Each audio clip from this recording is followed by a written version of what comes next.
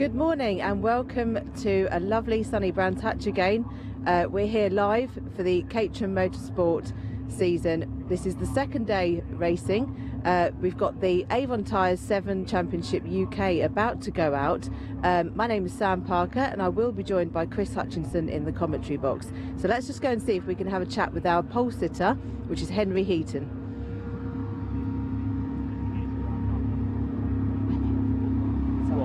Henry, are you okay for a quick chat? Yeah.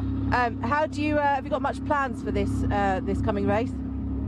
Well, starting at the front, first of all, got to get off the line. Well, it's tricky here because of the uphill gradient at the start line, but yeah, you can't sniff at pole position. It's where you want to be. I'm sure the guys behind me are going to give it a good go, but yeah, all about track position here. Just need to get my head down and see if I can follow up on what I did yesterday, and yeah. Brilliant. Well, thank you. Good luck. Thank you. And I will now head over to pass you over to Chris in the commentary box. Thank you, Sam. Yeah, welcome back to Brands Hatch for day 2 of this Caterham Motorsport, the opening event of the season. Another sunny day. Looking at conditions out there. Welcome to everybody out on in the spectator banks, and great to see everyone out there today supporting their drivers. We have got plenty of Caterham action for you. We've got 6 full races throughout today, so make sure you do keep tuned to the stream. And we're starting with, as we've seen already, the 7 Championship UK cars, the fastest of our 4 steps of the Caterham ladder that are with us this weekend. We've also got Roadsport with us again, 2 310R races, such as the size of their grid. We've had to split them into A, B and C grids today. We have 2 races from the A and C grids, and then the B and C grids a bit later on. Also, the 270Rs are here with us. They gave us a spectacular race yesterday, and we're looking forward to more of the same this afternoon, alongside the second of today's 7 Championship UK races. So 7 Championship UK is unique in the ladder in that they run 3 races at 20 minutes in length. They run a thoroughbred race car. You can see the slick tyres on the cars. Just looking at Greg Monkson and Jake Swan, who actually had a bit of a contact up into Druids yesterday, so they'll be looking to see whether they can recover themselves back through the field. But you see their slick tyres. But we're able to hear from James Murphy, so I'm going to hand over to Sam back in the assembly area. Yes, thank you, Chris. Yes, I've got James Murphy here, starting in 2nd place. James, it's a good race yesterday. Are you concerned about having Lee and Aaron behind you? Yeah, I'm concerned about Lee, Aaron and a whole lot of others as well. Concerned about Henry ahead of me. They're all really quick. But we had good, hard racing yesterday. I hope that continues today. Should be another great race. Excellent. Well, good luck for the race. Let's just go and see if we can have a quick chat with Lee. Lee started 4th yesterday, so he's got 3rd today. Just see if he's available. Hi, Lee. Hello. Are you in the zone? I'm trying to be, yeah, as best I can. So you're hoping to keep Aaron behind you on today's race? Yeah, I mean, look, you know, Aaron's a quick boy. He's been doing it a lot longer than I have, so, you know, I'm pretty realistic. He's going to be, you know, likely in front of me, but if I can hang on to him and then, you know, see if I can hang on to him and get some pace from him, really. Okay, well, good luck. All the best for the race. Let's see if we can have a quick word with Aaron, actually. Aaron obviously started on pole position yesterday. Oh, I think we've just run out of time. Aaron, good luck for the race. I head back to you, Chris. I think they're ready to go out now. Back to you, Chris. Yeah, thanks, Sam. Yes, you heard the whistle go. The gates are open, so the 7 UK cars are being released onto the grid for to be lined up by the marshals. Yeah, we were talking briefly about this top-level Caterham Motorsport car, the 7 Championship UK car, slick shod, uprated slicks and dampers, extremely race-focused car. They got 180 horsepower to play with, and they put it down via a limited slip diff and via a 6-speed sequential gearbox. So they are completely race-focused. They wouldn't do very well out on the road, but they absolutely love it out here on the track. So yesterday, in our first 3 races they have, in their first 20 minutes, Henry Heaton came out on top, and he sort of scampered away a little bit while the battles happened behind, but he was closed in at the end, and James Murphy finished right on his tail there, so he had some good late race pace. You can see Henry Heaton in the number 10, the blue car, shiny blue car on the left of your screen, and James Murphy in the black and orange on the right of your screen. Just lining up behind Henry there, we heard from Lee Bristow, Caterham technician. multiple years of Caterham experience under his belt, Caterham champion as well in 310R, but he first time running this car this weekend, and what an incredible result to get 3rd place.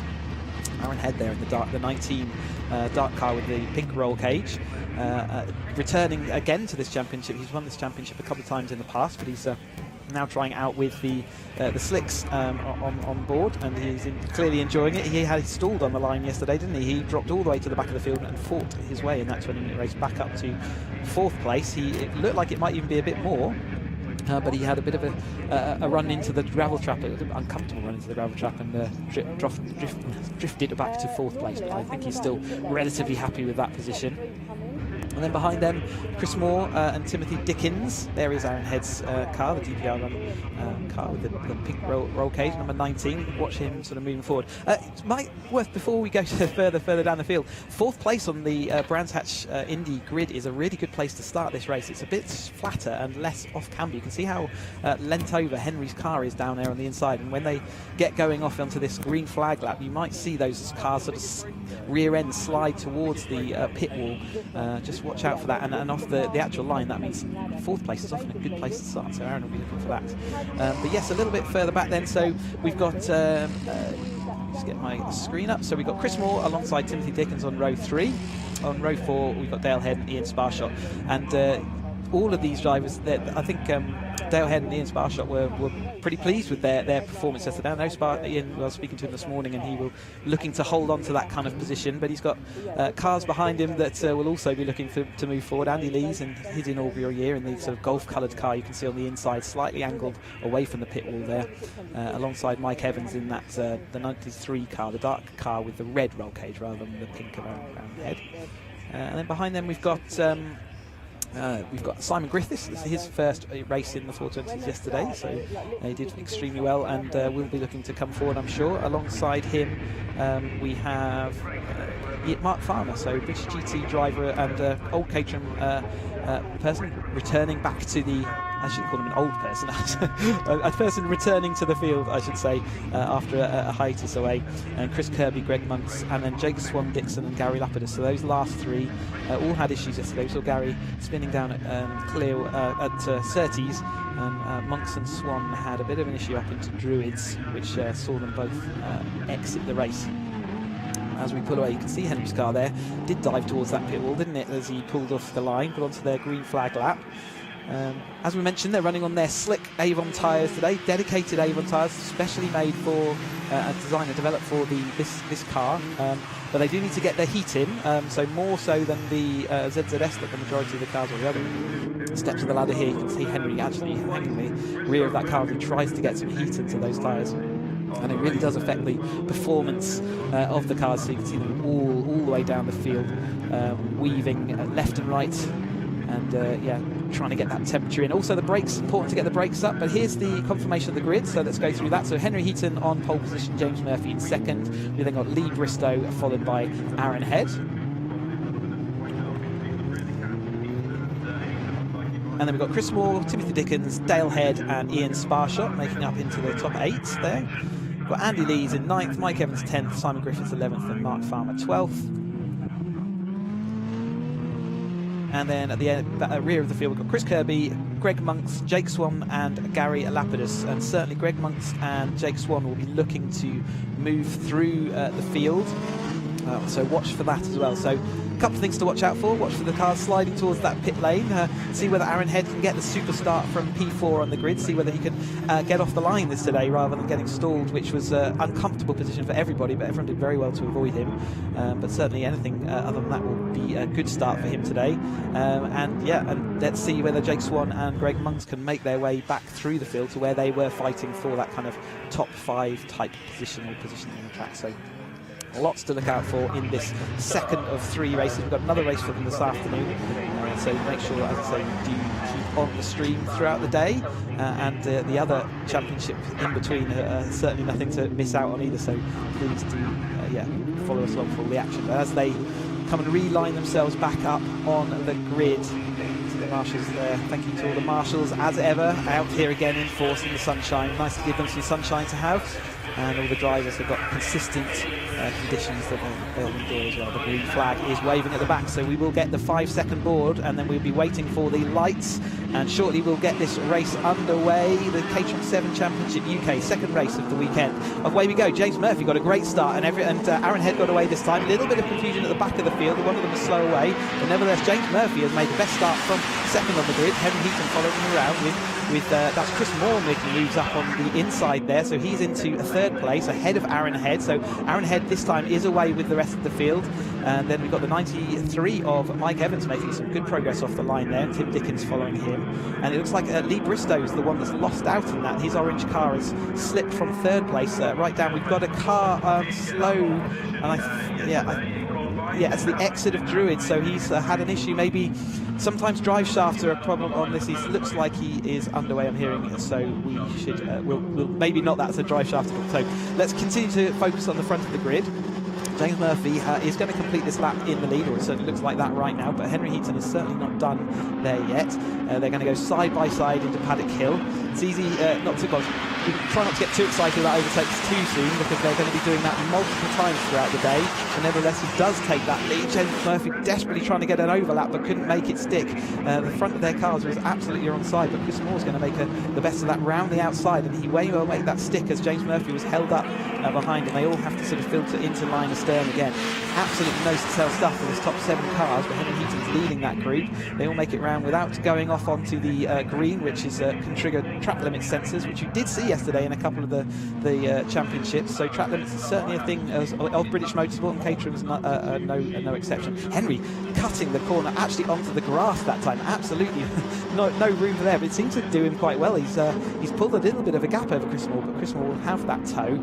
Another feature of Caterham racing is the toe. You can see how close all the battling is up and down the field. Henry Heaton pulls to the inside, and looks like he is going to make that stick for another lead change. So Henry Heaton is now back in front of Chris Moore. James Murphy in that third place, looking up the inside of Chris Moore, but Chris Moore's late enough on the brakes and sufficiently in front that he can pull into that gap. And James Murphy fighting the car a little bit there on the exit of Druids. He's got an Aaron Head to deal with, but Aaron's got a nice overlap into Graham Hill, and he's made that move stick. So while the front are battling, it's actually everyone is pretty much in touch in this race, aren't they? All the way down the field there to Chris Christie, as I can see.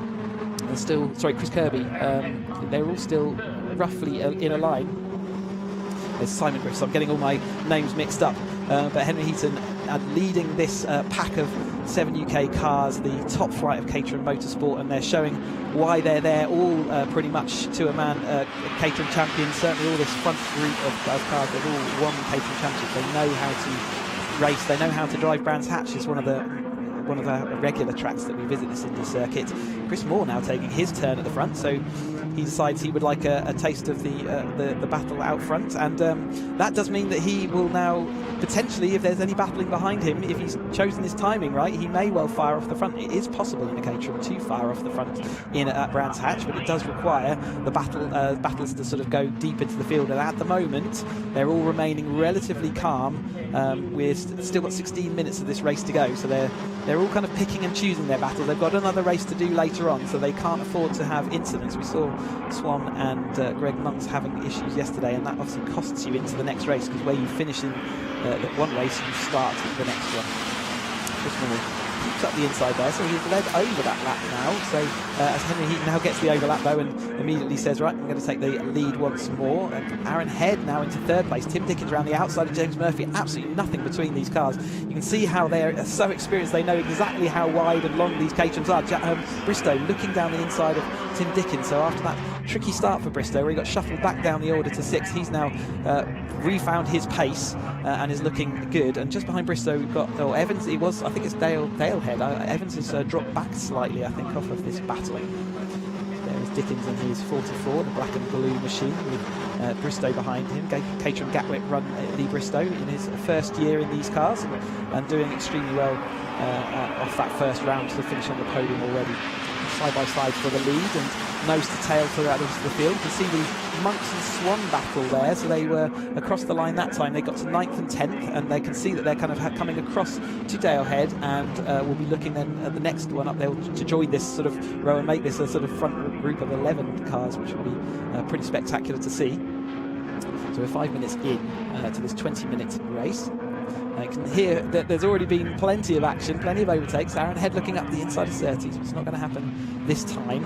They bump on through over those kind of rough curbs. You need to use that curb to get the most speed. Again, Henry absolutely on the edge of that grass there on the inside curb, and using all of that exit. Some of the other steps of the Caterham Motorsport ladder, they don't need to use all the exit there, but these slicks and around there, Henry moving Aaron out wide there to the outside of the track at Paddock. He wasn't going to give him a chance to squeeze into the inside at that time, but Aaron was experienced enough. He moved out, Henry chopping across, but that battling is letting Chris Moore have a tiny gap at the front. We often see these gaps develop. There's the Monks and Swan resurgence through the field. They are up to 7th and 8th that time through, so they are next up, still behind Dale Head, who's now firmly joined the back of this lead group, and there's Bristow. He is just following along behind, so in his blue and dark machine. Swan in the 66. After the damage, both those cars had damage. They've worked in their magic in the paddock. And Jake is a self-run car, so they've put the rear of that car back together again, and Monks, I think he's Caterham Gatwick, with his had the front of his car put back together again, so a little bit of contact that caused those two to not be able to rejoin the race, and that's why we saw them stop up at Druids at the end of the race yesterday.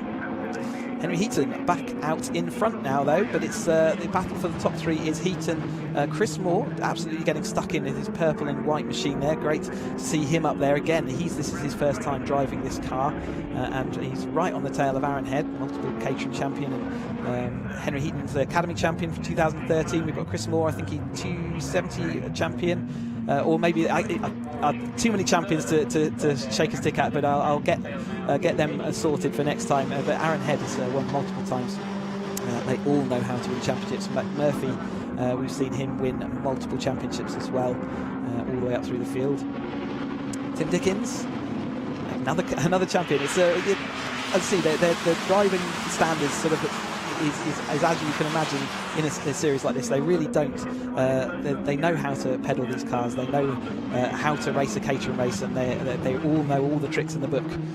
Lee Bristow there is having to defend now from Dale Head, following along. So Dale Head is Aaron's brother, and he's showing fantastic pace, isn't he, in the second race, to be in this lead battle, which is it has got Monks and Swan on the rear of this battle now, so we have grown all the way down to 8th car battle for the lead. Aaron Head going out wide to see whether he can get the run and the slingshot and get the slipstream from Henry's car into that turn 1 at Paddock Hill bend. It's roughly 90-mile-an-hour bend for these cars, somewhere between 80 and 90 miles an hour, and Henry again pushes Aaron to the outside. A little bit of a hand signal there, I think. Not too happy with the ferocity with which he's pushing him out there, but he's certainly making his intentions clear. He comes off and covers up the inside. Again, round Brands Hatch, that's one of the classic moves, is to try and cut and do the undercut to get the move up into Druids, but Henry covered that off. He managed to control that speed enough, and it's all coming back together. It's about as close as it was on the opening lap now, between the majority of the field. You see Andy Lees is coming across onto that Swan there to make this battle up down to 10th place. Henry Heaton is certainly making his intentions clear, isn't he? There's no gaps on the inside that he's willing to leave, and while he's the cork in the bottle at the moment, with them all sort of trying to use their additional speed. When you're defending round Brands, you will lose some speed. Again, we've seen him a couple of times move him to the outside, but now he's got James Murphy to worry about. He was no longer able to move Aaron Head to the outside of the track there, because James Murphy would have had a good old look up the inside. So James Murphy back into 3rd, and now he's going to tuck up into 2nd as he's got the overlap, and behind him, Tim Dickens having to chop across Dale Head. So Dale Head absolutely getting involved. Tim Dickens looks like attacking that move means that he's got in front of Chris Moore. So up into 4th place now. Aaron Head stays in that 2nd place, so he manages to hold off James Murphy. Looked like he had that move done, so he must have held on around the outside of Druids that time through. Again, you can see Heaton's car jinking a little bit left, just to again take away the option of if Aaron was looking at the inside for a late dive up there. It wasn't going to be given that option. Andy Lees has now firmly attached himself in the number 2 Golf Coloured cars there. Again, new into the series this year and fully involved in that lead pack. and behind Andy Lees, we've got Sparshot is not too far off that. Ascot Ian's been running these cars for multiple years, and he's not able to do every single round this year. And I think he is going to be with us for 5 rounds, so he's up there and getting involved. Tim Dickens up the inside of James Murphy, injured Druids, who was late on the brakes and tight onto the inside. Looks like he's made it stop, but I'm not sure whether he actually made a position up. And we've seen Bristow drifting back there. He was under attack from Monks at the rear of this pack. So after that disappointing start, I'm sure, for him, getting shuffled back, he's now struggling a little. He moved forward again, but he's been shuffled back again. Such as the ferocity and the rate of change in this pack, that it is changing every single lap as we look up and down this pack of lead. Looks like 10, 11 cars in a row now. We are just halfway through this race, so what we've seen, we've got another 10 minutes of that to go. It's breathless stuff. You can see why they reduced the length of these races down to 20 minutes, but had 3 of them throughout the race weekend. It leads to fantastic racing, and it means the drivers can survive this 20 minutes. It's a really physical car to drive, and you really do have to. There's an incredible amount of gripper in the slick tyres that Avon brought to this championship. And it really allows them to explore the limits. A little bit of dust kicked up. Looks like that might be Dale Head, so he's going to get out of line, and that could be a little bit detrimental to his position. Often if you get out of line, you can get shuffled back down the order. Dale Head setting the fastest lap that last time through, a 49.632, so firmly underneath that 50-second bracket. And here we go with Aaron Head having to go to the outside again. Henry hasn't got that threat from behind, so he is going to manoeuvre Aaron to the outside. Aaron, though, does have some momentum this time. It is possible to force the issue, but it looks like he wants to try for the tuck under. But Henry is quite wise to it. He's sort of reducing his speed on the exit to protect, but he doesn't manage to do it. So Aaron Head does get underneath Henry's car, and he manoeuvres him to the outside of the track there, with James Murphy willing to go in the gap that was left. So James Murphy looks like he's opportunistically managed to move up to second temporarily, but then Henry Heaton fights back into Graham Hill. Again, absolutely nothing between these cars. You cannot squeeze anything between the front of James's nose cone and the rear of Henry's car there. There's absolutely nothing between them. But Chris Moore absolutely staying involved in this battle. He's been up there in all the positions of the podium as well, so in the last 8 minutes I'm sure he'll be looking to hold on to that. And usually we haven't seen the sort of the gaps growing and shrinking, have we? They've just been relentless, although we've got sort of a 2-by-2 battles going on here. We've got the battle for the lead going side by side, and then we've got a battle for the 3rd place going side by side into paddock as well. And in fact, the battle for 6th. In fact, Bristow touched the rear of Head there, and I think they got away with it, but that would have been pretty uncomfortable on the exit. The car's already trying to work very hard. Looking at the James Murphy car, but you're already working the car extremely hard as you go down paddock, so contact can often result in spins, but it looked like he held it all together, and Head is ahead of him. Oh no, it's Dickens ahead, and this Dale Head is still behind. You can see on the scoreboard on the left we've got 3 HEAs, so we've got Heaton out front, we've got Head out front, we've got Heaton in 2nd place, and then Murphy in the 3rd place, and then we've obviously got Dale Head a little bit further back, so keep your eyes on the screen to work out the ordering there. But Aaron Head, since he's got past Henry, he's got a turn of pace now, hasn't he? So we saw that he had that turn of pace yesterday when he stalled, went to the back and came back through this field. Now that Henry's defensive sort of failed once up in Druids, all it takes is that one time that it failed. Aaron moved ahead there and actually put a little bit of gap. There's Greg Monks and Swan at the scene of their incidents yesterday, but making it through nicely this time. They are just 0.72 apart, so they have been literally stuck together for these last 2 races. And yeah, they have made that progress back through to where they were battling yesterday, although I'm sure both of them would like to be a little bit further ahead, but you can see the ferocity that those battles ahead are being fought with. Around clearways again then, with 6.5 minutes left.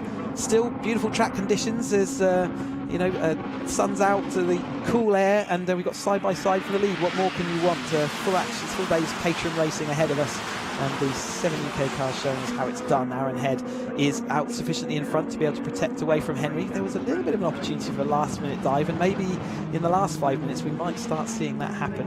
But this top 4 have maybe got a tiny gap developing now. as the battles have settled. So as Aaron Head's been in front, they have started to pull the lead 4 cars away from the following 3. There's Tim Dickens ahead of Lee Bristow and Head. That's Dale Head in this sort of slightly trailing now. It's a bit. I think it's a bit rude of me to say they're trailing. They're certainly well within the reach of that front group. You can see they're well within attacking distance, but you do want to keep in the tow, and that's what Tim Dickens will be worried about. If he loses the tow to the car in front, it means that a bit like DRS in the Formula 1 that we see, you're a bit exposed then, and Lee Bristow making the most of that tow, doing a great demonstration of that as he drifts the car off round paddock. He had to do that to stay within track limits, and that Tim Dickens a couple of times has been off the edge of the track there, and car 19 has got a track limits warning board that being shown. It says 19, I'm not sure that's the correct number, but anyway, track limits is a thing, and we have sensors around MSV tracks that they automatically capture that. So Aaron Head is car 19, so that is a track limits warning for Aaron Head there. So watch out for that. He doesn't want to get any more of those warnings, otherwise he'll start getting track limits penalties, which start at 5 seconds and then increase as you continue to have track limits infringements. Tim Dickens, and back to the James Murphy in the orange DPR shop car with his teammate Chris Moore in the white and purple machine just behind him. A little bit of dust again from Tim Dickens as he pushes the limits of the track out there at the exit of Paddock Hill. As we're coming down to the closing stages of this race, you'll start seeing moves pushed a little bit harder as the race goes into this final 5 minutes. You suddenly get to the critical point of the race, and we've definitely got a lead pack of 2, then this following pack of 2, and then another 3 cars following on behind them. Here comes Murphy through, still ahead of Chris Moore this time through, and that is for the final podium of this race. Remember, they've got one more race this afternoon, so they must keep their cars in good nick and good order, ready for that. The finishing order of this race is the starting order of the next, and they will keep that in mind, especially as we're at the first round of a long season. So they've got 21 races throughout this race. They've done one already. This is their second. Still lots and lots of opportunity to score points, and solid points at the front of the grid like this would be, they certainly would have taken it at the start of this race weekend, that's for sure. But yeah, Aaron Head definitely looks like he's got enough speed to pull them all through and forward. Started 4th on the grid, didn't have the stall today that he had yesterday, so that was already a good start. But he's fought, had Henry fighting tooth and nail to hold him back, but he did manage to get through. And now the extra speed that Head looks like he's got has moved him slightly clear. Henry Heaton, though, has not lost the impetus, and he is back right on his tail and ready to send it side by side through Paddock Hill. The outside line can work, but Head, because there's no threat behind, was able to manoeuvre Henry out to the outside, as we saw Henry doing a little bit earlier, and that allows him the full speed out, so he can defend quite nicely up into Druids. A little bit of a jiggle on the brakes there, maybe a slight minor lockup. There was no smoke, so nothing major, but certainly on the limit, these cars will be driven to the limit every single corner of every single lap. You can be sure of that. Henry having that win yesterday, so he'll be looking to see whether he can get the double.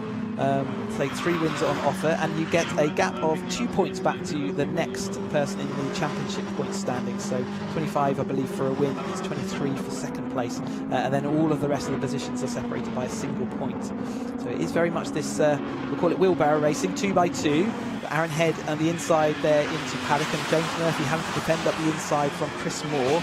It's a ferocious battle. It has been race long, hasn't it, for these podium spots. Henry round the outside, no room up the inside though. Aaron Head is doing now, returning the favour with that defensive job. Chris Moore up the inside of Druids. James Murphy having to push out wide and onto that slightly dustier line with 2 minutes of this race to go. We've probably got about 2 or 3 laps to go at most. Coming down into Surtees then, and it has spread out from that sort of 10 minutes in. We were still absolutely nose to tail for the vast majority of this field. It's spread out a little bit as this race has developed and as the battle sort of has separated into their parts, but it's still a very exciting prospect for who is going to get on the podium. There are only 3 trophies obviously up for grabs. James Murphy sent a little bit of a dummy out to the outside. Chris Moore took it, and James Murphy was therefore able to position himself up the inside. A great move, but Moore's going to return the favour with trying to get the overlap up to Druids. Got a wing off at the entrance to Druids. That would have upset him. It might even be a yellow flag up there. We'll keep an eye out for that. But he looked like he had the overlap done. That's the Mike Evans car, so he was clearly out of this race early with some issues. so unfortunate end for his race. And we see the number 14, that's Chris Kirby. We saw him have issues on that first lap, but he's now getting out of the way of this lead group as they come around to start what will be their last lap this time through. 49-second lap is our fastest so far, 49.2 seconds by Heaton, so that is worth an extra point, and Heaton's got that in the bag right now. Aaron Head having to defend from Henry as they go into paddock for the last time. They're coming round through paddock, both cars looking relatively under control, not defending, but now having to move across the inside, make sure Henry's got no room up the inside. He's positioned his car well, he's got it stopped up into Druid, so ahead of Heaton right now, but Heaton will be looking for any opportunity, and we do see the final slingshot overtake is possible around Brands Hatch. There's enough time from the exit of Clearways. Behind them, Murphy is ahead of Moore, and then we've got Bristow as the best of the rest behind them. A little bit of a fake and a dummy there from Henry to try and disrupt to get Aaron, but Aaron's wise to that. He keeps it nicely tucked on the inside, doesn't give Henry an opportunity to go on the inside there. He drifts it slightly wide to make his line wider, and he can carry the speed out. Has Henry got the momentum to bring it up to the line? It's absolutely no necessarily be moving out to the line in the 420 hours. Can they do it? It's side by side over the line, and it looked like Head got that just by 23 one-thousandths of a second, and behind it was equally as close, and Murphy took that by 47 one-thousandths of a second to take the third place trophy from Chris Moore. What a finish to that race. Wasn't quite enough time for either of the two followers to get through, but Aaron Head from fourth place on the grid has made the win stick, and he certainly had a good set of pace today, didn't he? Aaron Head out front, returning to his winning ways in the number 19 car there. Henry Heaton, a fantastic effort there in second place, defended valiantly for the majority of that race, but it did end up pushing back to that second place. Couldn't quite overthrow Head on the finishing line there, and Murphy taking that third place. Close as you like throughout this Caterham 7 UK race, and what a fantastic start to proceedings. Here's confirmation of the provisional result. Aaron Head takes that win ahead of Henry Heaton, and James Murphy taking a third place trophy. He'll be happy, I'm sure, with that progress. Chris Moore, a spectacular start to his campaign in a fourth place. Lee Bristow, another new starter to this campaign, and doing incredibly well over the first two races. Jake Swan's fourth all the way back up to sixth place, so a good recovery drive for him. Dale Head is in between him and Greg Monks, the other driver, recovering. We've got Tim Dickens in ninth place, and Andy Lees rounding out the top 10. Ian Sparshot in 11th, so he did drop back a little bit after that early form. Mark Farmer continuing to learn this car in 12th place. Simon Griffiths, and we've got Gary Lapidus, Chris Kirby, and then Mike Evans, who had to remove himself from the race early on. We didn't see exactly why. What a start to the proceedings today. Many more races to come. We've got another 5 whole races today, and yeah, keep the stream on in the background. Make yourself a cup of tea and keep an eye out for when we get back on track. And we're scheduled to start with a Roadsport, their second race today at 11:35 for their second 20-minute race. Keep an eye out though, because we do tend to run ahead of schedule. So we look forward to seeing you and welcoming you back to the stream in just a bit.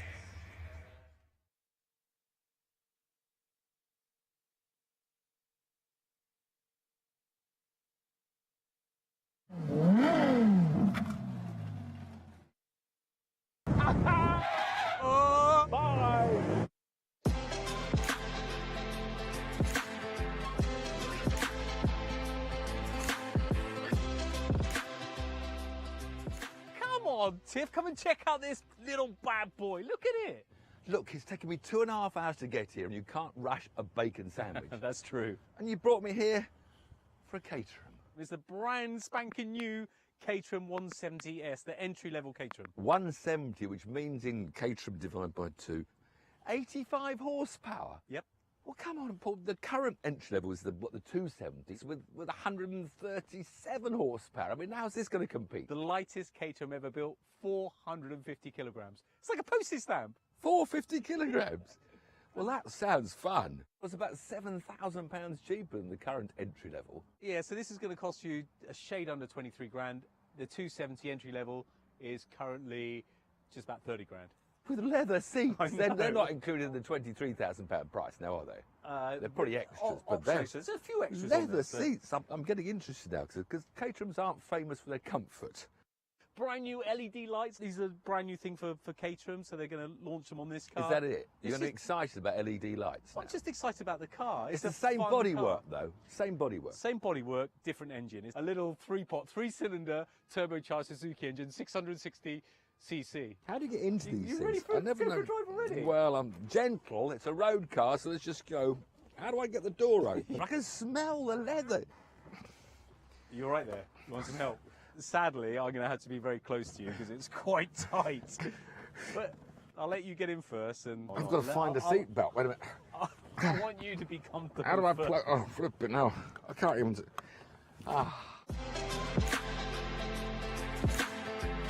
With Tiff now comfortable, it was time for an all too socially non-distance road test around the track in this 170S. It's lovely, isn't it? I got- Leather seats, comfortable leather seats. Smell of it. The smell of the leather. It's a bit closer. I gotta say. Get out of the way. Get out of it. Whoosh! It's quite perky on acceleration, isn't it? It is perky on acceleration. What's his 0 to 60 then? Do you know? We don't really talk about 0 to 60 with this car, to be honest with you, Tiff. It's more about the fun and the enjoyment and how fast you can go around corners. 5-speed gearbox included. It's really tight gearbox ratio, as you would expect. Road suspension pack. Well, I wouldn't have thought anything else. I mean, it's a road car, therefore road suspension. But you know what? It's still going to be fast around a track, isn't it? It's a Caterham. It's Full light. windscreen. Thank you. Unique key, gear knob and instruments. What's unique about them? They're unique to Caterham. Leather panel, that's actually an extra 500 quid, so I wouldn't bother with that. No, I don't think I'd bother with that. Momo quick release, 150 quid. No, I wouldn't bother with that either. I would probably get the nice Alcantara one as per my race car, but... yeah, As per that's- my race car. Oh, have you got a race car? I didn't know that. You got a race... All right, okay, hold on a minute. Lowered floors. You know what that's all about? Just to give you a bit more room, because, you know, I'm quite Which- tall and all that. Which bit they lower then? Under the seats? Under the seats. That's the 500 quid. whole floor panel, so that's good. Here's the crunch. The diamond seat leather stitching, seat armrest, biscuit, tunnel top primary, £1,500. They're beautiful seats, they're lovely seats. But I think the whole message is you can, like any car, have lots of optional extras. But you can buy this car for a shade under £23,000 or finance it for a couple hundred quid a month. You can go a bit And you've got a faster now. Caterham. And you've got a Caterham. All right. Whoa! The pedals are so close together. Take a bit of curve.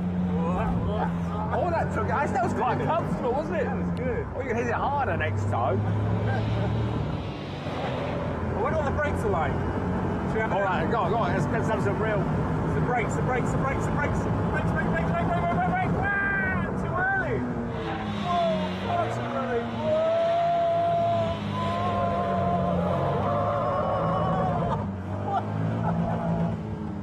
Have you finished yet?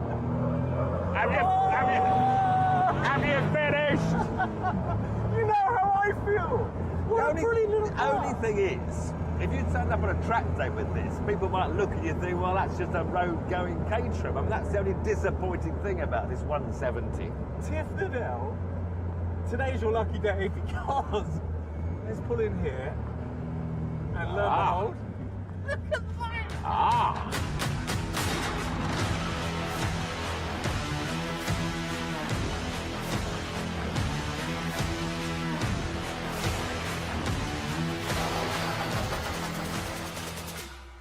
Flipping boy racer. Oh, look, a nice suede Momo steering wheel.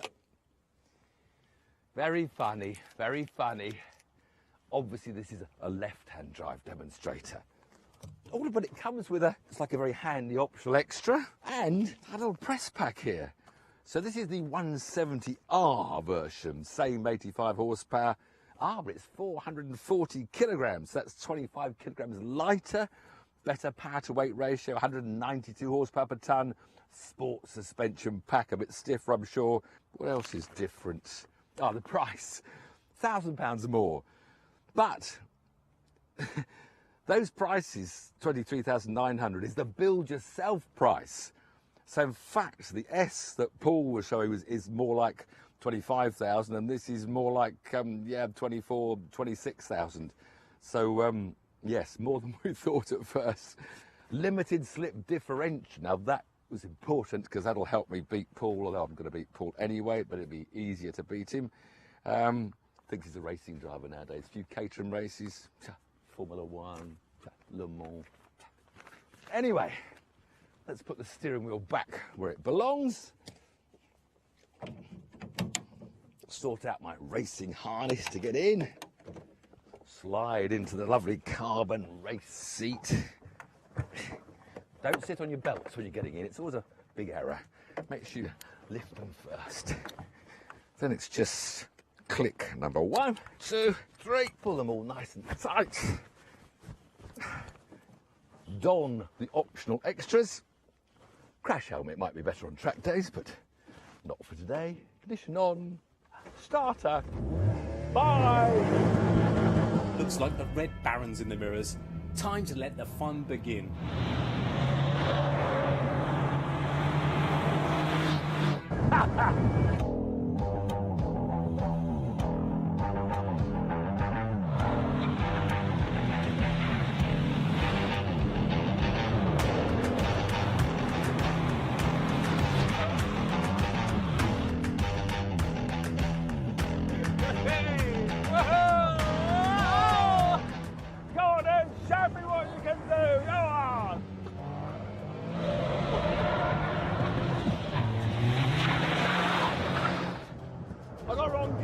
I got 5th instead of 3rd. I've lost ground in a while. Oh. He's off the track. He's off the track. Oh, now he's coming. He's coming. Down the inside. He's going down the inside. No, he's not. Block him. Block him. Shut me off. Whoa, who does he think he is? Formula One driver. I bet with his windscreen on, he doesn't care about his hair. Let us state of mind. Whoa. The wrong gear, Tim. Oh no, I've lost him again. Come on then, Tim. What's he got?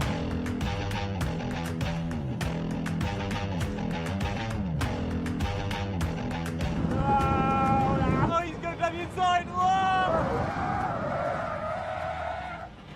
He's got me off the brake. We nearly crashed. I've got him now. He got me with a massive lock-up.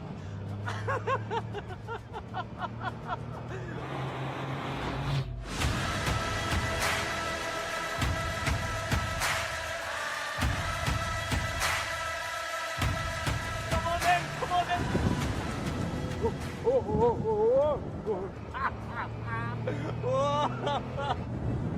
I can't hear the engine, so I keep on hitting the limiter.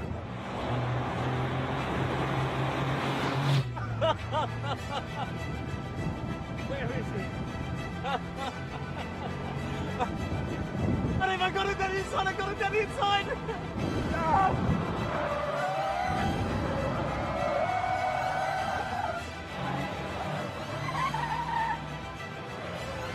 Lock the front brakes up.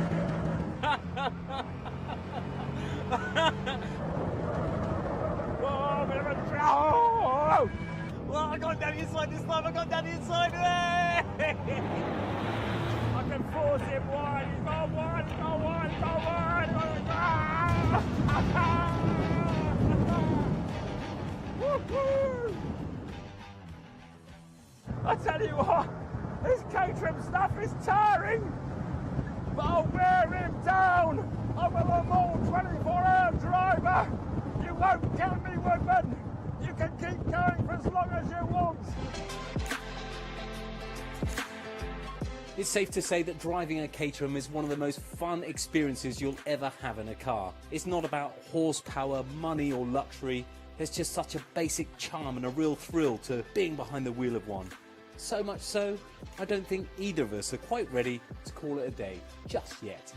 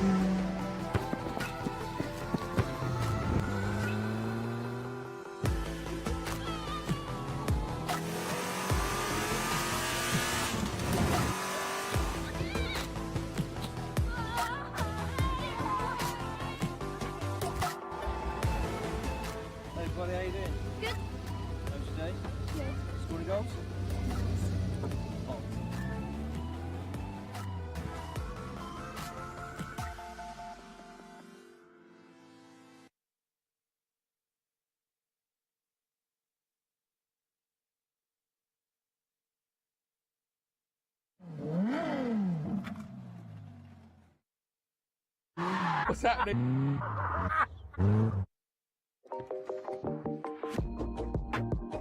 Brands Hatch. I always love coming to Brands Hatch, but Paul, what have you brought me here for? I brought you here today for the Caterham driving experience with these wonderful looking cars. I like this in orange. And what does it entail? Oh, I'm glad you asked, because first up, a bit of drifting, good fun, and then a couple of mystery challenges, which you're going to love. And have you driven a Caterham before? Get on to that in a minute. Come on, listen. You haven't, have you? No, I've never driven a Caterham. And you that you're going to go drifter. You've got no chance.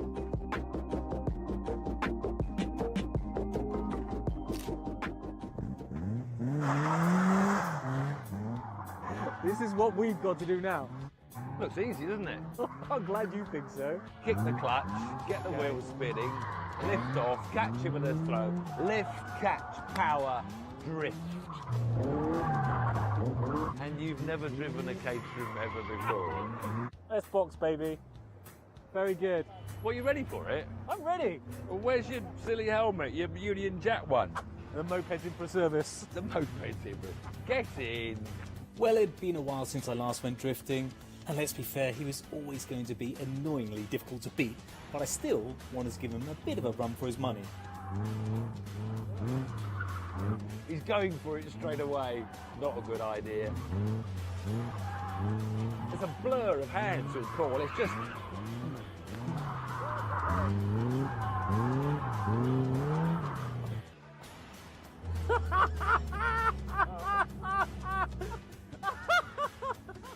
Helmet's on, ruins my hair. Mate, he wants to get out. I don't know why.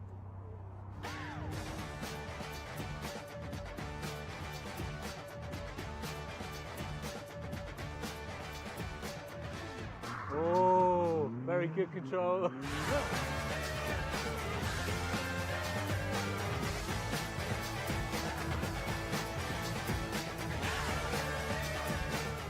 He's annoyingly good at this.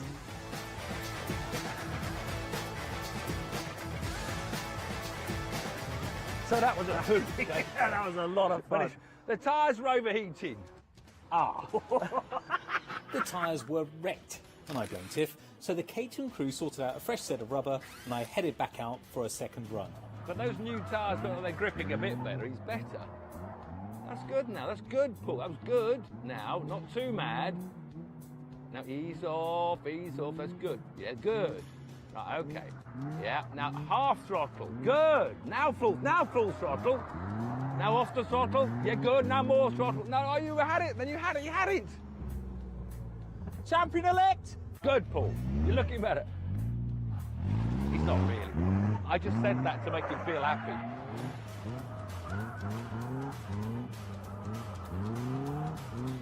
He's got the slalom bit quite good.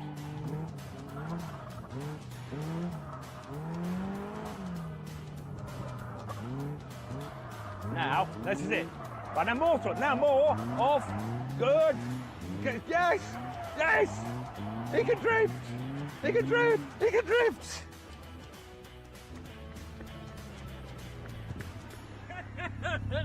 Before the car needed another pair of tyres, we moved on from drifting to see what else the Caterham driving experience could throw at us. So here's the first of our mystery challenges, this 7310R. Nice colour. Lovely. So what's the challenge? Well, all you got to do is drive through the slalom. Simple as that. Just drive through a slalom. That's it. After we've done all that drifting. You go first. Come on, it'll be a lot of fun. Trust me, it's a mystery challenge. But just to drive through a slalom. Focus on that word mystery, Tiff. It's all about the start. Go as fast as you can at the start, okay? Well, round the end. Round the end. Are you going left or right to this cone? I'll go left the first cone, obviously. Okay.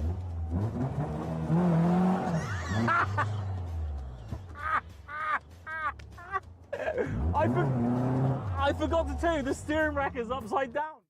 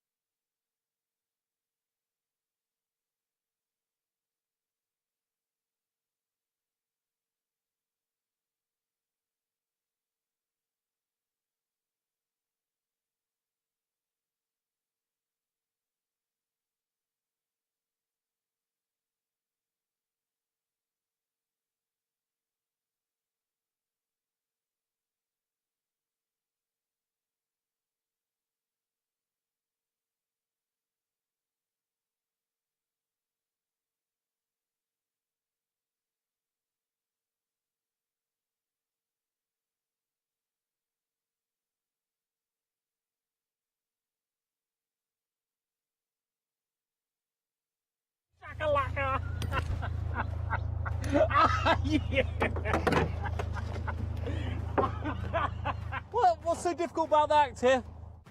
Once Tiff came to terms with his crushing defeat, it was time for our third and final challenge. I've got to say, I don't think I've ever enjoyed a discipline so much as that one. You got lucky. And what have we got now? Don't tell me now it's the steering wheel's connected to the rear wheels or something. Bog standard 360i. It's longer and wider, so a bit more comfortable as well. A bit more room for me. You were helped by that being short. Come on, you go first. No. I've learned now your tricks. You learnt a lot from me. You're going first on this one. No problem at all. Because there'll be some catch. I'm going to have to take my shades off for this, even though it's very sunny. Very unlike you. Because... What? You've got to wear these upside down goggles. Oh, that is horrendous. I feel sick already. Oh, look, this is the long wheelbase, wide one. Wider as well. Beautiful, isn't it? Inside. No, but you can go to the Nürburgring in this without being on top of each other. You might be on your own there, son. What can you see? I can see. Oh, this is horrendous. Where's the wheel? Oh, you're not going to like this. Are you ready? Am I in gear? Yeah. 3, 2, 1, go. Oh. You're doing quite well. Oh, I've lost Round the barrel. This No, way other round side, other side. When can I turn? When can I turn? Well, I can't. That's your job. I'm not being a Come on, navigator. tell What do you me. know? That's cheating. I can't see a single That's thing. your problem. Can't you turn your head left and look where you're going? No, it doesn't work that way. But it's going to be quick. Oh, yes. Oh, yes, close. baby. Oh, yeah. You get ready to stop that clock, Tiff. Get ready. Stop the clock. Stop it. No, you've got to stop the car. Yes. 31.03. Yes. You are not going to beat that. How do you know where you're supposed to go? I can't do this. Oh, I've hit something now. What's happening now? Something's hooting. Are you ready? Oh, yeah. Ready, go. Oh, flying start. Very good start. Okay, keep it tidy. That's good. That's very good. Keep it going. That's it. Well done. Very, very good. Getting a bit confident. Ooh, getting very confident indeed. I've lost it. I've lost it. Where are they? There they are. I've lost them for a while. Am I on the right You track? were doing so. I'm not going to tell you that. I'm not allowed to navigate. Oh, where are you going? Where's the next lot? I've lost them. I've lost them. I don't know where I am.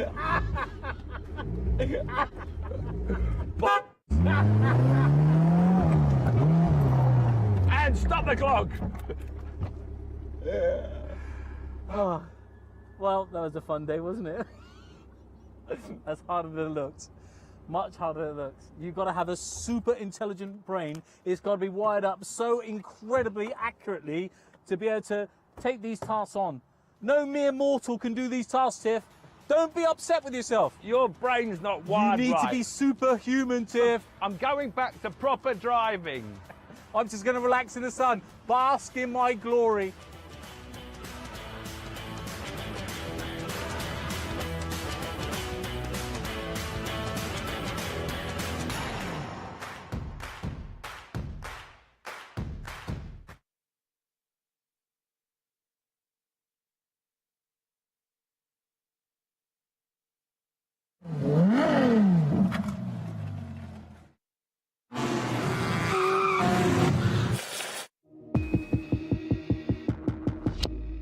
There's a real allure to the idea of being a racing driver. On the what do I want to be when I grow up list, it's right up there with astronaut. It's associated with excitement, glamour and expense.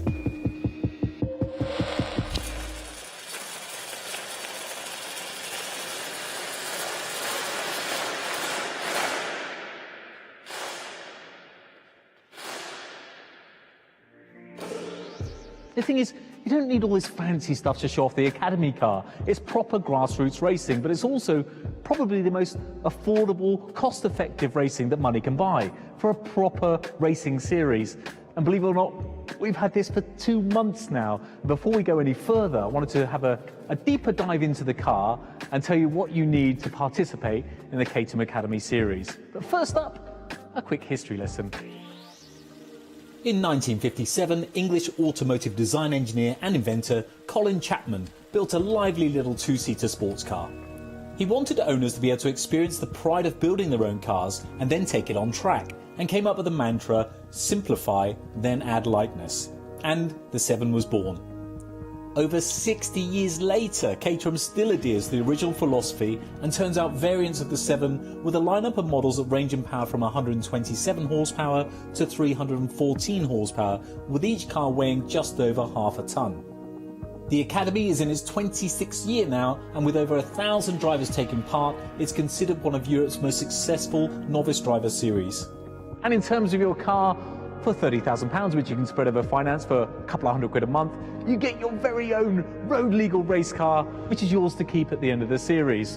And on paper, it doesn't sound like it packs the biggest of punches, but this is a Caterham. The Academy car has a tuned 4 Sigma 1600 4-cylinder naturally aspirated engine. It has a maximum power output of 127 horsepower at 6,800 RPM, and it's not particularly earth-shattering in terms of torque with 150 Newton meters. However, its secret weapon is its weight, or lack of, topping the scales at around 550 kilograms. All this means a power-to-weight ratio of 230 horsepower per tonne. Now here's where it gets a little bit confusing, because this car, when it's fully loaded with the roll bar and everything that you see here, weighs about 550 kilograms. The minimum weight that you can race in, that you must finish a race in, is 635 kilograms. So if, like me, you've got a paunch after the lockdown, you need to really consider your weight, because if you want to be super competitive and be at the top, weight, as we know in racing, means everything. And you have to finish your race 635 kilograms minimum, otherwise that's it. You don't get any points. And what that means with your power to weight ratio, 230 horsepower per tonne, is you've got a car that will take you from 0 to 60 in 5.3 seconds and have a top speed of 116 miles an hour. And believe me, in that thing, anything over 100 miles an hour, you certainly know you're doing it. Caterham fits special Academy tyres which are designed by Avon with low grip in mind. This is done to help teach car control. We all know it's easy to go in a straight line, however, corners are where most people tend to lose their speed. By having less power, less grip and a weighty roll cage, you'll learn the art of carrying speed through a corner without losing control. It also makes for some pretty dramatic racing. You see, less power doesn't necessarily mean less speed. So for your £30,000, you get pretty much everything you need to race your car. You've got your roll bar, your harnesses, your fire extinguisher, you've got your rear rain light, which sadly we're going to need that in the UK. And everything is ready to race under the compliance of the BRSCC series. But like all manufacturers, there are optional extras such as tonneau covers, half doors, paint options. But the option I would tick before any other will be some sort of V-box, which essentially gives you racing data analysis on where you're going right, or sadly, more often than not, in my case, where I'm going wrong. So you can at least analyse it and study your data to try and get a little bit better. Now don't forget, this is a Caterham and you can choose to build your car yourself. Believe it or not, 40 to 50% of people, Caterham say, build their own Academy car, which I find quite astonishing, but it's a great way to know all about your car and how it operates and how all the nuts and bolts go together. And I've got to say, I've learned more in this last couple of months about mechanics of a car than I think I've learned in the last 30 or 40 odd years. And even though I didn't build my own car, I still felt part of the process from a very early stage because I was involved in the design of the car. And Caterham was brilliant. I fired through a few different design ideas and so did they. And we agreed on a livery that I thought was absolutely fantastic. And when the cover first came off with Simon Lambert at their headquarters, it was a real wow moment. There's been a bit of a curveball since then, and that was from me because subsequently our TV show On the Road has been sold internationally, which you'll see more about soon. And we're planning a Series 2, which will come out hopefully towards the end of the series. So we had to juggle things around a little bit to get the logos on the road. So you might have noticed, for those observant ones about you, it's changed a little bit from the day we picked it up. There's a little bit of a spanner in the works because although Caterham and MFX Wraps, who did the original wrap, were so helpful and would do anything for us to put the new logos on, we're based in the southwest, they're based in Gatwick. It's about a 360, 370 mile round trip. So we went to our local dealer to help us out. And there's 5 dealerships around the UK, so there's probably one fairly close to you. You've got Gatwick, Oakmere, Silverstone, crazy horse, and our local dealerships near Bristol is Williams Automobiles, who I've known for many, many years. And they put us in touch with a designer called Ikin from ICM Designs, who has the funkiest Caterham designs I've ever seen. He also does helmets and all sorts of really cool designs. I'm definitely going to use him for some other stuff as well. We agreed in the end that we wanted to keep with the original ethos that MFX, Wraps and Caterham and I agreed in the beginning with the black, red and white. So we just changed things around just a little bit to accommodate the new logos and to make sure that we're still on brand. But he's a very talented guy, and I think I can get a helmet done from him in the future as well. So with the design in the bag, we went to another local company through Williams, who they use for their Caterham specialist wrapping called Shades Wraps. They're also in Bristol, and they put this together and took it apart, like, I think with their eyes closed. But we have before us the final design, the final Caterham car that you'll see for the rest of the season, hopefully all in one piece. And you might have noticed that we've stuck with black wheel arches and a black nose cone. In fact, loads of the Academy cars have done the same thing, and that's because it's real bumper-to-bumper, wheel-to-wheel racing, and you'll often finish a race without some of your body panels on the car. And the good news for me is Caterham.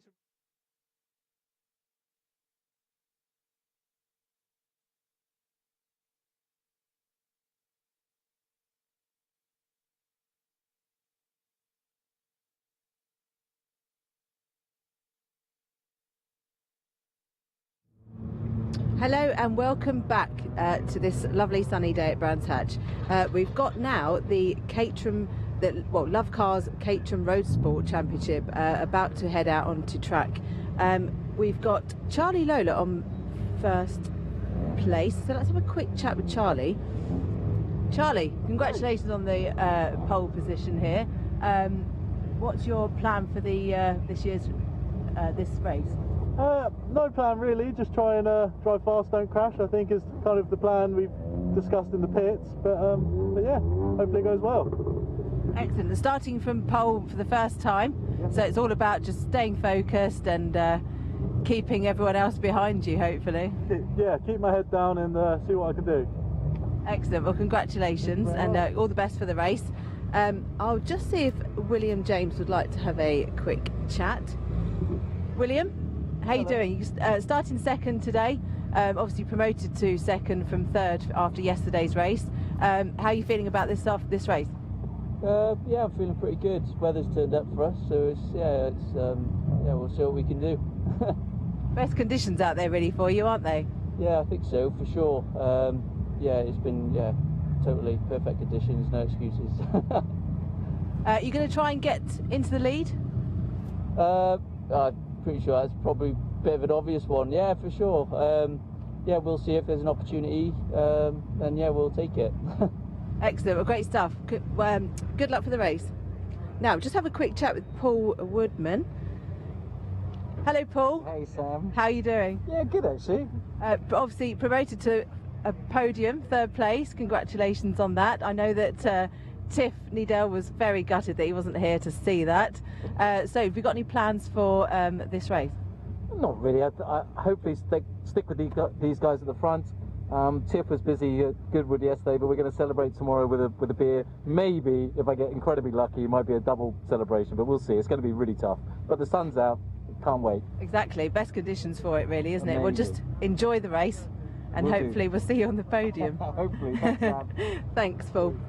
Okay, right, they'll be called out any moment now, so I'll head over to Chris in the commentary box. Thank you, Sam, and yeah, welcome back to for the road sport action out on track here at Brands Hatch Indy. You can see there's some cars being manoeuvred in the background there, so we're just tidying up from the racing that has just completed out on track, and then we'll be ready to go with the second of the LoveCars Roadsport Championship.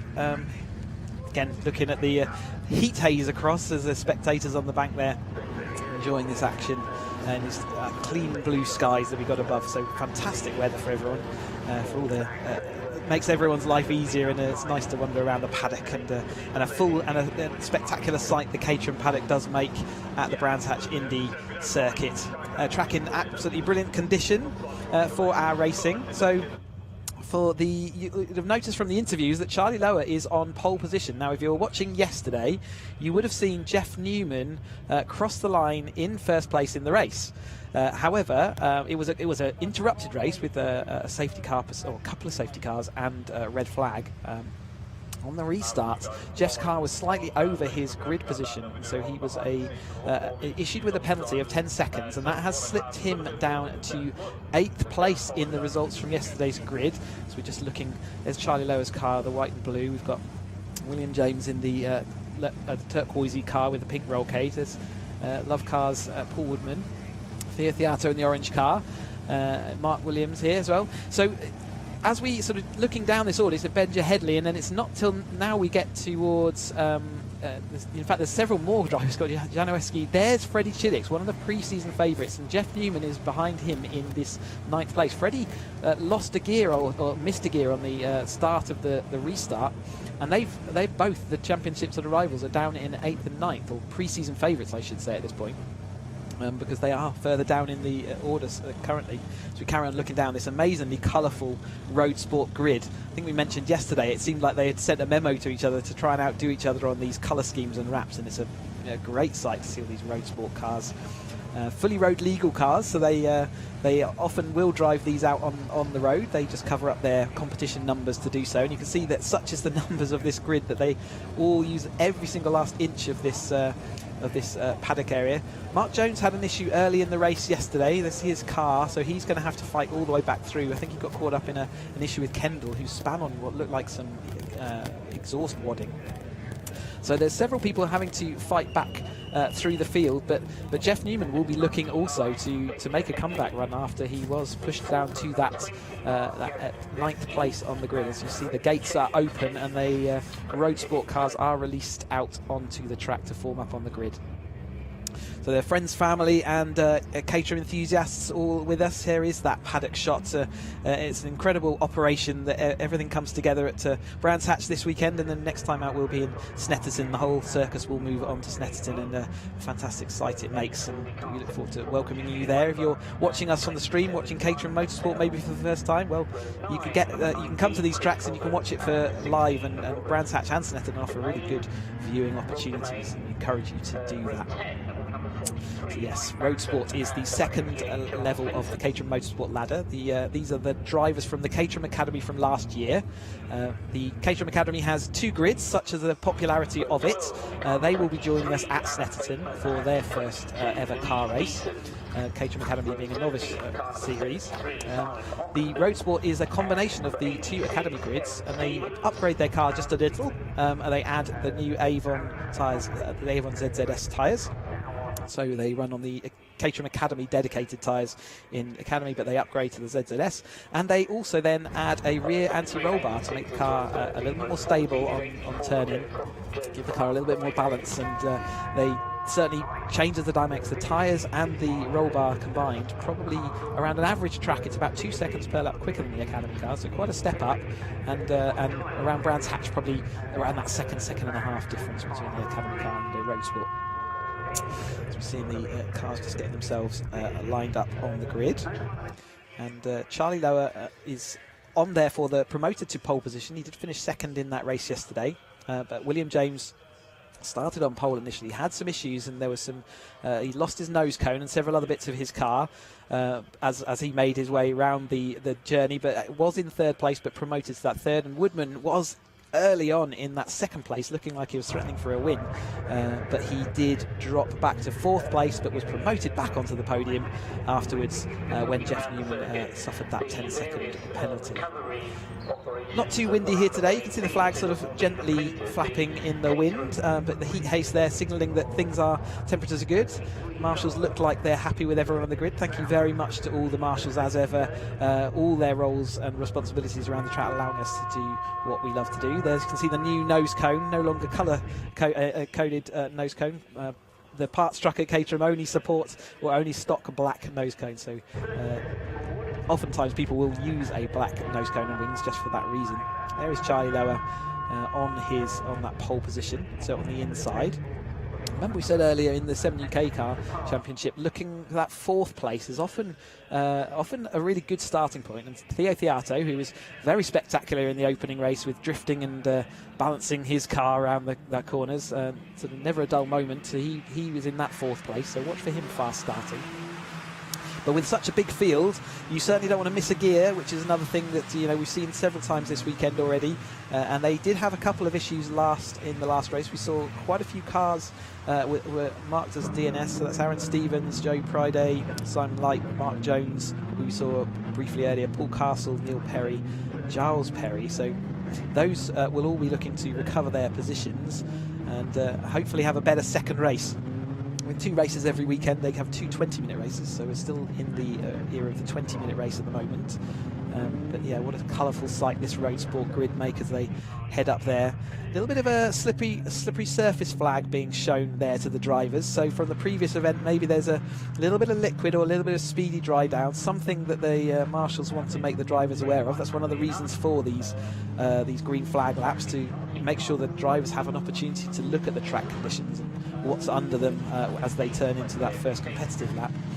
This is the Clearways corner where we saw Theo yesterday hanging the rear end out repeatedly. There is Jeff Newman in that 9th place. Just ahead of him, Freddie Chiddix. Those two went nose to tail, well, 1st and 2nd in the Academy Championship last year. Chiddix just losing out to Newman by want of a fastest lap by Newman on the very last lap of the very last race. It really did go down to the wire. Spectacular finish, and they'll be definitely looking to move up from that 9th and 10th place, so we'll keep a monitor on that as the race goes on. There's Neil Perry, one of the cars in a retro livery there, fantastically looking out on track, heading around, and he will form up the rear of this grid. Then we'll be looking for that green flag at the tail of the field before we get this LoveCars Caterham Roadsport Championship, race 2 of their weekend. 20 minutes to go. So they're all successfully finding their grid spots. I'm sure everyone making sure that they are behind the grid marking, although, like I said yesterday, it's quite tricky to see, but that is the 5-second board, so we're getting ready to show that to the drivers. You can see the marshal in the background there waiting to show the green flag, which will signal that 5-second board. We'll get the 5-second board, then the lights will come on very shortly, and then within about 7 seconds they will then go out. We will get this Caterham Roadsport race 2 of the weekend for them underway. Who's going to get the best shot? Everyone's quite even start at the moment. Everyone looks like they pulling away. Nobody's stalled, and we've got complicated in the midfield. It always is, but out front, Charlie Lower has made a good start. Paul Woodman, another rocket ship start for him, and he's currently into that 2nd place. William James losing that place down to 3rd. Behind them, there's cars all over the track. A couple of cars up, 3 cars up. That's Mark Jones, so he's another bad race for Mark Jones out at the first corner, the first up. We've got the number 44 car there. There's a separate incident. That's Ian Summers in the barriers. So lots of cars in the paddock. Expect to see the safety car, but the racing will continue up until those safety car boards are shown. Keep an eye out that it's a nose to tail. It's hard to see. You can see the yellow flags there with boards. That will mean checker flag. We've got brakes. It's really difficult to see when you're following a car so closely. It's really difficult to see those safety car boards, and there are a couple of lockups there trying to avoid contact with the car in front, as the field have now seen that they're safety car boards, and everything is being brought back under control. So Mark Jones is that's a bad season, a bad opening, gone even worse. But 3 abreast, it looked like into paddock hasn't worked, and there's some despondency between the drivers. They're obviously going to have a little chat about as that. In fact, they have red flags. They're going to do a complete restart, so everyone has stopped back in their grid positions as the drivers sort of work out whose fault they think that all was. But that will go up to the stewards anyway, and they will make their rulings after the race. So we've got a few cars to tidy away. We've got this is a 2nd red flag for the road sports. That one happening incredibly quickly after the start. So they will have to regrid this everyone up, and they will go back to their original positions. We didn't get 2 laps done, so they will be put back into their original grid positions. So there'll be a bit of shuffling, but they've got enough of a run up there, I think, that they will be able to manoeuvre people into the right positions fairly easily. You see that Theo Theato is going to have to get back onto that 4th place where he was before. So there'll be a bit of shuffling, and there will be a plan being drawn up in race control as to what is going to happen. I'm pretty sure it will be a full 20-minute race there, just backing up Ryan Benja Headley make his way back to his original grid spot. Hopefully it won't take too long.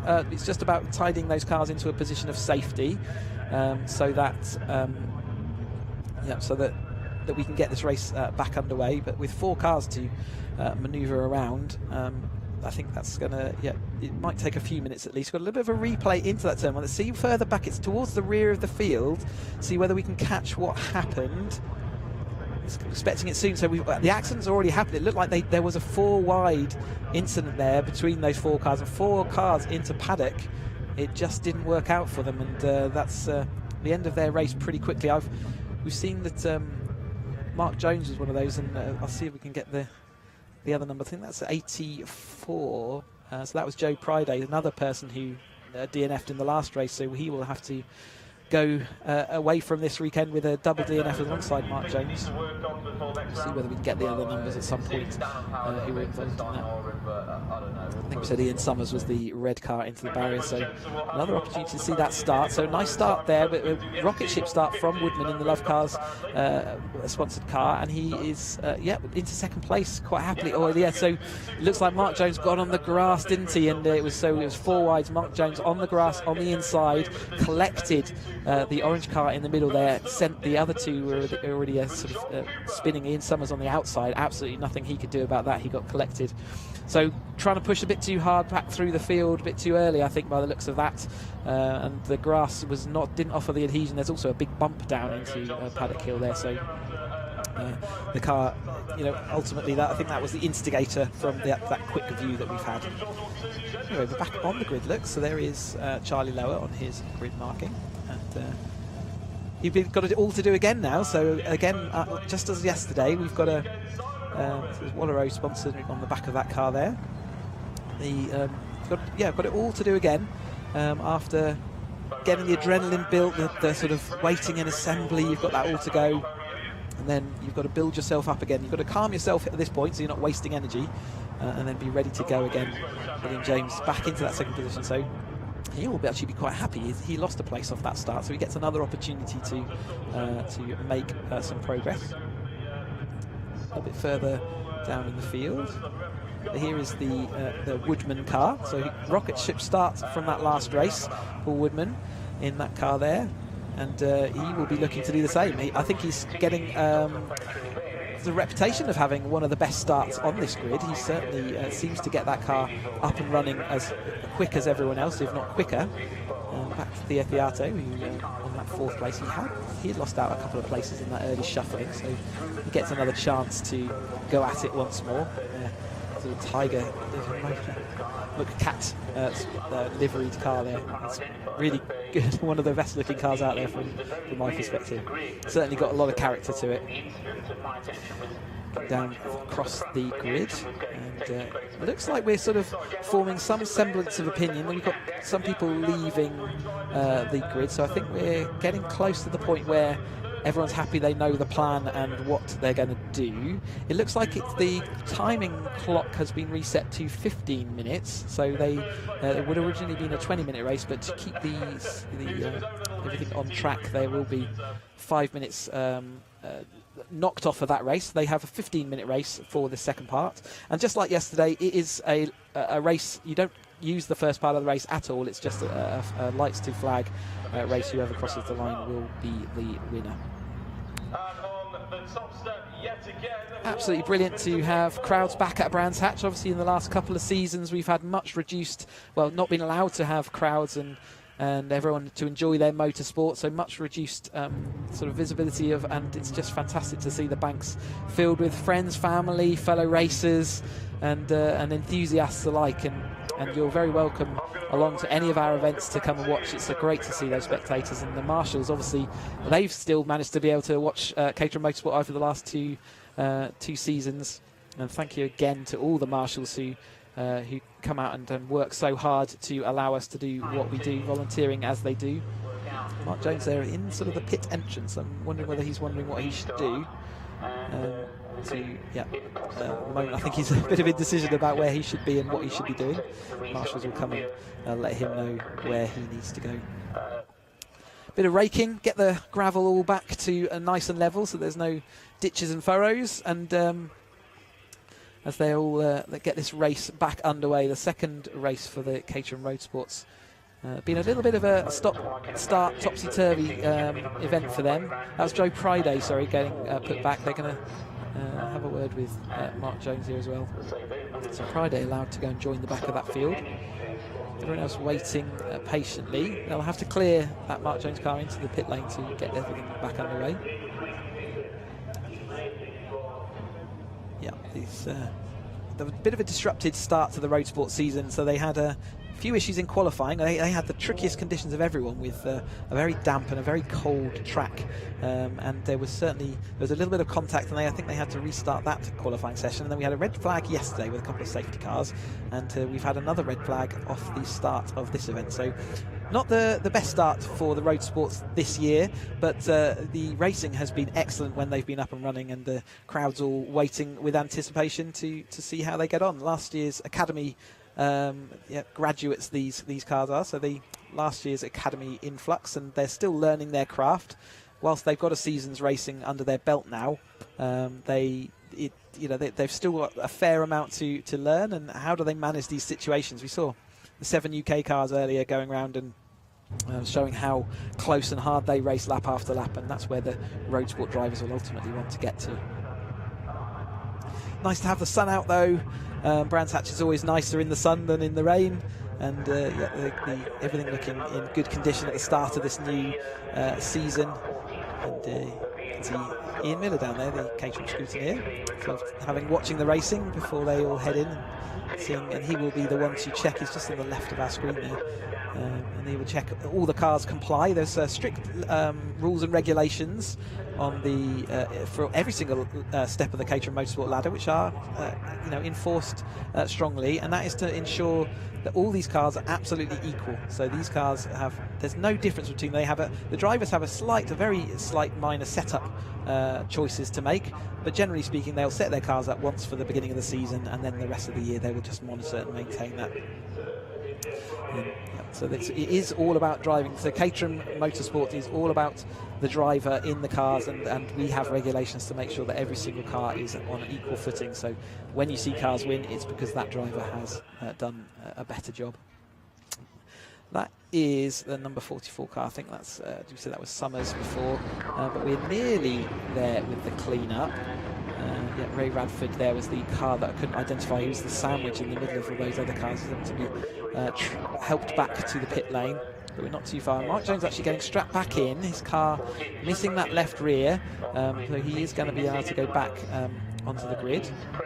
Dust and a bit of gravel on his car that he'll need to be a bit cautious of, but we are nearly clear. The grid is certainly looking relatively clear, but it's just about making sure that all the marshals and all the equipment and trucks and whatever else that they've used to get that gravel track clear, make sure that's all back where it needs to be for the complete restart of this race. So 15 minutes on the clock for this race. Got one driver there with the steering wheel kind of hooked over to the left-hand side. So I hope he noticed that. I think it might be Banton in that car, Mike Banton. But I'm sure he'll notice that. We've got a green flag. It's a full green flag lap again, so they will come round once more. That's Ian Summers recovering himself back to either the pits. He is off of the racing line, ensuring that any gravel that has caught up underneath his car is actually getting dropped into that grass. You can see he's lost his right rear, so all the gravel on the grass rather than actually on the racing line, which stones on the racing surface is never a good thing. You lose a lot of grip and adhesion if you're going over stones, and plus they can puncture radiators and cause all sorts of mischief, so it's never a good idea to have lots of gravel on the track. So Ian Summers making sure that's all on the grass to the inside.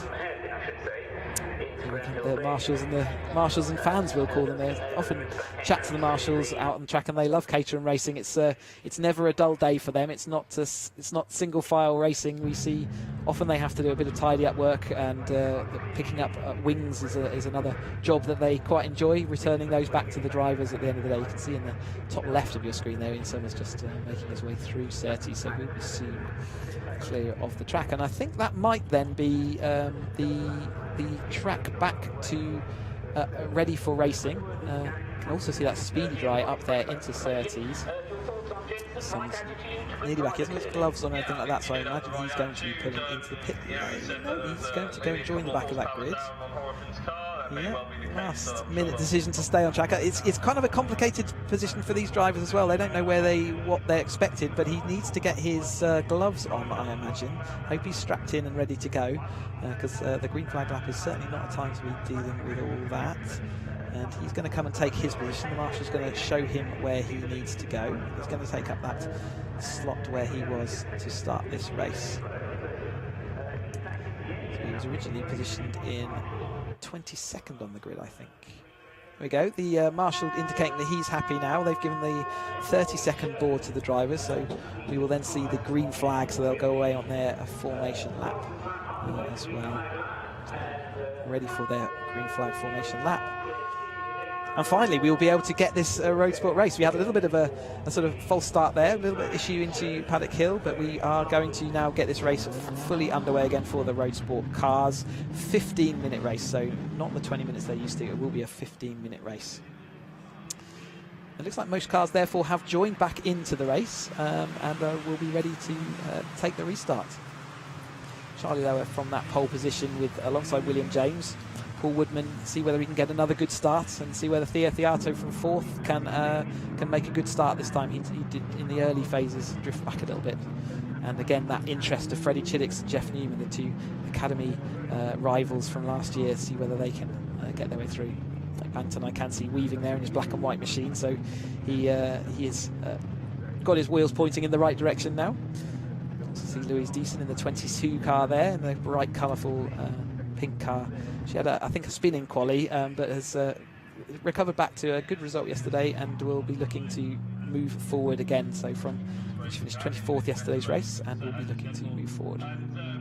But there is Charlie Lower in the white and blue machine, followed by William James in the turquoise and pink machine. And got Paul Woodman in the LoveCars car, Theo Theater in the bright orange. So that is your top 4 colour check. I don't think it's going to be limited to the top 4. Jeff Newman in his blue and yellow machine and Freddie Chiddicks in his black machine with a red roll cage. Expect to see them coming through, as well as a number of other drivers that we regularly see at the front, or regularly saw at the front of the Academy series. And they'll be looking to be right back at the front of these races too, including Benja Headley there in that blue machine. He was regularly up and fighting at the front of the field, so he's had a good start to his Roadsport season. He will be starting on that 6th place. Long season, they had only 7 races last year. There were 8 competitive events, I think, but they have a full season of 7 full race weekends, double headers this year.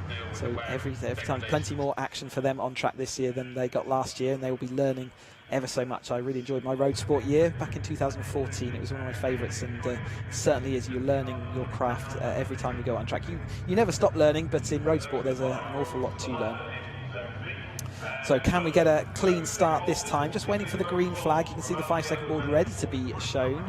But the last 2 cars there getting lined up on the grid, so we look like we're going to be ready, and we will be getting that 5-second board. So we've had it now, and we'll be looking for the red lights and then see who can get the best start for the second time of asking in this Caterham LoveCars Roadsport Championship race. So away we go. Charlie Lower getting a good start alongside William James. Everyone else down the field getting a nice even start. Can they get through Paddock this time through? Again, Paul Woodman making that stellar start up straight into the 2nd place, and Benja Headley followed him through into the 3rd. So William James being shuffled back even more that time. Theo Theato, though, is in the later phases got back into that 4th place. He's alongside or just behind William James. And then Freddie Chiddicks has made a good start. Newman's dropped back behind Cook there, so he hasn't had a good start on that re-go, and he's got a lot of cars in front of him to get back. But Freddie Chiddicks certainly did make a good start, bumping over the inside there. I'm not sure which car that was, but they were making absolute use of that curb on the inside. A little bit too much. Benja Headley now going to the outside of Paul Woodman. Didn't know he was there.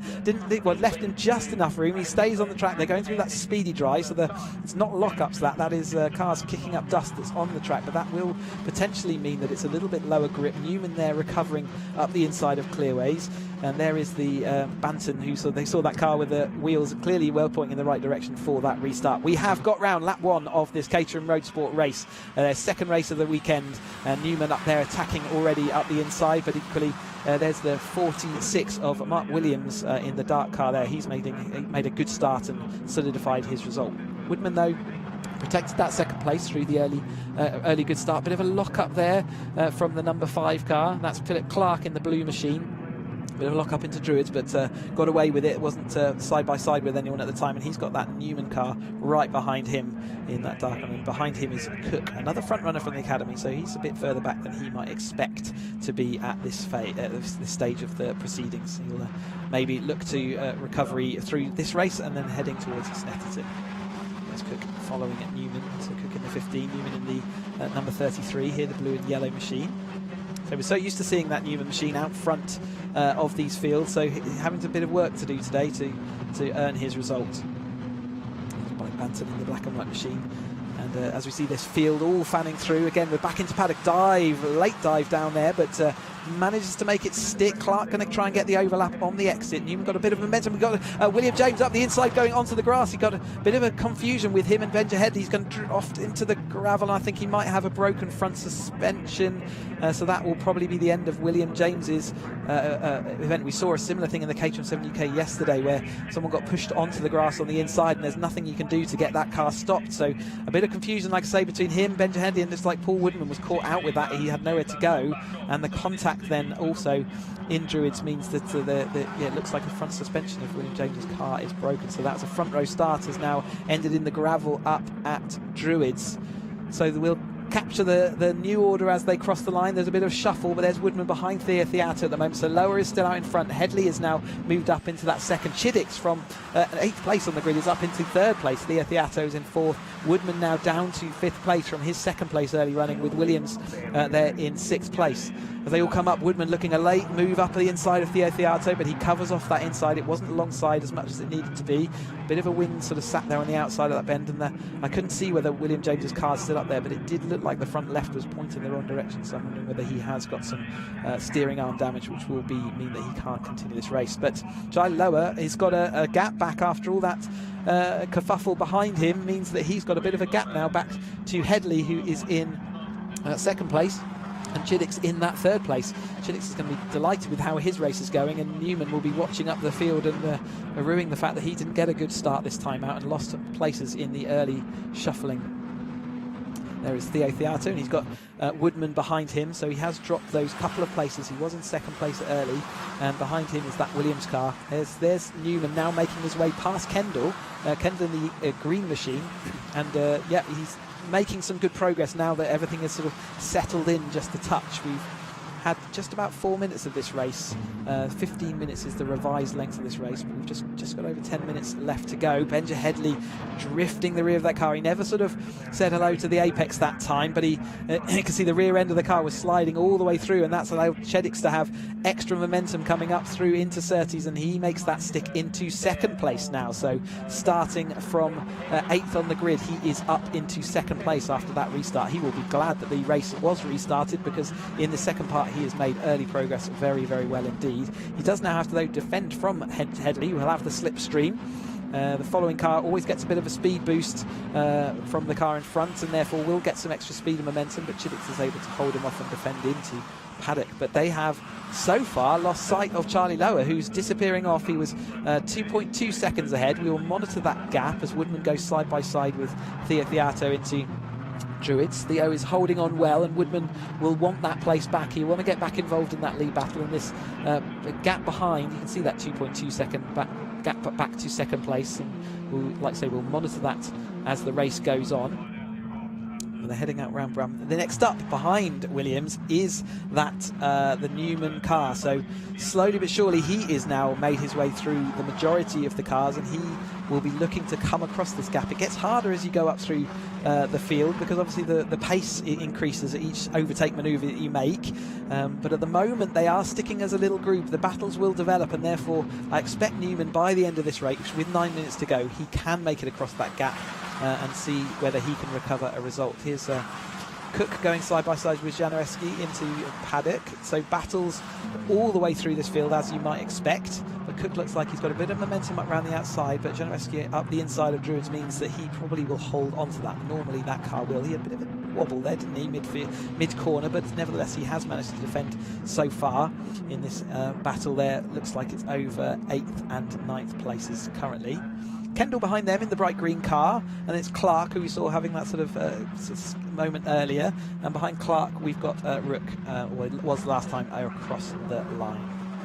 Looking up the inside there, Cook, that's an opportunistic move. There can sometimes be just about a gap, but it was closed off in the end, and discretion was the best path of valour, and he reduced his gap and pulled out of that manoeuvre before contact was made. So they continue their battle in the lower part of the top 10 as they head into Paddock Hill, and behind them Clark having a good look down the inside of Kendall.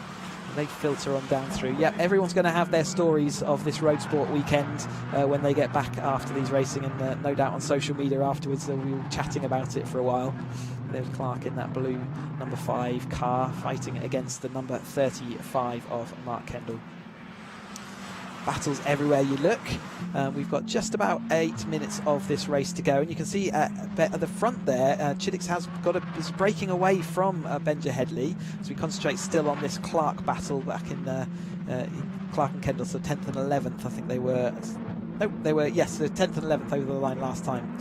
Back to that lead though, the interval 2.3 seconds, so it's not really changed, it's stabilised. Charlie Lowe has clearly got the pace, so he's in clean air, but then again so is Freddie Chiddix now, so it's going to be in this last 7 minutes a fight to see who has the clear air advantage. Chiddix is going to try and get across that gap. He was starting to develop a gap back to Benja Headley, but at the moment that looks like it's closed up again. So if Benja Headley does get back to the rear panel of Chiddix's car, then you can expect that this battle will probably prevent Chiddix from getting to the lead. Very wide out there out of Graham Hill Bend, and there is a sensor out there which will automatically clock you for a track limits infringement. So you may or may not have triggered that sensor, but you get you're allowed to use all of the tarmac, you can use all of the red and white curbing, but that is the limit of what you're allowed to use in your race car around racetracks.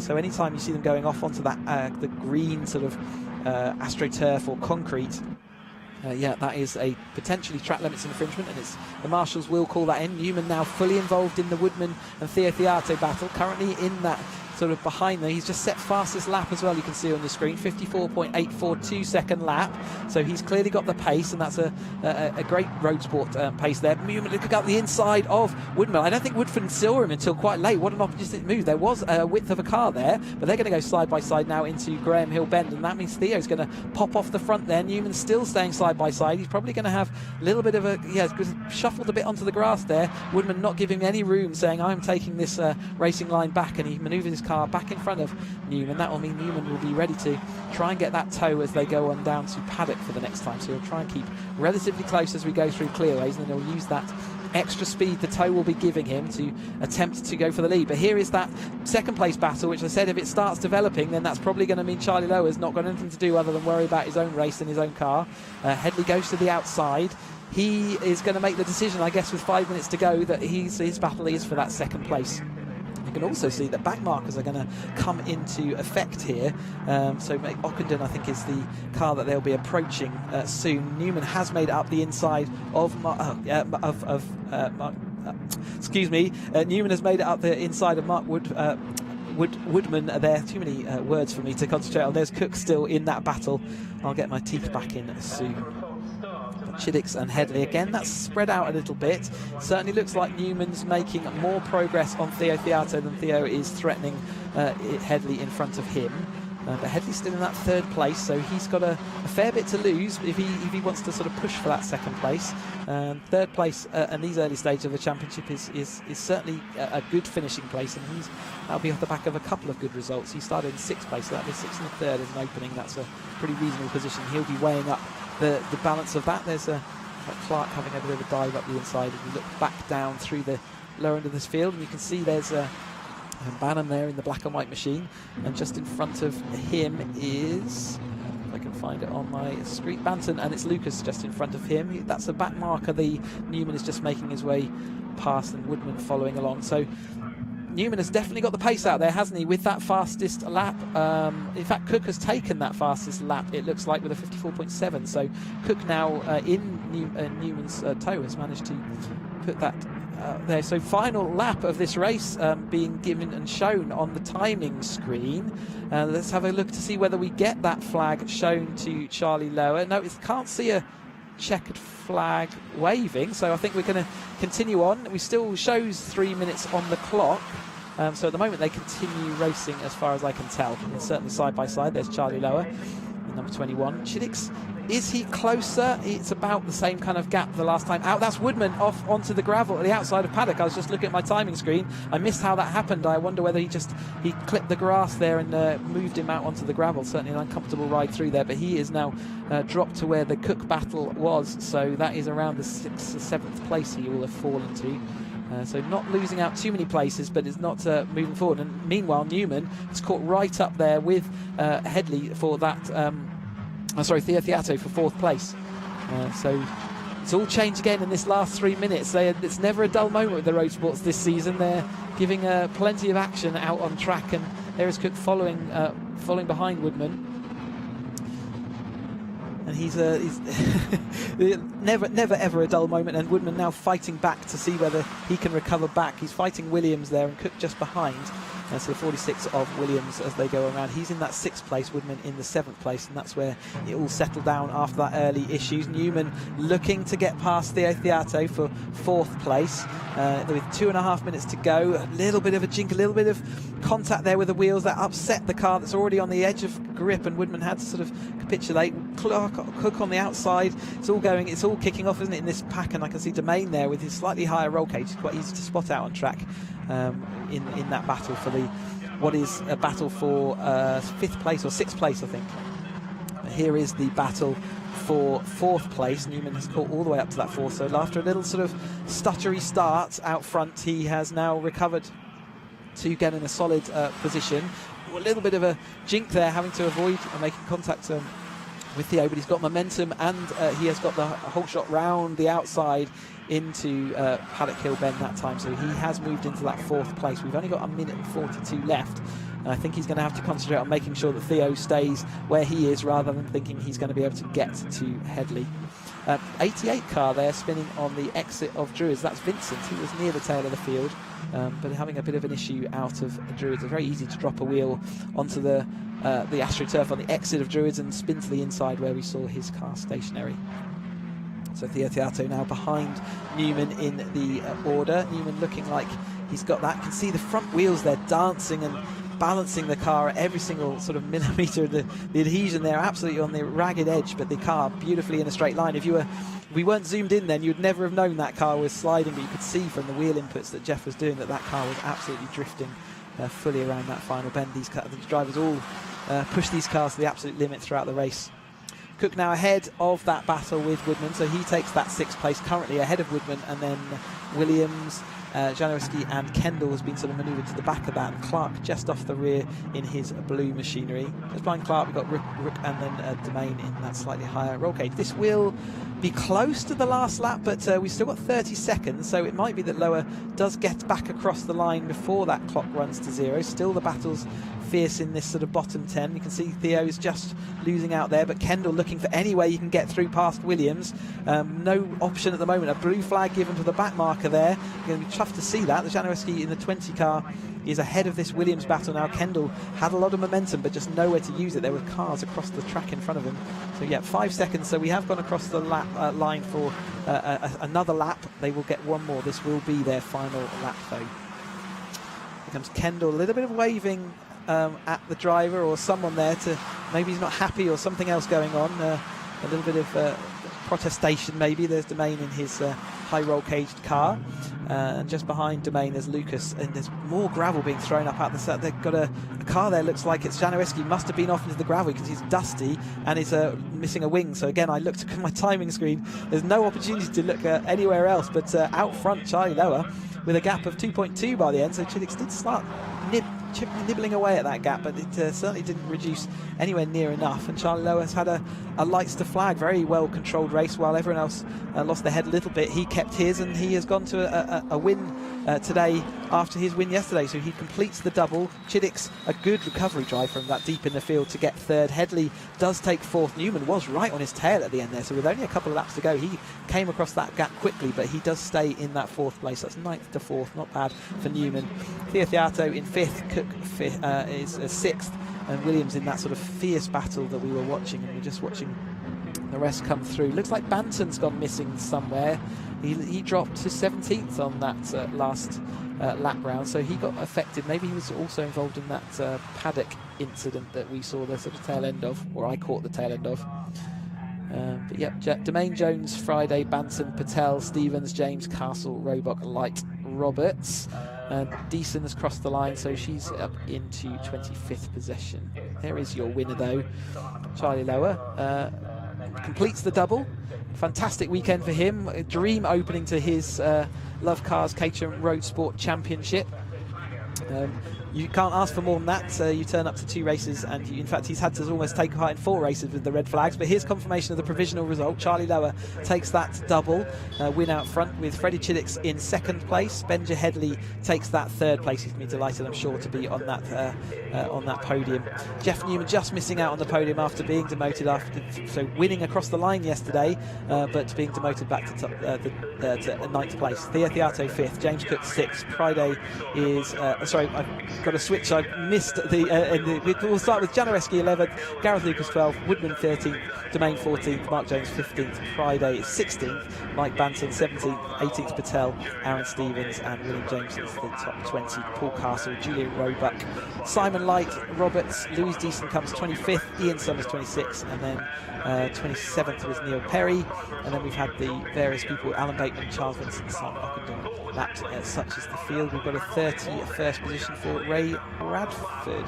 So temporarily puts Friday up into the top 10, but a great racing throughout the field. Shame about the red flags today. I'm sure they will go away, repair those cars, and they will be back at Snetterton next time out for 2 more 20-minute races, and we would love to see you out there on the tracks. And if you can't be there, we'll make sure you do tune into those streams when we're back at Snetterton. But we have got more action coming up, scheduled at 12:40, but again, keep an eye out to the stream because they're often early. We've got the second of our 3 10R races. That's Group A versus Group C, and we'll explain all about groups when we come back.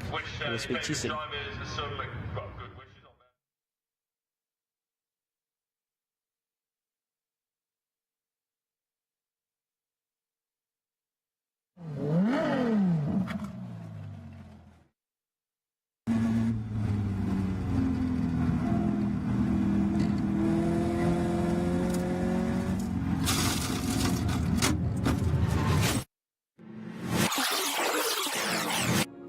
I'm not too sure that one's going to buff out, but more on that later. With the Kerber Sprint a distant memory and our baptism of fire first race at Mallory Park, it was all to play for in Scotland, where I desperately needed to try and win back some championship points in this Academy double-header. Welcome to Knockhill in Scotland for the 3rd round of the 2021 Caterham Academy Championships. And it's fair to say things are hotting up. The honeymoon period is well and truly over. In terms of hotting up, I mean the driving, not necessarily the weather, although I'm told it is going to be quite nice over the weekend. But all the drivers are pushing that little bit harder, a little bit faster now that we're into the 3rd round. As I soon found out on the very last practice session on Friday evening, where my fellow competitor, Paul Castle, got a bit carried away coming out of the chicane and stuck his car right on my exit. My tiny little brain went into overdrive, and knowing there was no chance of going to his right, I took my medicine and stuck it down the gravel on the left, which then left me perilously close to the barriers and ridiculously close to ruining my entire race weekend. A few more inches and I would have been in the tyre wall. It would have been game over. And this is round 3. Round 1 was the Kerber Sprint, where I managed to scrape a 4th place overall. Round 2, got a bit ambitious at Mallory Park, which was the first time we were all on track together, and span off on the 2nd lap, got back to 6th place, so it was all a good learning experience. Talking of learning experiences, my learned colleague here, Mr. Friday in car number 84, he certainly learned a thing or two as well, and I'm sure he won't mind me if he's not around telling you a couple of stories. The first one was he missed the start practice at Mallory, so he's looking at on the start line with a packed grid. He's looking for the 5-second warning board, which he missed. Next thing he knew, everybody was passing him on the start line, so he was just stood there like that. And then his second bit of wisdom, he thought he'd flash people out the way to confuse them in front of him. Now he's listening. He thought he would flash people out the way to get out of the way, but his light where he smashed it earlier, or where he hit someone earlier, was facing him. So all he ended up doing was give himself a face full of light. But it's all good learning for everybody. So Joe, this may be the one to watch for this weekend. And you know what's amazing, actually, because Joe and Paul over there, they've travelled 500 miles from Exeter in Devon. Another guy there from Goodwood, he's travelled 500 miles. Well, I did 410 miles to get here, so it's incredible. Everyone's come from the width and breadth of the UK to be here. The only person that's local is Graham over here. Poor Graham, every single race so far, he's had to come down to England and travel hours and hours and hours. So this is about as local as it gets for him. So he's got no excuses. We're expecting good things from him this weekend. And there's one man that we have to watch. The winner of the Kerber Sprint was Ian Harris. He's in here doing some yoga, some meditating, preparing himself. See if we can disturb him. Ian, hi. I wonder if you could say a few words for the camera, because not only are you the favourite for Knockhill, the Kerber Sprint champion, but you're also a male model, pin-up model. This is very true. These rumours are true. Paul, I was just trying to cheer myself up, so just watching your footage of your track. Anyway, that's enough of that. It was nice to see you, and thanks for that. Tiff can't be here, sadly, but he's here in spirit. He's racing at Thruxton. But without further ado, for the magic of YouTube, here he is right now. And also, by the magic of YouTube, I've got Paul now alongside me to look back through the race. Not sure whether I want to do this, to be honest with you. Should we kick off? Yes. So you qualified fourth for the first race behind the championship leader, Jeff Newman, on pole. Then equal second of the championship, Fred Chaddick. Equal second of the championship, Mark Jones. Equal second of the championship, you. Hey, all the top boys up front. And you made a brilliant start. It was wicked, wasn't it? I was chuffed with that.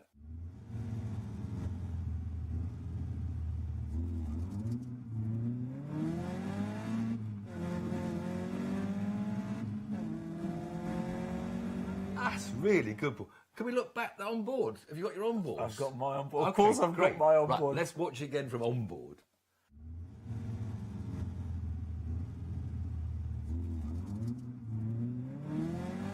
What a start! Look, I couldn't believe it myself, to be honest. It was all right, it was all right. What's the secret, do you think, of your starting success there? There is no... I'm going to get the editor to blur my rev counter, because there's no way I'm going to give away that secret. But, God, that was a great start. And I managed to hold the lead into the first corner, which is very important as well. So now you held the lead right around to the hairpin on the first lap. And then a bit of more controversy we'll find as we follow the race now. And you're looking good at the moment.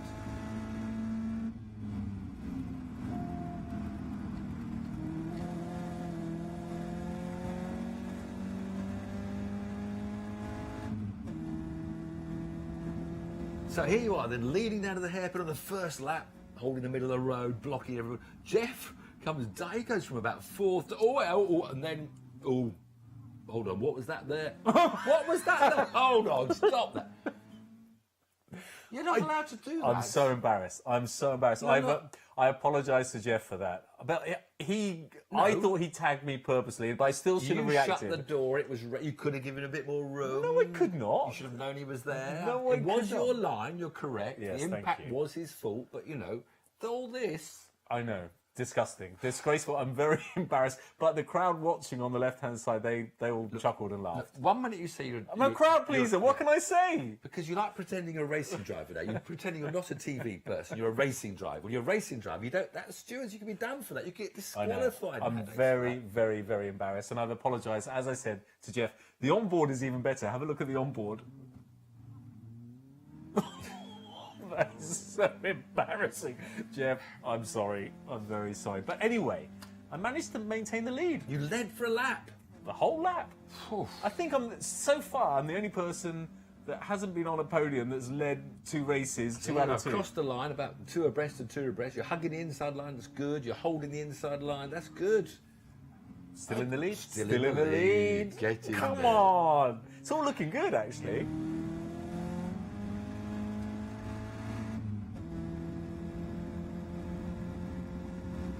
So then, end of the second lap, coming towards the end, you're blocking again, a bit of puff and locking your brakes there into the hairpin, still looking good.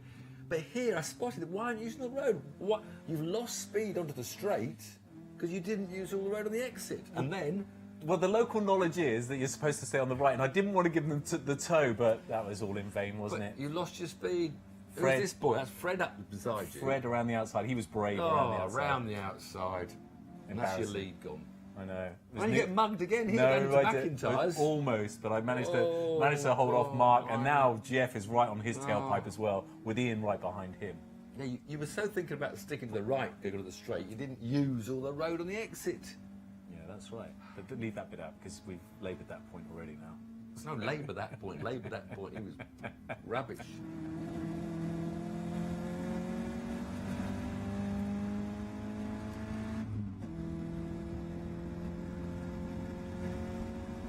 Okay, but now look. So, I end love of the it. third lap time. More locking, rear brake. Your rear brakes are locking. It's all squirmy. Look at that. Back in the lead again. I'm thinking happy days. I'm off the pace, but I'm back in the lead again. This is good. Is this going to be my day? Is this going to be my podium? How did you lose the lead this time? Again, identical move from Fred. I didn't learn from the lap before, but it got worse than that. I got mugged going into, what is it, after Duffers? We started the fourth lap. You're down to second. You go wide. And then you leave the barn door open. Not one, but two. No, I managed to block Jeff just about. Oh, I was so depressed after that. I was so depressed. But it got worse, Tiff. It got worse. Look at this. Look at him. Jeff is all over the back of me. But Ian wasn't very happy because he was doing that in front of him, weaving like that. But he got the move done easily. Good move. And look at that. The reciprocal gesture from Jeff on the way through. Yeah, but he did it a bit more subtly than you, with his hands a bit lower. Do you know why? Because he put his wrist restraints on properly. Mine were too loose. I was merely testing my wrist restraints, Tiff. So now you get disqualified, A, for the abusive gesture, and B, because you didn't have your wrist restraints on properly. Anyway, time to move on. So you're now back to fourth. You're back to where you started. I know, but it got worse because Ian did me at the end of the straight as well. So now I'm down to fifth. Oh, that straight, I couldn't get any speed coming out the straight. Why are you sitting? You're obsessed with sitting on the inside. If you sit on the inside, you're going to brake later to block them out. It's local knowledge. They reckon you don't got the hills in. Someone stitched you up, though. Someone's done. So is that where you ended for the whole rest of the race? Fifth? I got to say, race number one from there on in was a bit of a procession because it was there was nearly in the gravel there. I had Mark Kendall behind me, pushing me hard. Then Chris Fraser was pushing him as well. But honestly, I was off the pace. I was worried I was going to drop down from fifth right the way down through the pack because I couldn't keep up with that lead pack. They were on it. Yeah, when you've got rear brakes locking, which needs to be sorted, you've got an obsession with hugging the inside line because some mad Scotsman told you or something. What about this lap? You come out. That's better there. So I keep fifth place now the whole way through. And then you know what? I was catching Ian. The top three, they had a brilliant race between them. We weren't even in it. I was catching Ian. Possibly could have scraped a fourth place, but I just didn't feel on it at all. So I was quite happy in the end to scrape a fifth place. They're taking more curve than you on the apexes. They're a bit braver, aren't they? They are braver. They're younger for a start. I want to go home and see my children. I'm nervous. I'm the most nervous racing driver there, I think. So it was, I wouldn't say a procession, but then I got a bit of space between myself and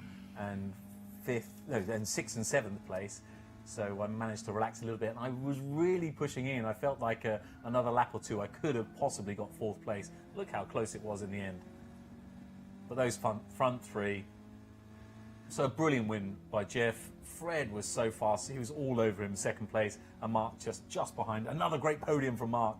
I was looking up the road there. I couldn't see fourth and fifth, a bit of a long way behind. I tell you, those boys won it. Look, we're not that far behind, really. But well, I think you see the timing bar here, 12 seconds. Crikey, behind. we're miles behind. We're not that far behind. Wow, they were on it. But then look at fourth and fifth, how close we were. Wow, they were really on it. Look at that. Yeah. Another lap. I feel like I could have had him. And then that's then the other pack there. So it's so interesting, isn't it, with Caterham, when one pack fights another pack. 13.795 Cool, that's seconds. a long way behind. I wasn't on the pace. I'm the first to admit I wasn't on the pace on Saturday. So fifth place, I was actually let's move relatively. on to race two. So how did we qualify for race two? Well, that's interesting you should say that because race two, Jeff Newman, front of the grid, pole position. Fred Chiddicks, second. Mark Jones. Or was it just the race result? That's the race result. So there wasn't qualifying for race two. That was the race no result. No qualifying for race two. So you started race two in fifth.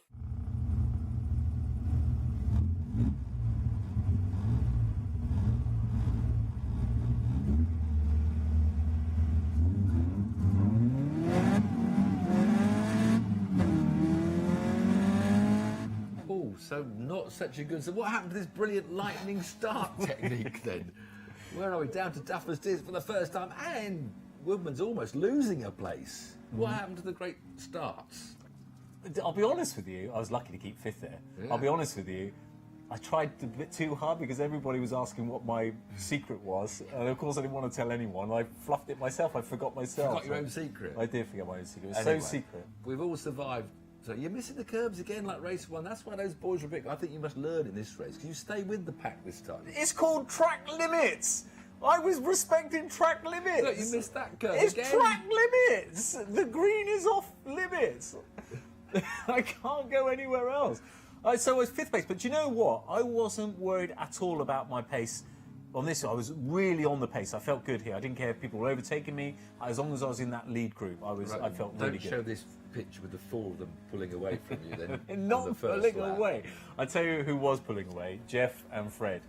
They had their own little race at the front, and then Chris, Ian, Mark, and myself had our own little race. So any brilliant overtaking manoeuvres, or are you just hanging on in 5th? I wasn't hanging on in there. That's exactly where strategically I wanted to be. You're saving it for the last, Alex from Caterham told me, be patient with this race, and that's exactly what I wanted to do. So I'm down in 5th place. Yeah, a bit of a gap to 5th place. There's not a gap. Look at that curb I took there. You did then, actually. I must admit, I pretty scared yourself there. I did. I had to calm it down a little bit after that. It's Clark's you don't tell. See, Clark's is the one you miss it. I didn't get Clark's right. I didn't get Clark's right all week. I really struggled actually on Knockhill. It's a bit too technical for me. Well, I've found it's a rough and tumble track. So have you got any more action from yourself here in this race? Well, Fred and Jeff just pulled away. So the 4 of us had a bit of action, and then this happened. Look at this.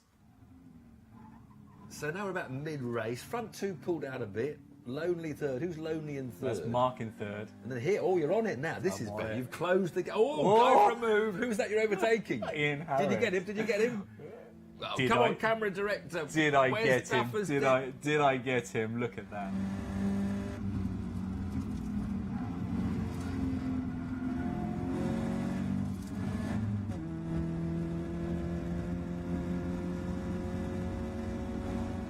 So it was all very tight, but I wasn't panicking at all. In fact, I was telling the guys, let's just work together. Let's make sure that we stay with that lead old pack. trick where you're trying to let you by. And Yeah. then you let Look, me by. look, let's work together. You're look. not waving your hands again, are you? No, and notice my wrist restraints are underneath the roll cage at this So what stage. do you think you're achieving by this waving of your hands at this stage? So we can work together because Right. Ian was slowing me down. You were Right. slowing me down. Chris was trying to... I had to defend with Right. Chris. Yeah. So we were slowing each other down. So basically you couldn't overtake Ian and you were worried Chris would overtake you. So you thought, let's...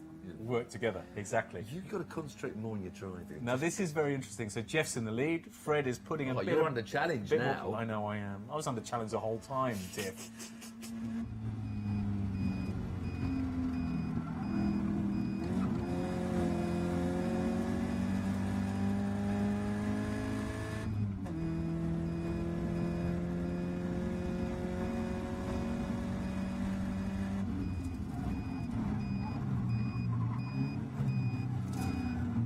Oh, you're under pressure a bit here, aren't you, through the hairpin? You dropped the back and forth, you're getting challenged. Oh, someone spun in the background there. Oh, that was probably Joe. I'm only joking, Joe.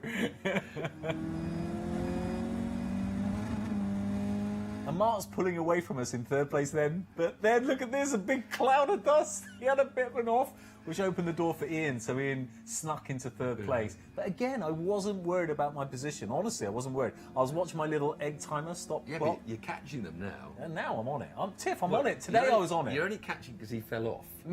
No, I was on the pace Right, today. it's 1st and 2nd, down in the hairpin. Now this is interesting as well. Now, where's 3rd, 4th, 5th?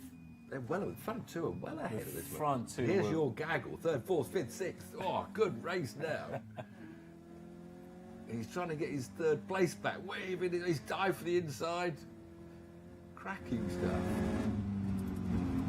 Great racing. Oh, then Ian Harris has run wide. Does he lose the place?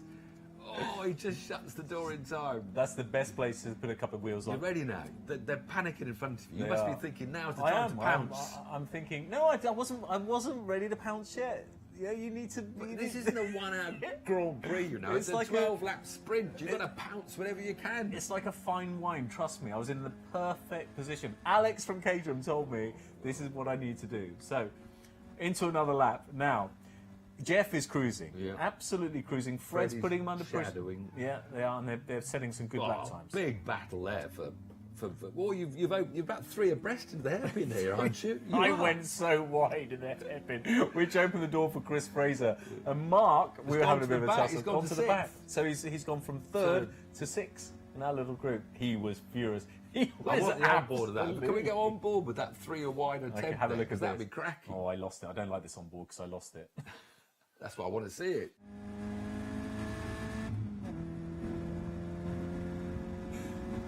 What did you do? Lock up your ears? No, I completely sideways out the corner. Well, you all sort of ran wide, all 3 of you, didn't you? And I just carried on pushing Mark.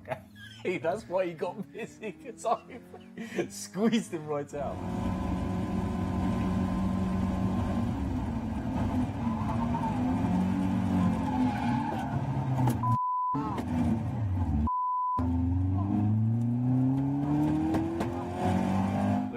Mark is furious.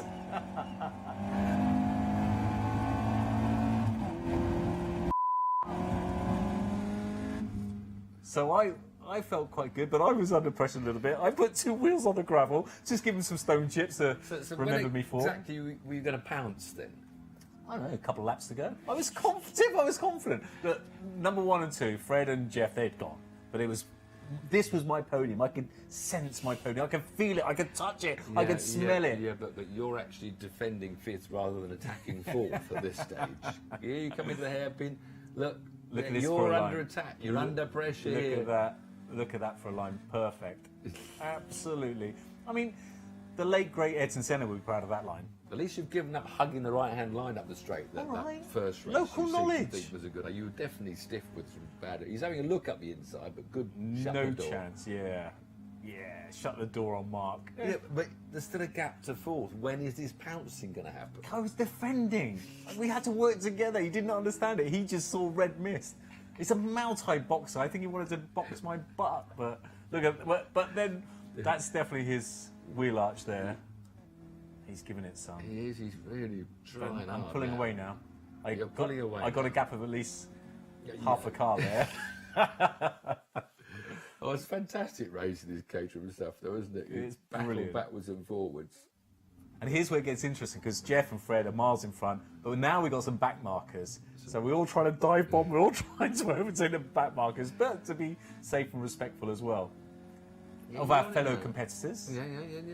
You've edged away from the attacking green machine, heading after the blue boy.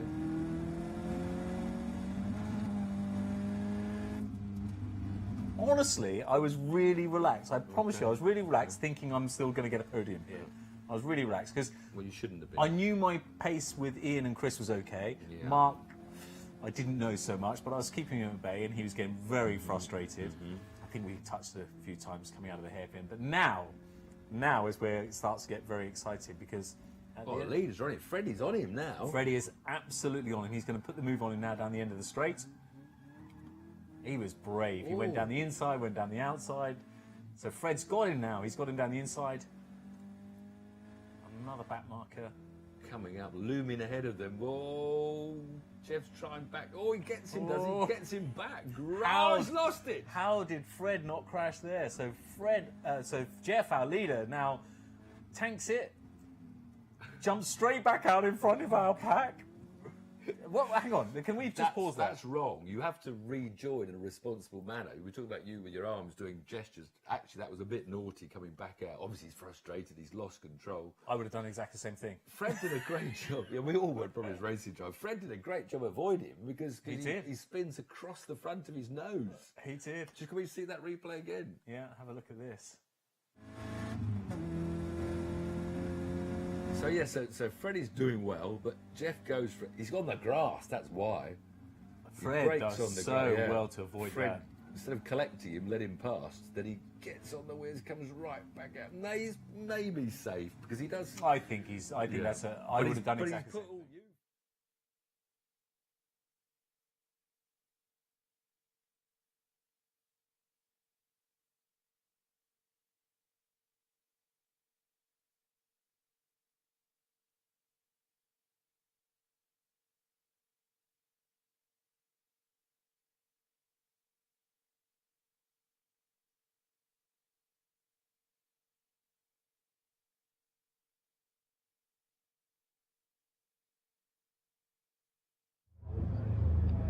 Hello and welcome back to Brands Hatch. We're live here and we have another Caterham race for you now, which is the Motul Caterham 7 310R Championship. So we've got groups A and C, I think, racing now. So they had a race yesterday, there'll be another race this afternoon. So on pole position we have Tom Willis. So we're going to have a little chat with Tom. Hello Tom. Hi there. How you doing? Good, thanks. What's the mascot on your roll cage?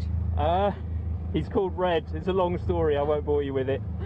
Okay, hopefully it will give you some good luck for the race. Is there anybody that you're concerned about that might come up in your mirrors? Yeah, well, Steve lining up next to Steve, he's a formidable opponent, so I'll be watching him closely and hopefully have a good race with him.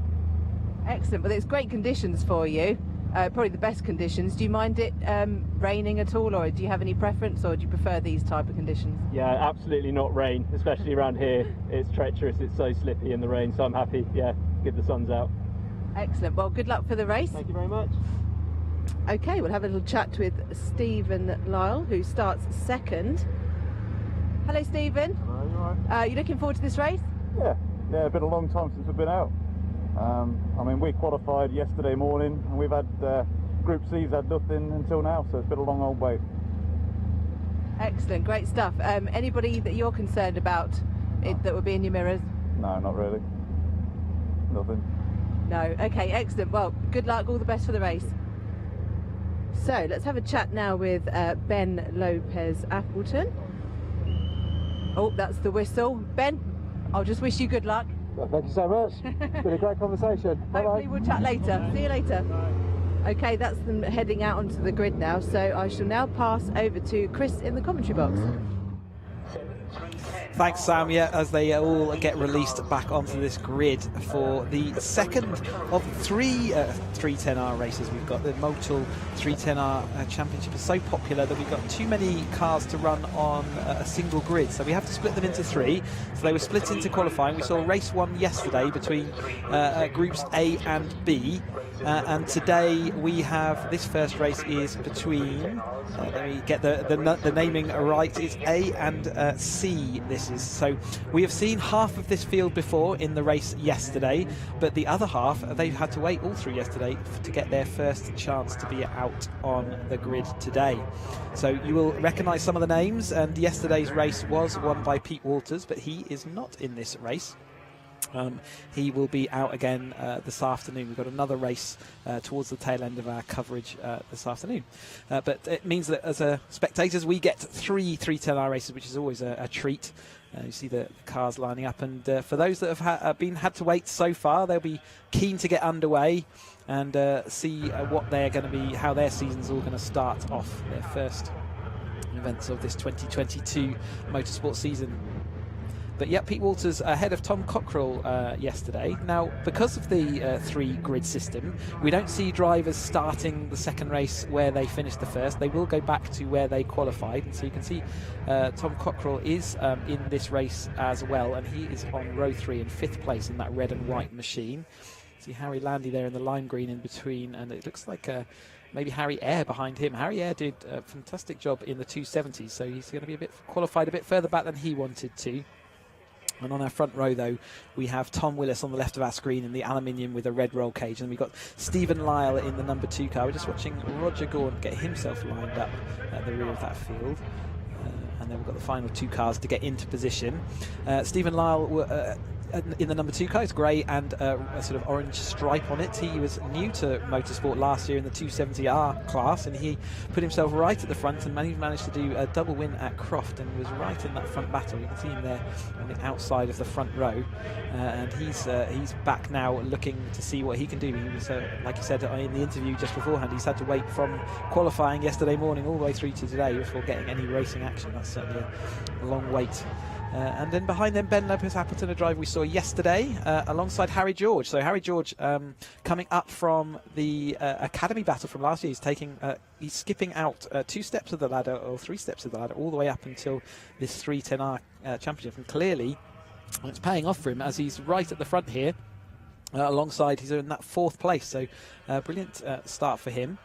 in this qualifying. Now he's got to see how he gets on in the racing. Then we talked about Tom Cockrell right at the front of that race yesterday. I think he ended up in second place, so he'll be looking to more of the same. What an opening for him. He's moved up from Roadsport through to this 310R, so another driver skipping some steps.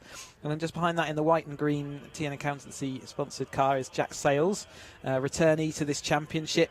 After he was a 420R driver, which is now the 7 UK Championship cars, so he came a couple of third places in those championships. Extremely capable driver, Roadsport champion back in 2014.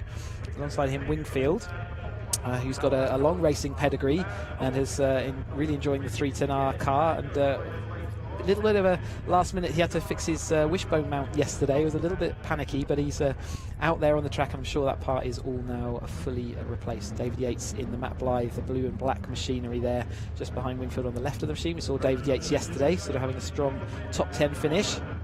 And alongside David Yates is Lars Hoffman in the red and blue Motul sponsored. So this is the Motul 310R Championship, and Lars in the Motul sponsored red and white machine there. So looks similar to the Cockrell machine, but you will see the Motul sponsorship there on the left and right. Just behind then I can see Cresswell as well. He'll be looking for a good race alongside David Baldwin on row 6.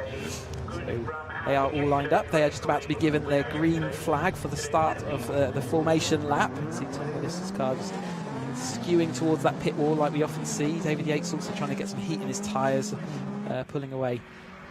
And they will weave their tyres to keep them clean, get themselves active, make sure everything feels right. They'll have a chance to look at all the conditions, see locking up there at the rear of the field as they just see whether their brakes are warm, and clearly that set of brake paddles weren't yet up to temperature. Tom Willis in that aluminium covered car. Remember, this is only 2/3 of the 310R grid, and we will be looking forward when they can all join into one big grid. So Snetterton has a larger capacity than this sort of pocket-sized, pint-sized Brands Hatch Indy circuit, so they're able to hold more cars. There is Welch Products, that's Chris Welch in that car, long-time racer. Let's have a look at that grid then. Tom Willis in first, Stephen Niles second, Ben Lopez Appleton in third, and Harry George starting a great fourth. Fifth is Tom Cockrell, Andrew Murgatroyd sixth, Jack Sales seventh, and James Wingfield is eighth. Ninth is David Yates, 10th Lars Hoffman, Darryl Cresswell is 11th, and David Baldwin's 12th. Chris Fraser 13th, Harry Landy 14th, Wes Payne back in the race hopefully in 15th and 16th for Dave Morgan. We saw Wes Payne's car getting damaged yesterday. Fraser Jones 17th, Harry Eyre 18th, 19th for Angus McLean, and Henry Williams was 20th. 21st is Michael Curley, 22nd Chris Welch, Roger Gaunt 23rd, Stephen Metcalf 24th, and then lining up the rear Paul Herndine and Oliver Smith. I saw Wes Payne's car with damage still in the paddock this morning, so I'm wondering whether he will be a gap on the grid. He was in the pearlescent coloured car, so look out for gaps on the grid, or whether they did get that car back into one piece. So just lining up now, the cars back on the grid for this second of 3 Caterham 7 310R Championship car races. Motul sponsored this one. Thank you to all our sponsors.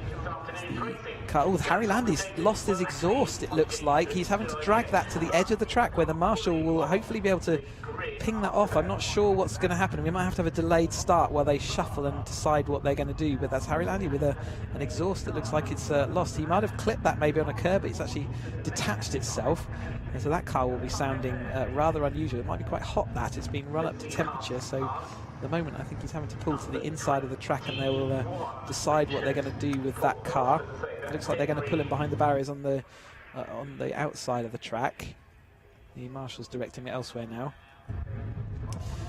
So we'll see whether they delay the start. They may well give them another green flag a lap. That's something else they have an option to do rather than go straight into the race whilst they try and organise what they're going to do with Harry's car.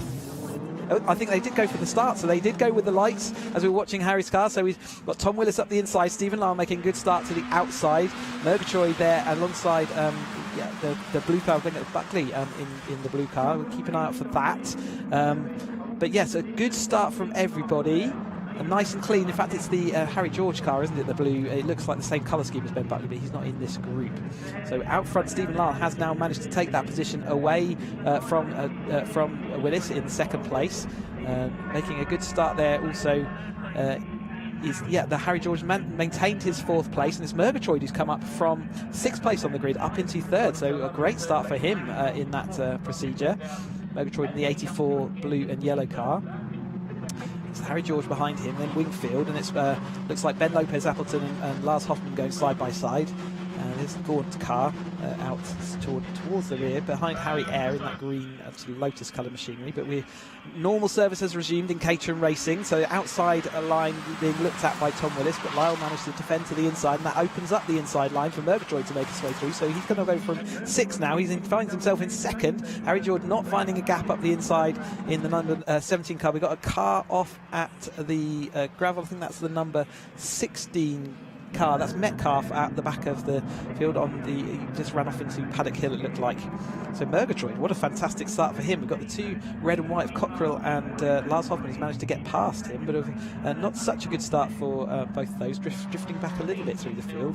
There is Tom Willis ahead of Harry George. Harry George coming up from last year's academy, so I know he's put in an awful lot of work and preparation to get ready for the 310i challenge, and so far his car is not only looking smart, he's going quickly. He's in front currently of James Murphy. He was right in that championship battle last year for the 310i. He's returning this year, and behind them David Yates and Ben Lopez Appleton also going side by side. Ben had a sort of an off season last year. I don't know whether he was off form or his car was off form, but he's with DW Motorsport this year and moving along nicely, having now looking up the inside of James Wingfield. In fact, there is a gap up the inside as Wingfield had to stay to wide to allow Harry George to be his car to be there. So Wingfield being shuffled back in that manoeuvre. David Yates is ready to snip at his tails. There's the absolutely stacked grid of talent here. The 310R is the 4th step of the Caterham Motorsport ladder. These guys and girls have been racing for many years at this point and understand all the ways that you drive a car, especially around Brands Hatch. They'll have all been here regularly in the past, and you can tell that by the attitude of the cars out there. All nose to tail currently. We're in a 30-minute race, don't forget, and you're not going to win the race in this first part, but certainly you can make good progress, and that's what we're doing. We're seeing Steele the Mile being pressured by Murgatroyd. Murgatroyd's come out the blocks very quickly this year and had a good result yesterday, and is looking to have more of the same today. So Lyle out front, Murgatroyd in that 2nd place, and then we've got, following them, we've got the Willis and Harry George now battle. So Harry George maintaining that 4th place from his starting position, but Willis has dropped back, and he actually dropped onto the exit curb there. He had to haul up the car to prevent him triggering the track limit sensor, and that's what's cost him the time. He may have also a bit of gear selection issues there, but Lyle, new to car racing last year, really injecting himself well in this battle, and now we've got the regulars of Wingfield and David Yates from last year now coming forward to this lead battle. Ben Lopez Appleton still holding on well in that, and the battle of the red and white cars is currently being won by Cockrell. So Lars Hoffman losing out at some point in the last couple of laps before we last saw them. Murgatroyd now side by side for the lead, so moving his number 84 car up the inside of Druids. That will stick, and Harry George being an opportunistic driver there, seeing whether he can make that stick, but Lyle will have the momentum around the outside, but he is now into that 3rd position. So Willis we saw dropping onto the curb here 1 lap ago, and so Harry George now in that 3rd, the podium position in what is a step up from Academy straight into 310R. That is not a small step, as you've got the side-by-side for Lars and Cockrell. So Lars retaking a look around the outside. That was a forceful move there, and there wasn't a lot of gap between those 2 cars, but they made it work. So now Cockrell will have to sit and follow Lars. He's pulling to the inside of Clark Curve, and that's a gap that disappears quite quickly, although he's made it sticky. He may have enough of his car alongside, and there's still sort of waving backwards and forwards next to each other, and just behind them is Jack Sales in his white machine with the green roll cage. Currently just sort of watching and waiting to see what these guys in front do. We've seen action throughout all the championships. Murgatroyd managing to hold on, Lyle having to defend up the inside of Harry George, and then Tom Willis is still there in that 4th place. Cockrell looks like he's slightly ahead in that red and white car battle, but Lars is going to shove it down the inside of him into Graham Hill, and they're still side by side. They're making contact. Wheels are sort of locked a little bit, and there's a little bit of argy-bargy as the cars kind of settle themselves. That wasn't anything more deliberate than the cars bouncing off of each other and then unsettled themselves.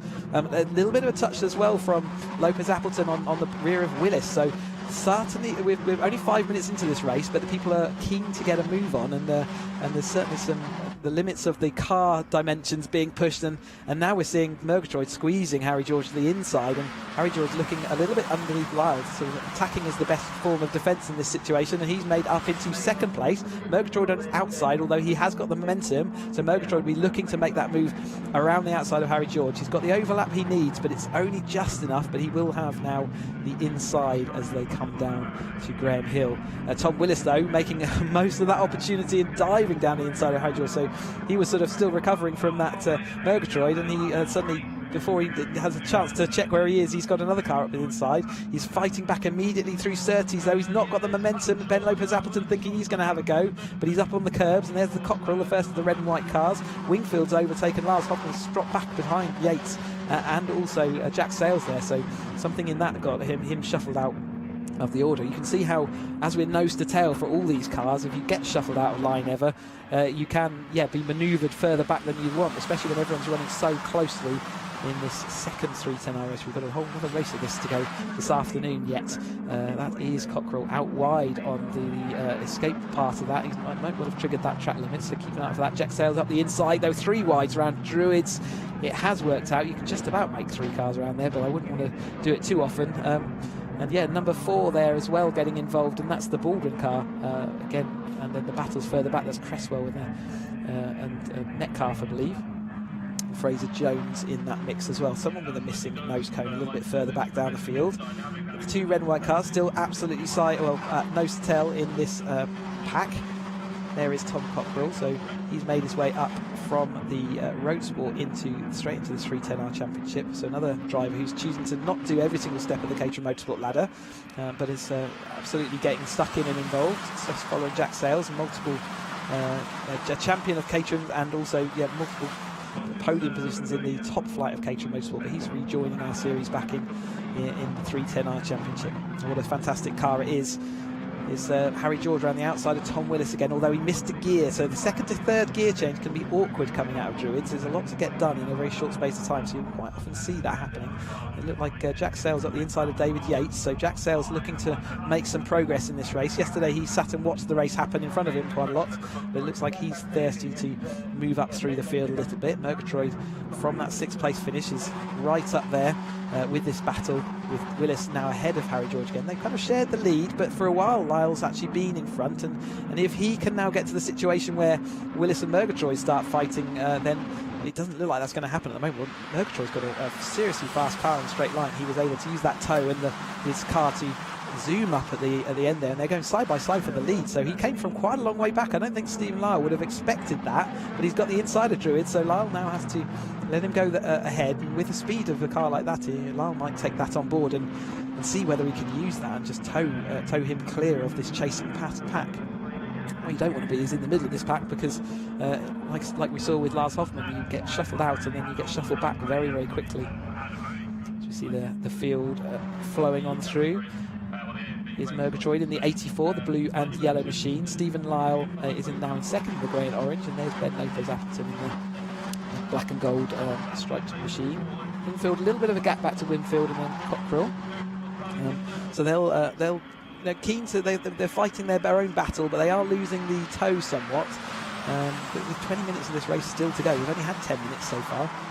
There will be plenty of opportunity, as the cars really having to use every single inch of the track to allow them to run these 3 and 4 wide. It's already busy out on track. They're going 3 wide round Druids. That's going to get compressed and difficult as they go down the hill. And number 5, so Ben Lopez-Appleton, they're trying to enforce that, but he had to actually capitulate again to let the front 4 go through.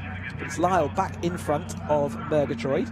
Willis, then we've got a bit of flapping bodywork off of, I think that's Harry George's car, so I'm not sure what he's caught hold of. I think it's someone's wing that he's got stuck, isn't it, underneath, between his bodywork and his exhaust. It's dragging along the floor. Now that's going to be a bit of friction, and also the wind resistance there. It's going to not help the car's performance down these straights, and it's also going to be quite a distraction, I imagine, as he drags that bit of bodywork. It is someone's wing that he's got there. I didn't see it before, so maybe he's picked that up from the edge of the track. Someone else wing off for a sightseeing tour of Brands Hatch from a slightly different angle. But Lyle's still out in front of Murgatroyd. Willis in third, but only just. I think Harry George has probably made that work. He's going to get blocked by Murgatroyd, so I think Harry George will be back into that third position as they go round Graham Hill. He might be a bit compromised on his speed, but you can see it's so nose to tail. There's really not room for all these Caterhams in a row, and we're in a straight line down to the top 10. So the bit like yesterday's 3-10R race, they are absolutely nose to tail. The gaps in qualifying were narrow, and you can see that all playing out as we get to the racing. But more importantly, Lyle's not able to pull ahead at the top of the field, and we saw last time Murgatroyd was about this far back and he managed to make the slingshot. There is the Wingfield car, the red and yellow, trying to get the colours out now, lime yellow car, and it's following Cockrell, and he's sort of caught back up with that battle now. A little bit of disagreement on who had a bit of track there. Tom Willis, though, has maintained that, although he's dropped to 5th position now. He will certainly not want to see any more positions go. Harry George had to capitulate again to Murgatroyd. Maybe another gear change issue there. Like I say, it's that's kind of classic place to see that slight hiccup of the car. So if they suddenly lose pace and then get back up to speed almost immediately, that's often a sign that they've had a little bit of a gear change misshift. It's Ben Lopez Appleton in the black and gold number 5 car. It's Tom Cockrell. So Tom, I think that was the wing, wasn't it, going off? And who's that? That's the number 75 car pulling to the inside of Paddock Hill. Ben, that's Herndeen. So he's looking like he'll be able to get that car into a position of safety, but not clear why he's having to pull to the inside. There's another wing out there in the gravel trap of Paddock Hill, which I'm sure the marshals will go and return a bit later. Very, very tight up the inside into Druids this time. Willis getting moved onto the outside line, Cockrell on the inside, and so was Harry George. Tom Willis didn't really have anywhere to go, but he's made the best of that and recovered back to that 5th place. But he should be a bit worried that he's, in the last few laps, he has been shuffled back, and Cockrell's going to go and put his car up the inside of him into Surtees. They're going to go side by side round Surtees. You don't want to have anyone having a wiggle. He's still going to maintain that side by side as they go through clearways. He'll have a better run out of clearways, but that will have compromised his speed onto there. So there is the Herndeen car getting put into a position of safety, so we shouldn't need a safety car to cover that one and recover it. Willis and Cockrell still side by side.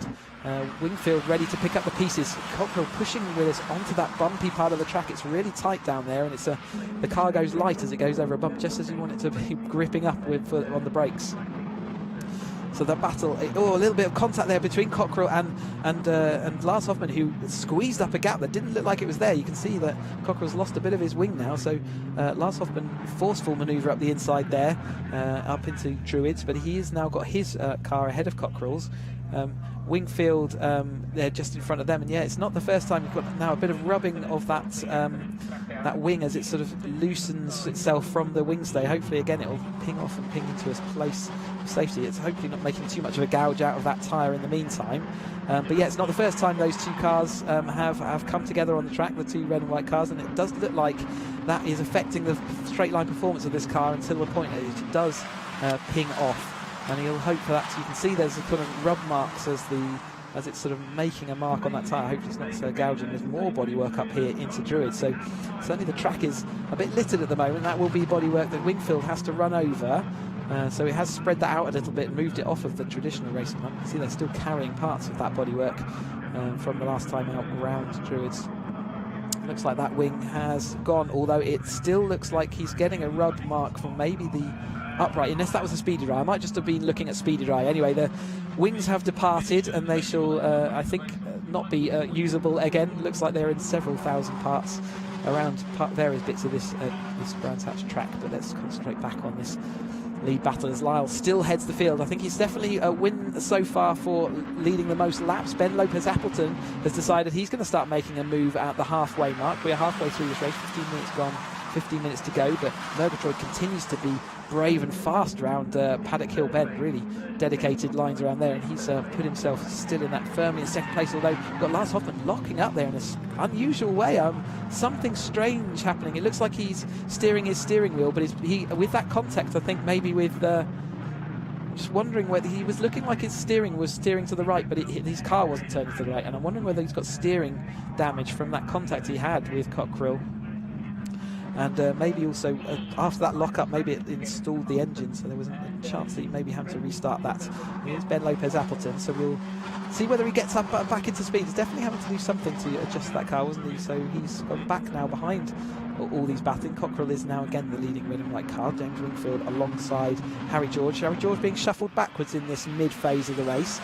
We normally say this mid-phase of the race is a sort of consolidation phase, but he's not able to. He's being shuffled back a little bit at this stage, and he's still having to carry that wing, which will not be helping his car's performance. It won't be helping. It's making it be a distraction as well as an aerodynamic and a friction drag on the car. So maybe that's why we're seeing him shuffled back as we go. It's definitely wedged in there. There's a bit of bodywork which holds the exhaust rear on there on a little spindle, and it looks like it's completely wedged against that. So I think he's going to be carrying it for the rest of this race. He's just going to have to get used to it being there. He's trying to use the curbs to shake it loose, but it's not happening at the moment. Harry George continuing on his way in the Alpha sponsored car there. But out front still Lyle, Murgatroyd, Ben Lopez-Appleton. Replay out front for the battle into that lead, but although Lopez-Appleton this time chooses the inside, so he kind of moved to the outside. Murgatroyd took the bait and he then moved his car to the inside, so he has got that done, but will he have the momentum up the hill? He does, so he protects the inside line, and behind it's fanning out as they all had to lose a bit of contact there. Murgatroyd and Ben Lopez-Appleton, they're crossed up and intertwined on their wheels as they lost momentum, and they were trying to figure out where they could put their cars that they would allow them to get through, and they didn't quite make it without contact, but well, they did seem to survive it. We've got some gravel in the background there, so it looks like someone's taken a run through the Paddock Hill bend in the midfield. Lyle, after that little escapade, has made a little bit of a break, and that's exactly what he'll be looking for, to see whether we can have more of those. At the moment it's not a significant enough battle, but we've got 68, so that it looks like Chris Welch in the 68 is in the barriers, and that does look like the top of Paddock, so maybe that's the gravel we were seeing, and that's normally in a place they do like to recover under safety cars, so it's obviously a fast, dedicated bend. Ben Lopez-Appleton needs to be careful. There are probably yellow flags around at there. I'm wondering whether he's seen them, because he certainly overtook during that zone, so we didn't see any yellows on screen, so I can't confirm that, but I think that was the top of Paddock, so a little bit little bit of an issue there. That certainly does look like the top of Paddock Hill barriers. And in fact, no, it's yes, so yeah, I was getting myself all confused, but yes, it is the top of Paddock, so there is that waved yellow flag you could see on the camera in the bottom left-hand corner, and yeah, so keep an eye on that, but it might be that he has to go and see the stewards after that one. So Stephen Lyle now finds himself in second place, and it's Tom Willis back into that third place. He's been and explored the top of this race all the way down to about 6th place, so he's back in 3rd position at the moment. Murgatroyd again has tried all steps of the podium for size and finds himself in 4th. Wingfield has fought his way through a lot of those cars that we see following him. A little bit of another bit of track debris getting loosened or released from a car as sliding along the track there, but here's Ben Lopez-Appleton heading the field currently. Question mark about how he got that lead, and we'll leave that for the stewards afterwards, and we'll just call the race as it is now. Oh, another Lyle, looks like Lyle missed a gear, and that means Willis is up the outside of him. He left him enough room, but only just. Certainly wasn't willing to give him any more than he was entitled to at that point, so Lyle maintains that 2nd place. He's made a good fist of that gear change this time, so he's managed to make it stick into the 2nd place, but he has lost the rear end of Lopez-Appleton for the time being, but I think by the end of this straight we'll see him back up there. So Willis, you can see his lucky mascot there on the back of his car flapping in the wind.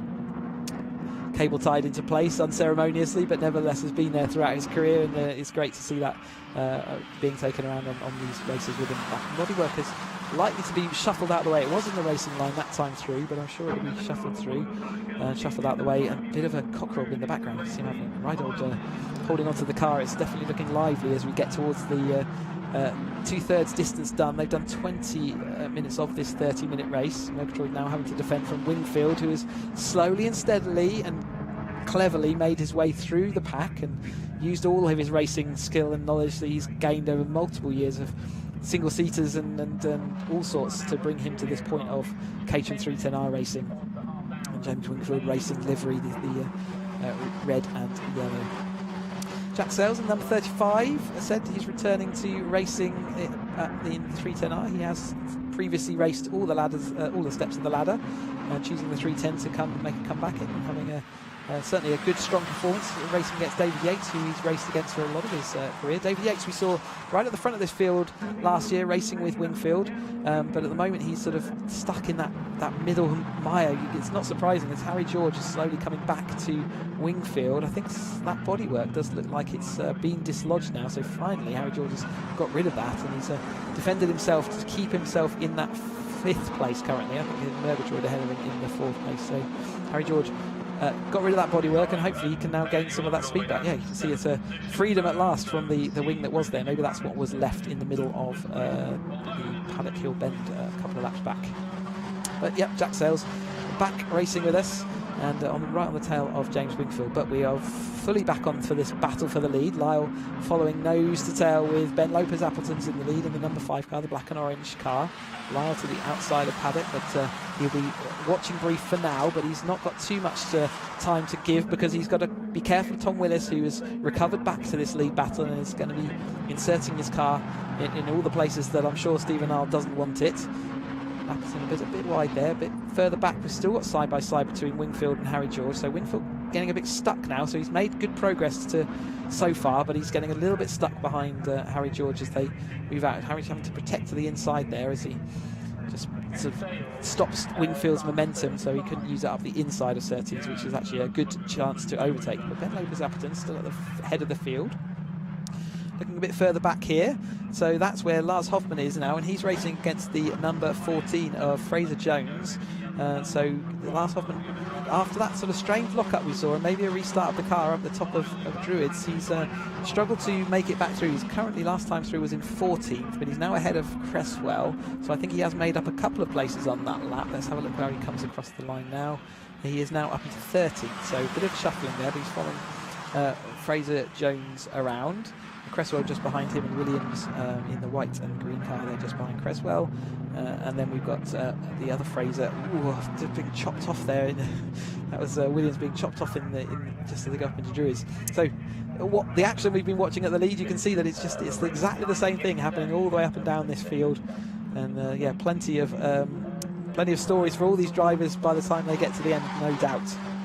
But one of our stories is that Harry George, fresh out of academy last year, has jumped into this 310R machine. Now he's got rid of that wing. He is fully injecting himself back in this lead battle. Tom Willis, though, has got past Murgatroyd and is looking to try and get past Lyle, and Murgatroyd immediately looking to see whether he can be an opportunistic driver and get the inside, and he's got down the inside of Tom Willis up into Druids. Harry George seeing where he can put his car. They've gone 3 wide around Druids. That's never a comfortable position. They've made it work, though, for them, so well done for doing that. Willis has made the best of it and is still in that 2nd place.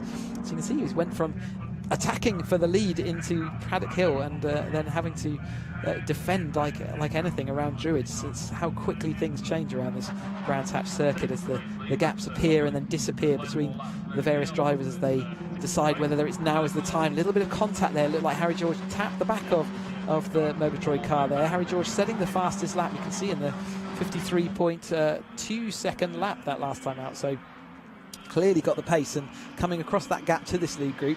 He is injected, he's sort of cat amongst the pigeons that sort of set everyone scattering, and Murgatroyd's lost a bit of a run on the Tom Willis car there, who's still fighting with Stephen Lyle for this lead.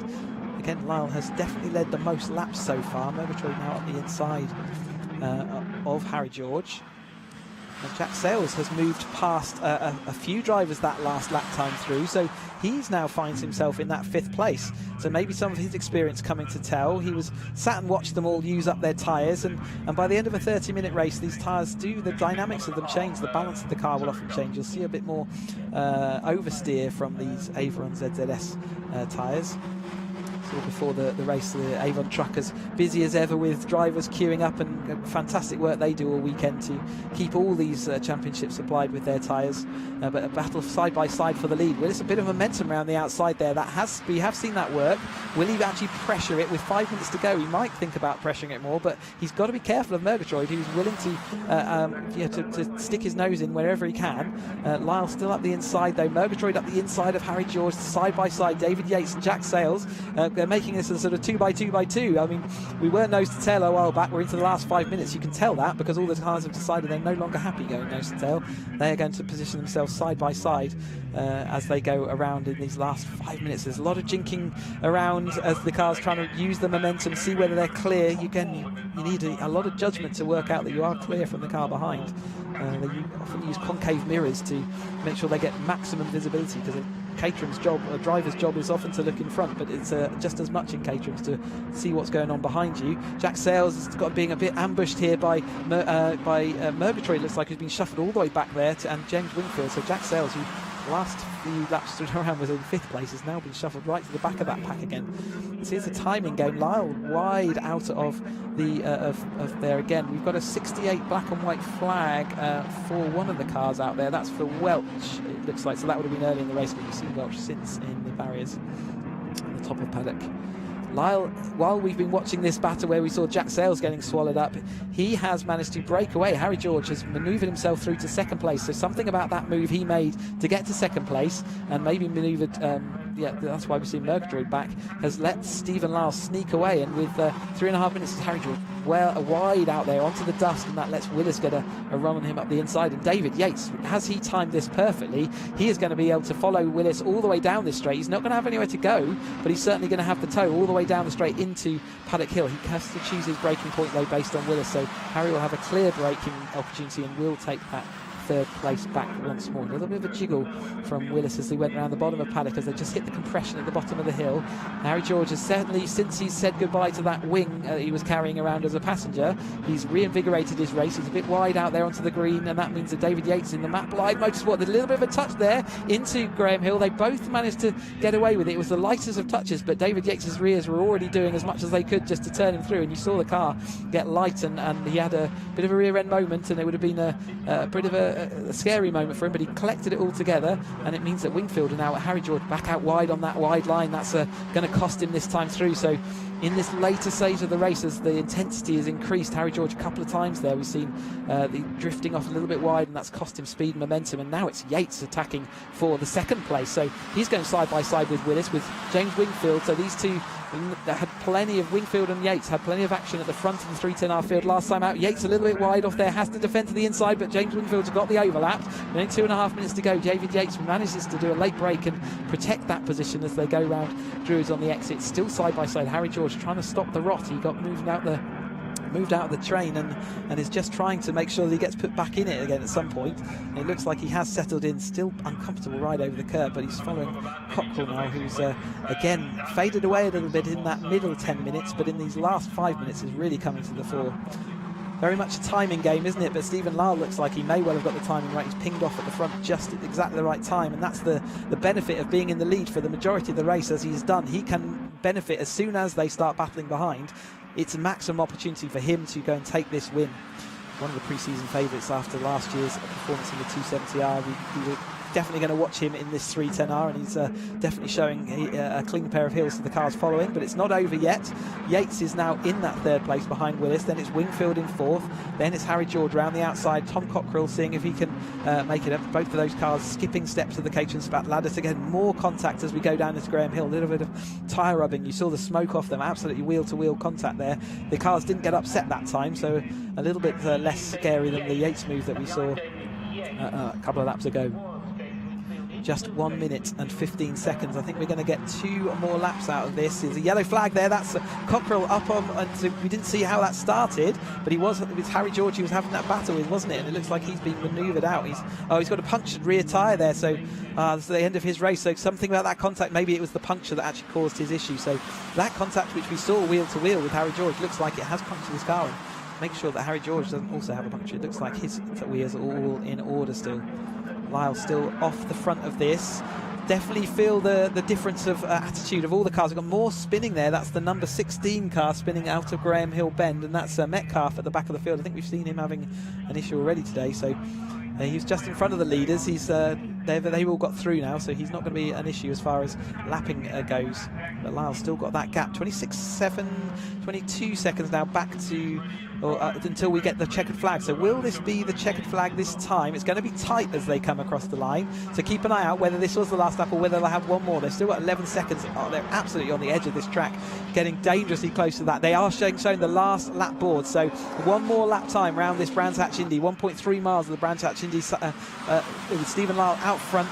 You've got Willis in second place with David Yates. Well, the wise head of David Yates there, manoeuvring himself into that third place late in this race. Wingfield is currently in fourth against Harry George, though. Harry George, we've seen side-by-side contact in that previous lap, and he's now going side-by-side with Willis. He's going to have the outside of Druids, which will turn into the inside of Graham Hill, so he may well make that stick. The two followers in second and third are catching up to Lyle, but Lyle still looks like he's got a sufficient gap to take him to the line at this point.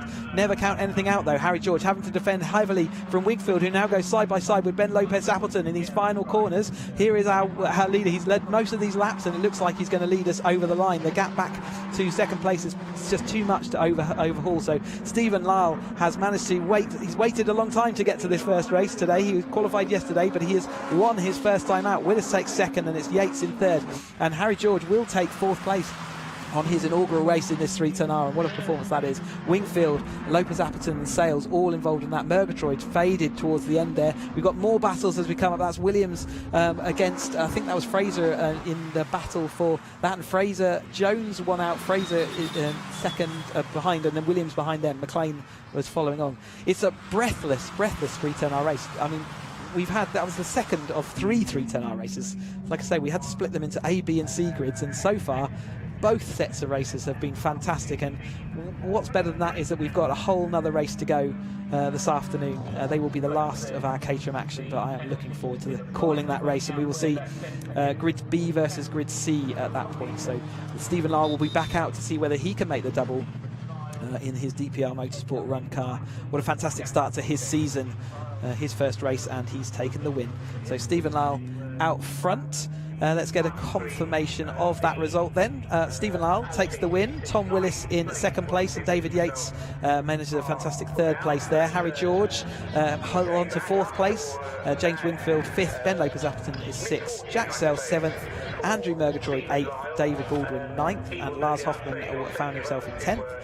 11th place Fraser Jones, 12th place Chris Fraser, Henry Williams 13th, Angus McLean, Darren Creswell, Dave Morgan, Harry Eyre, Roger Gaunt, Oliver Smith, Michael Curley makes up the top 20. Tom Cockrell in that puncture we saw him having to take to the pit lane, so he's classified 21st at the moment. Stephen Metcalf we saw spinning to the inside of the track, 22nd. Chris Welch, Paul Herndine and Harry Landy all had issues. We saw Harry not make the start after the exhaust, and Chris Welch we saw in the barriers at Paddock Hill.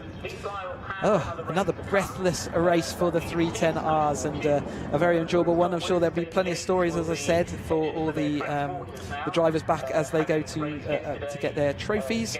But next up for us on stream will be the 270R race, and that is scheduled at 3:10. But keep an eye on the stream all the time because we often run ahead of time. But the next race due at 3:10. That's the 270R race, and we'll speak to you soon. We'll also be back out later on.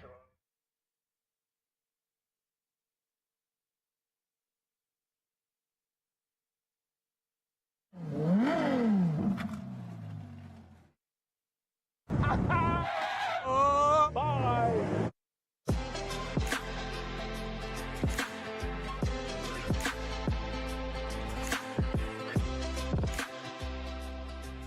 Come on, Tiff, come and check out this little bad boy. Look at it. Look, it's taken me 2.5 hours to get here, and you can't rush a bacon sandwich. That's true. And you brought me here for a Caterham. It's a brand spanking new Caterham 170S, the entry-level Caterham. 170, which means in Caterham divided by 2, 85 horsepower. Yep. Well, come on, Paul. The current entry level is the 270s with 137 horsepower. I mean, how's this going to compete? The lightest Caterham ever built, 450 kilograms. It's like a postage stamp. 450 kilograms. Well, that sounds fun. It's about £7,000 cheaper than the current entry level. Yeah, so this is going to cost you a shade under 23 grand. The 270 entry level is currently just about 30 grand. With leather seats. They're not included in the £23,000 price now, are they? They're pretty extras, but there's a few extras. Leather seats. I'm getting interested now because Caterhams aren't famous for their comfort. Brand new LED lights. These are a brand new thing for Caterham, so they're going to launch them on this car. Is that it? You're going to be excited about LED lights? I'm just excited about the car. It's the same bodywork, though. Same bodywork. Same bodywork, different engine. It's a little three-cylinder turbocharged Suzuki engine, 660cc. How do you get into these You're things? ready for, I never know. for a drive already? Well, I'm gentle. It's a road car, so let's just go. How do I get the door open? I can smell the leather. You're right there. You want some help? Sadly, I'm going to have to be very close to you because it's quite tight. But I'll let you get in first. And I've got to find a seat belt. Wait a minute. I want you to be comfortable. How do I plug? Oh, flip it now. I can't even.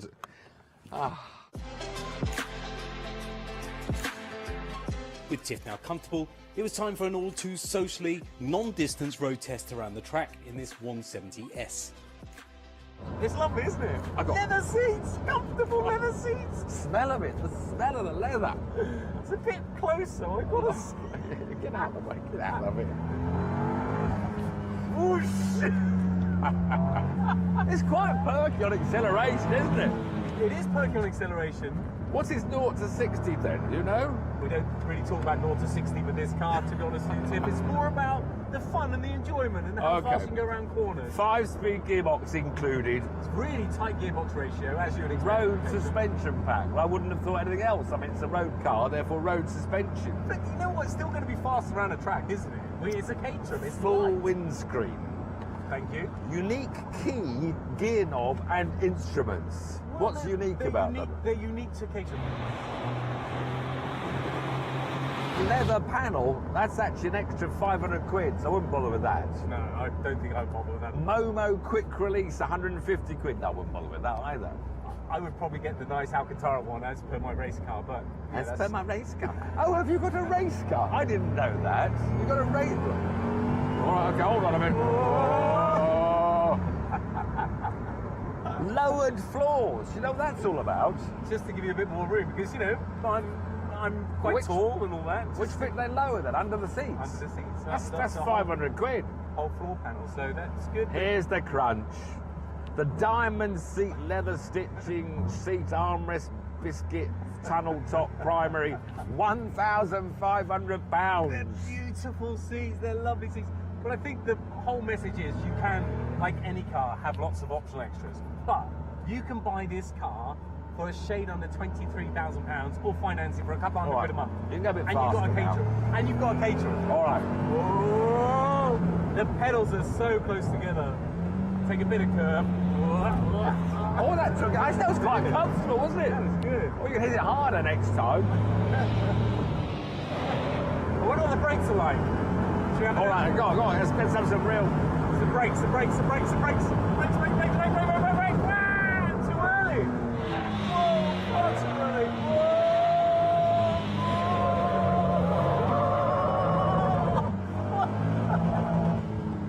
Have you finished yet? Have you finished? You know how I feel. What a pretty little car. The only thing is, if you turned up on a track day with this, people might look at you and think, well, that's just a road-going Caterham. I mean, that's the only disappointing thing about this 170. Tiff Nadell, today's your lucky day because let's pull in here and learn to hold. Look at that!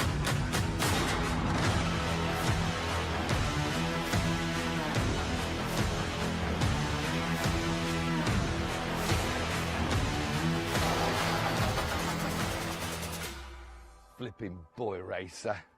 Oh, look, a nice suede Momo steering wheel. Very funny, very funny. Obviously, this is a left-hand drive demonstrator.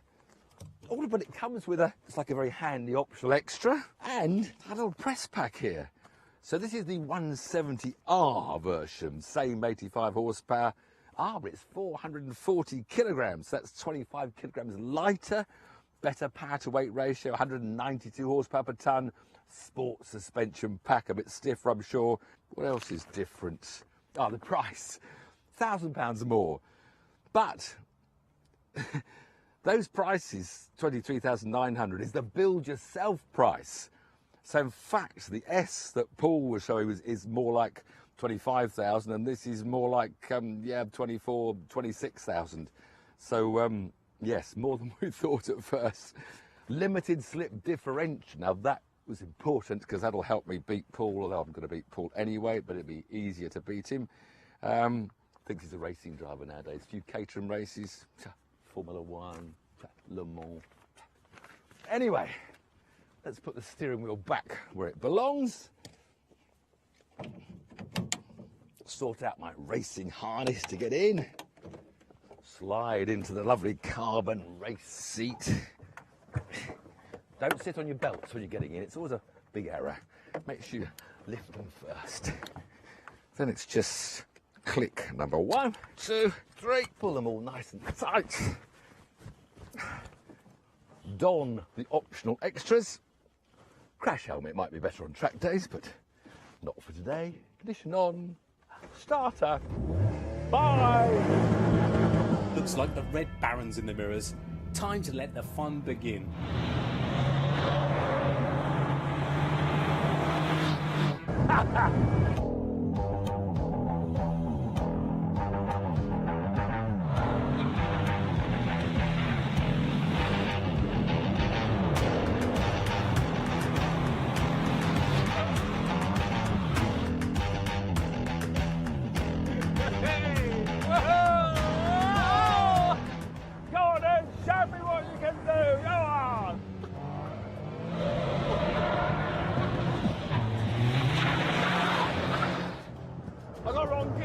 I got 5th instead of 3rd. I've lost ground and I'm wild. Oh.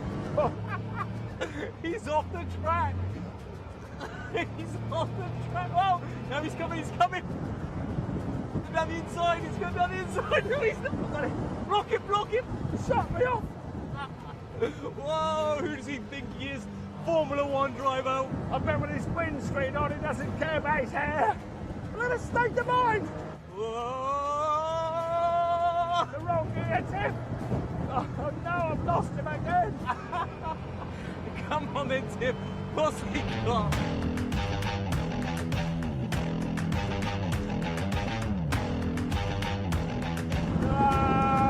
Oh, he's going down the inside. Whoa! He's got me off the brake. We nearly crashed. I've got him now. He got me with a massive lock-up.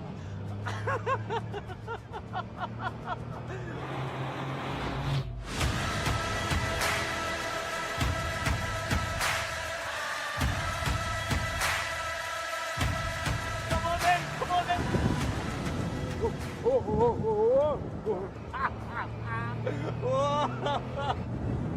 I can't hear the engine, so I keep on hitting the limiter.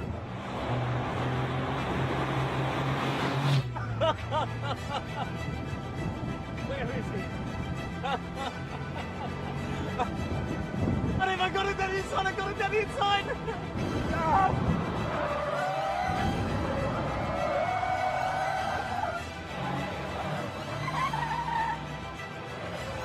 Lock the front brakes up.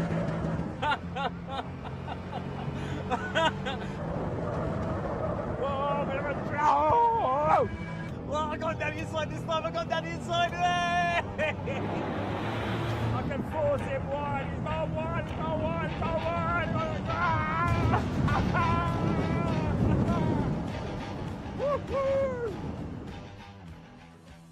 I tell you what, this Caterham stuff is tiring. But I'll wear him down. I'm a Motul 24-hour driver. You won't kill me, Woodman. You can keep going for as long as you want. It's safe to say that driving a Caterham is one of the most fun experiences you'll ever have in a car. It's not about horsepower, money or luxury. There's just such a basic charm and a real thrill to being behind the wheel of one. So much so, I don't think either of us are quite ready to call it a day just yet.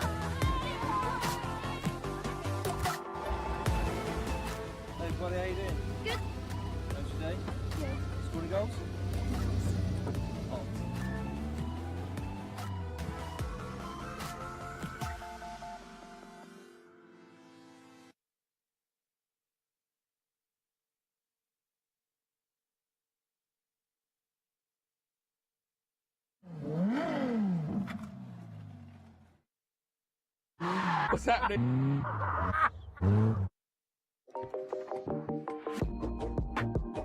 Brands Hatch. I always love coming to Brands Hatch, but Paul, what have you brought me here for? I brought you here today for the Caterham driving experience with these wonderful looking cars. I like this in orange. And what does it entail? Oh, I'm glad you asked, because first up, a bit of drifting, good fun, and then a couple of mystery challenges, which you're going to love. And have you driven a Caterham before? Get on to that in a minute. Come on, listen. You haven't, have you? No, I've never driven a Caterham. I knew that you're going to go drifter. You've got no chance.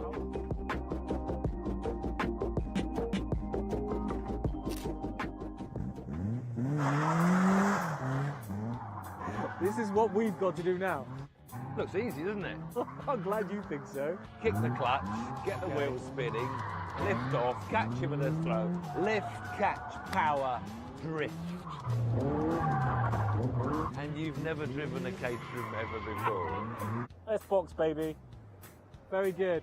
Well, you ready for it? I'm ready. Well, where's your silly helmet, your Union Jack one? The moped's in for service. The moped's in for... Get in. Well, it'd been a while since I last went drifting, and let's be fair, he was always going to be annoyingly difficult to beat, but I still wanted to give him a bit of a run for his money. He's going for it straight away. Not a good idea. It's a blur of hands with Paul. It's just...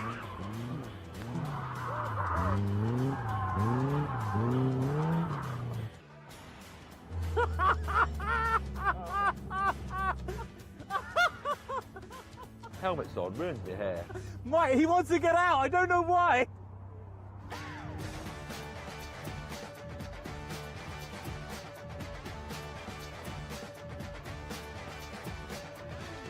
Oh, very good control.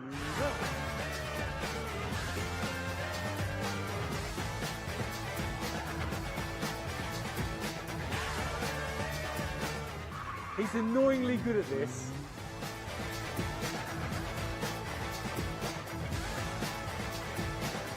So that was a that was a lot of fun.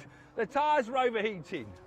The tyres were wrecked, and I blame Tiff, so the Caterham crew sorted out a fresh set of rubber, and I headed back out for a second run. But those new tyres, they're gripping a bit better. He's better. That's good now. That's good, Paul. That was good. Now, not too mad. Now, ease off, ease off. That's good. Yeah, good. Right, okay. Yeah, now half throttle. Good. Now full throttle. Now off the throttle. Yeah, good. Now more throttle. No, oh, you had it. Then you had it. Champion-elect. Good, Paul. You're looking better. He's not really. I just said that to make him feel happy.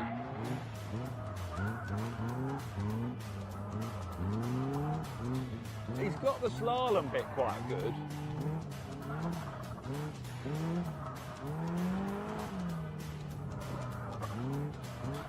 Now, this is it. Right, now more throttle. Now more. Off. Good. Yes. Yes. He can drift. He can drift. He can drift.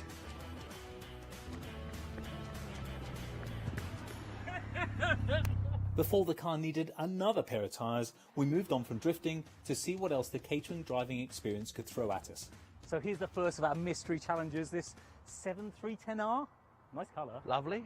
So what's the challenge? Well, all you got to do is drive through the slalom. Simple as that. Just drive through a slalom. That's it. After we've done all that drifting. You go first. Come on, it'll be a lot of fun. Trust me, it's a mystery challenge. But just to drive through a slalom. Focus on that word mystery, Tiff. It's all about the start. Go as fast as you can at the start, okay? Well, round the end. Round the end. Are you going left or right to this cone? I'll go left the first cone, obviously. Okay.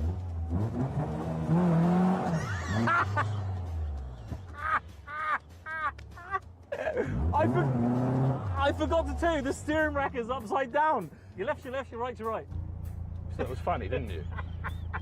You thought that was funny? 3, 2, 1, go. Ooh. They detuned this, I'm so delighted to say, because you imagine if it had all the power. That's better. Concentrating. That's better. I've got a bit tired. Southampton, any new signings for the summer? Stop talking to me. Any new signings for the summer. Get the back end out. Oh, look, that's a nice tree over there. Look. Oh, some nice people. Oh, wrong, no, you went the wrong way again. Oh, Tiff, well, that's a shame. I want you to concentrate. Yeah, that's it. Do you always make that face when you concentrate? Yes. Yeah, nice, very nice. So this is the hardest bit. It's lining up at the finish. Right, left, right, left. Stop the clock. Oh, that was good. 34.44. Go and show the camera. 30, so you can't cheat. 34.44. That was very good. Okay, get out. Get off. You imagine that people drive these to the Nürburgring and back. Well, you want to know someone well, wouldn't you? It might work better if you steer, actually. Right. Are we going to have a practice first? Or are you going to just No, this I never practice at all. So you get 3 runs. That's right. That's left. Yeah. Did you stay in first gear? Yeah. God, I wasn't going to try. That was complicated enough. Raise up, ready, steady, go! Whoa! Wait. Whoa, he's going for it. Whoa, he's going for it. Whoa. No. No way. Which way am I going? Oh, that way. You're doing rather well. I'm very disappointed. You're obviously good, but it's all good now. Try and look. Oh. Stop the clock! Yes! First go, 10 seconds. Get in there. Boom, shakalaka. Yeah. Well, what's so difficult about that, Tiff? Once Tiff came to terms with his crushing defeat, it was time for our third and final challenge. I've got to say, I don't think I've ever enjoyed a discipline so much as that one. You got lucky. And what have we got now? Don't tell me now it's the steering wheel's connected to the rear wheels or something. Bog standard 360i's, longer and wider, so a bit more comfortable as well. A bit more room for me. You were helped by that being short. Come on, you go first. No. I've learned now your tricks. You learnt a lot from me. You're going first on this one. No problem at all. Because there'll be some catch. I'm going to have to take my shades off for this, even though it's very sunny. Very unlike you. Because what? You've got to wear these upside down goggles. Oh, that is horrendous. I feel sick already. Oh, look, this is the long wheelbase, wide one. Wider as well. Beautiful, isn't it? Inside. No, we can go to the Nürburgring in this without being on top of each other. You might be on your own there, son. What can you see? I can see. Oh, this is horrendous. Where's the wheel? Oh, you're not going to like this. Are you ready? Am I in gear? Yeah. 3, 2, 1, go. Oh. You're doing quite well. Oh, I've lost round the barrel. This No, way other round side, other side. When can I turn? When can I turn? Well, I can't. That's your job, not being a Come on, navigator. tell What do you me. know? That's cheating. I can't see a single What's thing. your problem? Can't you turn your head left and look where you're going? No, it doesn't work that way. But it's going to be quick. Oh yes. Oh yes, Close. baby. Oh yeah, you get ready to stop that clock, Tiff. Get ready. Stop the clock. Stop it. No, you've got to stop the car. Yes. 31.03. Yes. You are not going to beat that. How do you know where you're supposed to go? I can't do this. Oh, I've hit something now. What's happening now? Something's hooting. Are you ready? Oh, yeah. Steady, go. Oh, flying start. Very good start. Okay, keep it tidy. That's good. That's very good. Keep it going. That's it. Well done.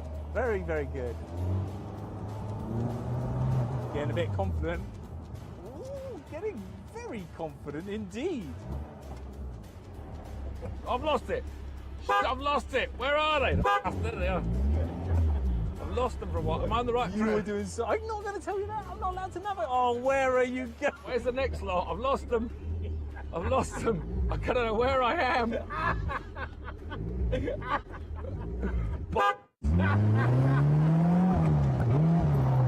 And stop the clock. Oh, well, that was a fun day, wasn't it? That's harder than it looks. Much harder than it looks. You've got to have a super intelligent brain. It's got to be wired up so incredibly accurately to be able to take these tasks on. No mere mortal can do these tasks, Tiff. Don't be upset with yourself. Your brain's not wired right. You need to be superhuman, Tiff. I'm going back to proper driving. I'm just going to relax in the sun, bask in my glory.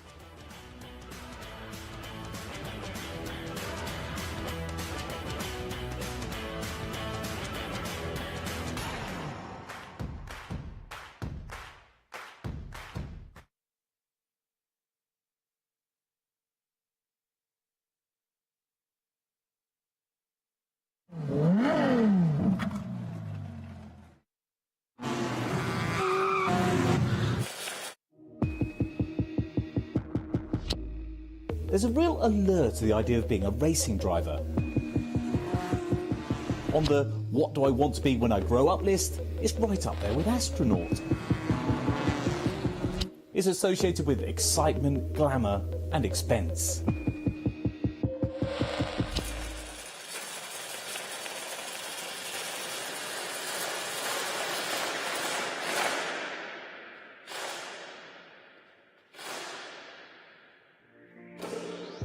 The thing is, you don't need all this fancy stuff to show off the Academy car. It's proper grassroots racing, but it's also probably the most affordable, cost-effective racing that money can buy for a proper racing series. And believe it or not, we've had this for 2 months now. Before we go any further, I wanted to have a deeper dive into the car and tell you what you need to participate in the Caterham Academy series. But first up, a quick history lesson. In 1957, English automotive design engineer and inventor Colin Chapman built a lively little two-seater sports car. He wanted owners to be able to experience the pride of building their own cars and then take it on track, and came up with the mantra, simplify, then add lightness. And the 7 was born. Over 60 years later, Caterham still adheres to the original philosophy and turns out variants of the 7 with a lineup of models that range in power from 127 horsepower to 314 horsepower, with each car weighing just over half a tonne. The Academy is in its 26th year now, and with over 1,000 drivers taking part, it's considered one of Europe's most successful novice driver series. And in terms of your car, for £30,000, which you can spread over finance for a couple of £100 a month, you get your very own road legal race car, which is yours to keep at the end of the series. And on paper, it doesn't sound like it packs the biggest of punches, but this is a Caterham. The Academy car has a tuned 4 Sigma 1600 4-cylinder naturally aspirated engine. It has a maximum power output of 127 horsepower at 6,800 RPM, and it's not particularly earth-shattering in terms of torque with 150 Newton meters.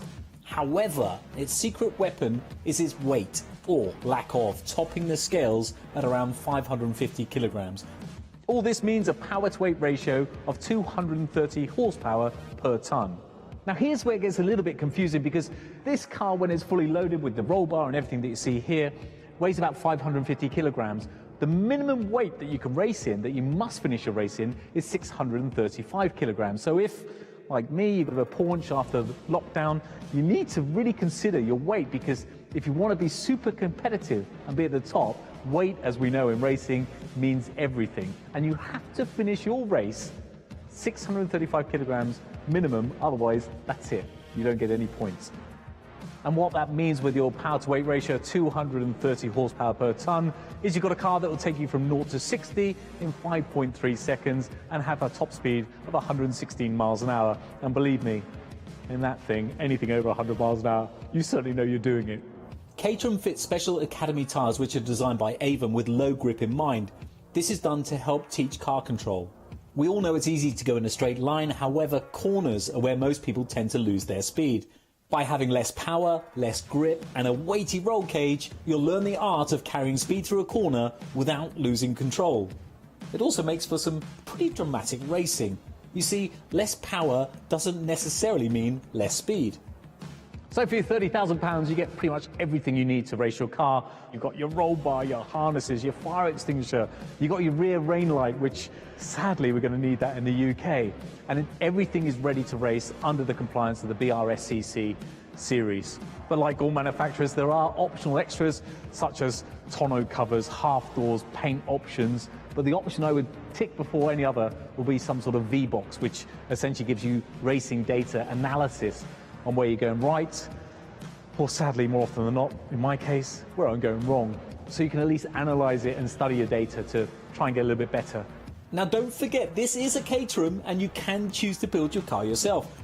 Believe it or not, 40 to 50% of people, Caterham say, build their own Academy car, which I find quite astonishing, but it's a great way to know all about your car and how it operates and how all the nuts and bolts go together. And I've got to say, I've learned more in this last couple of months about mechanics of a car than I think I've learned in the last 30 or 40 odd years.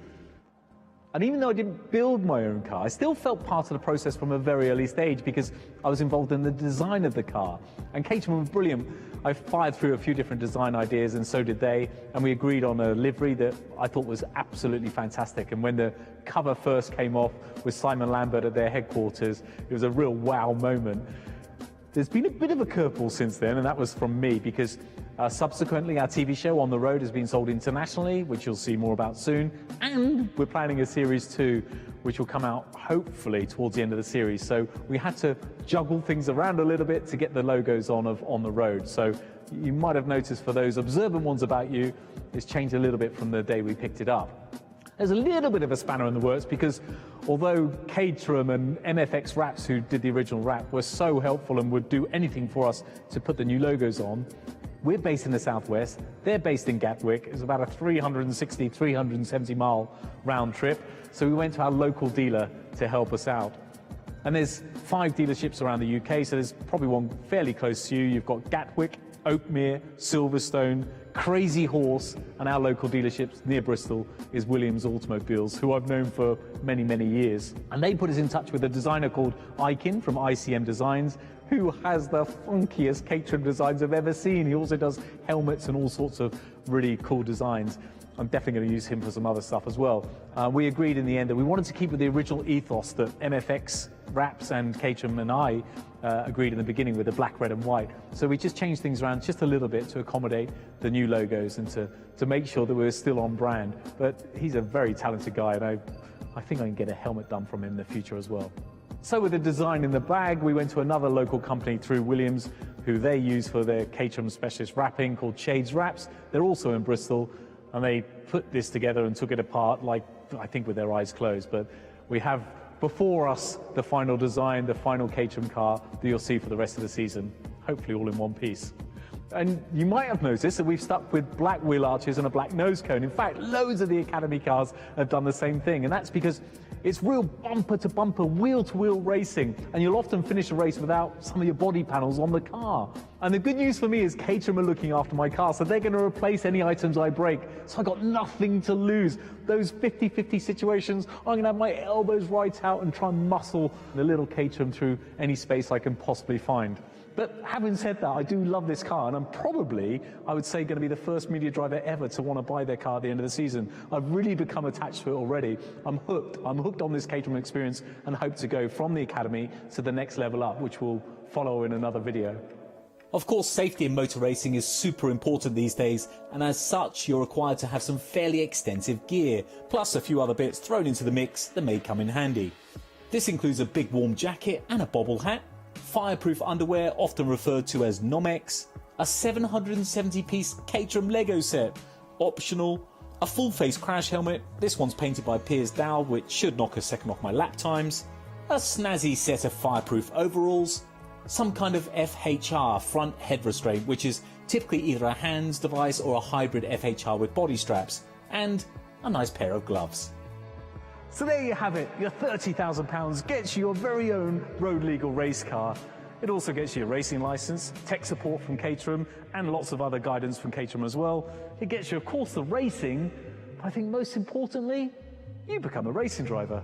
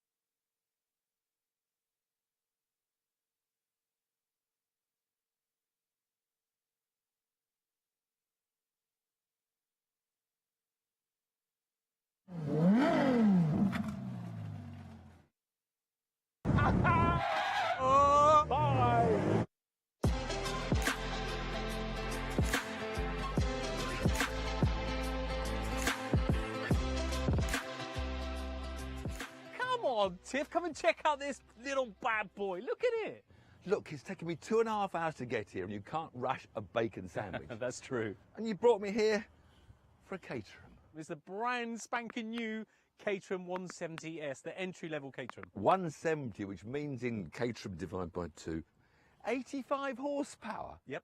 Well, come on, Paul. The current entry level is the 270s with 137 horsepower. I mean, how's this going to compete? The lightest Caterham ever built, 450 kilograms. It's like a postage stamp. 450 kilograms. Well, that sounds fun. It's about £7,000 cheaper than the current entry level. Yeah, so this is going to cost you a shade under 23 grand. The 270 entry level is currently just about 30 grand. With leather seats. They're not included in the £23,000 price now, are they? They're pretty extras. But There's a few extras on leather this, seats. I'm getting interested now because Caterhams aren't famous for their comfort. Brand new LED lights. These are a brand new thing for Caterham, so they're going to launch them on this car. Is that it? You're going to be excited about LED lights now? I'm just excited about the car. It's the same bodywork, though. Same bodywork. Same bodywork, different engine. It's a little three-cylinder turbocharged Suzuki engine, 660cc. How do you get into these You're things? ready for I never a know. drive already? Well, I'm gentle. It's a road car, so let's just go. How do I get the door open? I can smell the leather. You're right there. You want some help? Sadly, I'm going to have to be very close to you because it's quite tight. But I'll let you get in first. And I've got to find a seat belt. Wait a minute. I want you to be comfortable. How do I first. plug? Oh, flip it now. I can't even.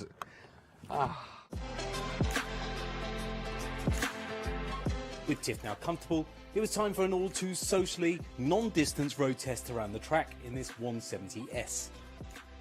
It's lovely, isn't it? I got leather seats, comfortable leather seats. Smell of it, the smell of the leather. It's a bit closer, I gotta say. Get out of the way, get out of it. Whoosh! It's quite perky on acceleration, isn't it? It is perky on acceleration.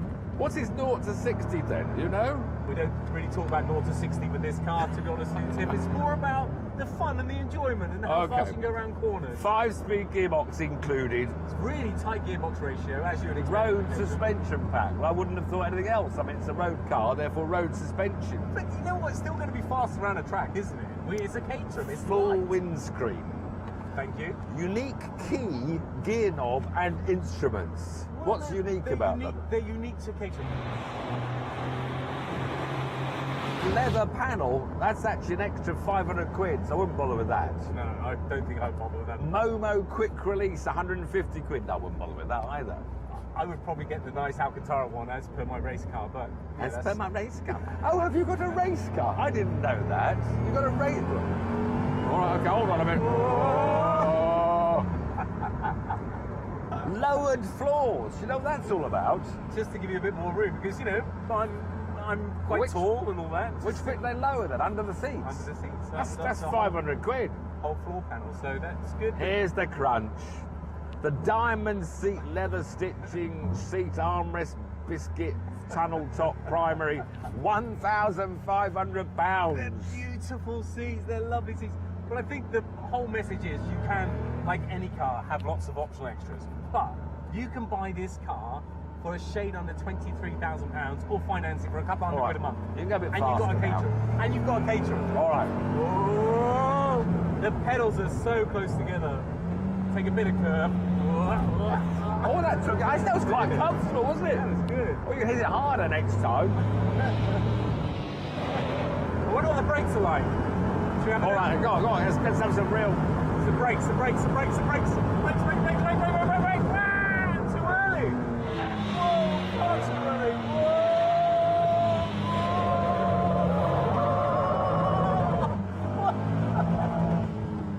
Have you finished yet?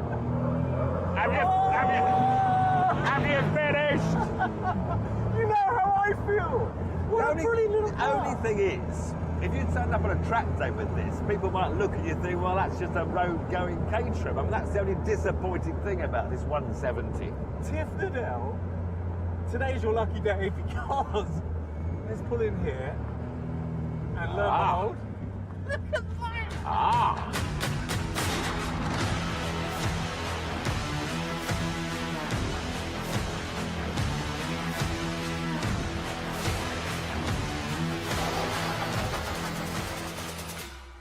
flipping boy racer.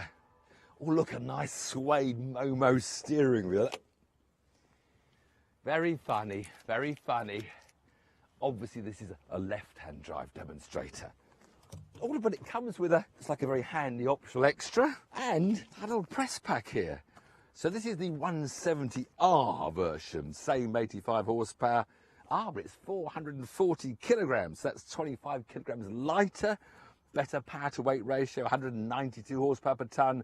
Sport suspension pack, a bit stiffer, I'm sure. What else is different? The price, £1,000 more. But those prices, 23,900, is the build yourself price. So in fact, the S that Paul was showing is more like 25,000, and this is more like 24, 26,000. So yes, more than we thought at first. Limited slip differential. Now that was important because that'll help me beat Paul, although I'm going to beat Paul anyway, but it'll be easier to beat him. I think he's a racing driver nowadays. A few Caterham races, Formula 1, Le Mans. Anyway, let's put the steering wheel back where it belongs. Sort out my racing harness to get in. Slide into the lovely carbon race seat. Don't sit on your belts when you're getting in. It's always a big error. Make sure you lift them first.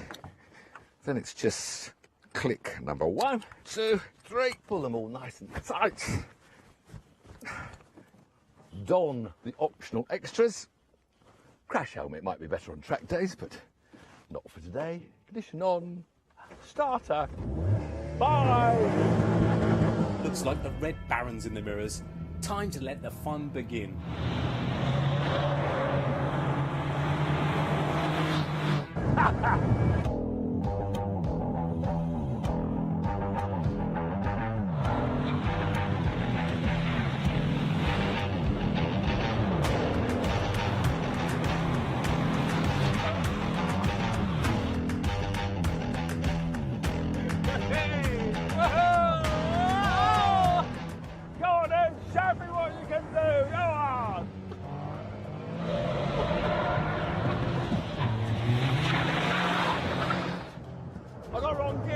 I got fifth instead of third. I've lost ground and I'm wild. Oh. He's off the track. He's off the track. Oh, now he's coming. He's coming. Down the inside. He's going down the inside. No, he's not. Got it. Block him. Block him. Shut me off. Whoa, who does he think he is? Formula 1 driver. I bet with his windscreen on, he doesn't care about his hair. Let us state the mind. Whoa. The wrong gear, Tim! Oh no, I've lost him again! Come on then, Tim. What's he got?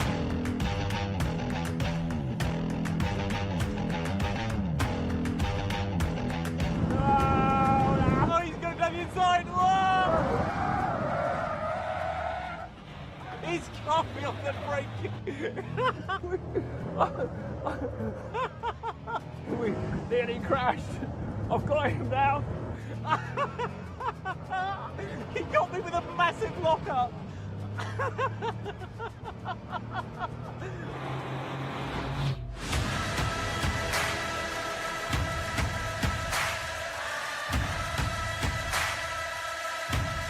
Come on then, come on then.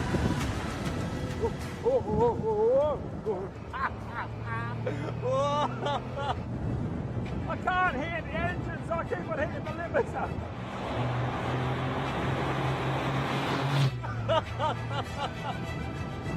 Where is he? I got it down the inside, I got it down the inside! No!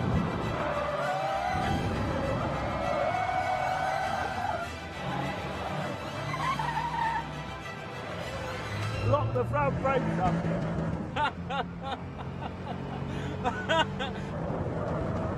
Whoa, bit of a oh! Well, I got down the inside this time, I got down the inside. I can force him wide, he's gone wide, he's gone wide, he's gone wide.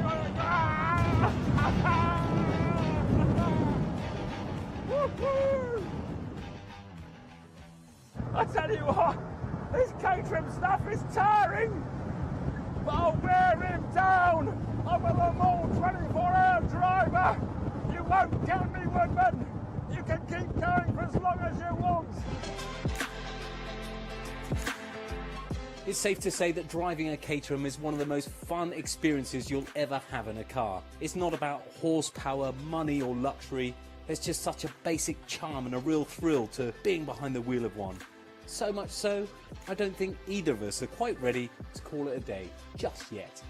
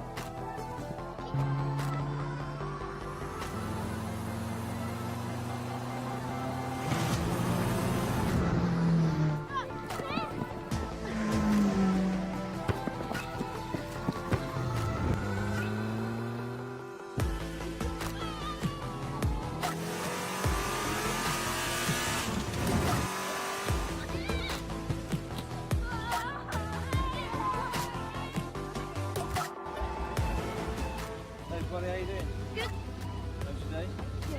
Scoring goals? Oh.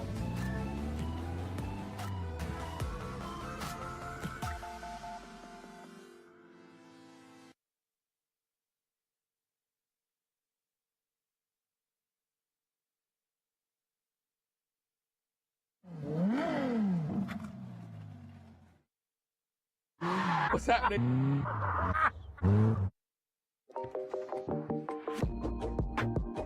Brands Hatch. I always love coming to Brands Hatch, but Paul, what have you brought me here for? I brought you here today for the Caterham driving experience with these wonderful looking cars. I like this in orange. And what does it entail? Oh, I'm glad you asked, because first up, a bit of drifting, good fun, and then a couple of mystery challenges, which you're going to love. And have you driven a Caterham before? Get on to that in a minute. Come on, listen. You haven't, have you?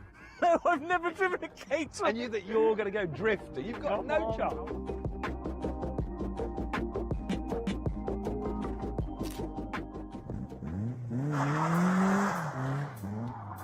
This is what we've got to do now.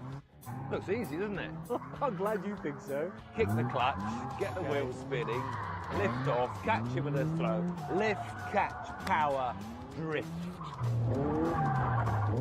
And you've never driven a Caterham ever before? S-Box, baby. Very good. Well, you ready for it? I'm ready. Well, where's your silly helmet, your Union Jack one? The moped's in for a service. The moped's in for Get in. Well, it'd been a while since I last went drifting, and let's be fair, he was always going to be annoyingly difficult to beat, but I still wanted to give him a bit of a run for his money. He's going for it straight away. Not a good idea. It's a blur of hands with Paul. It's just...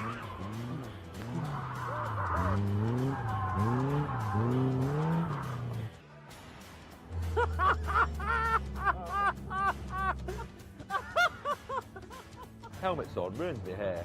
Mate, he wants to get out. I don't know why.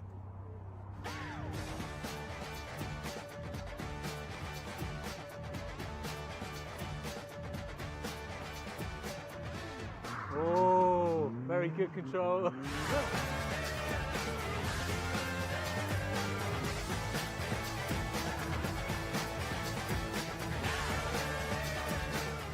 He's annoyingly good at this.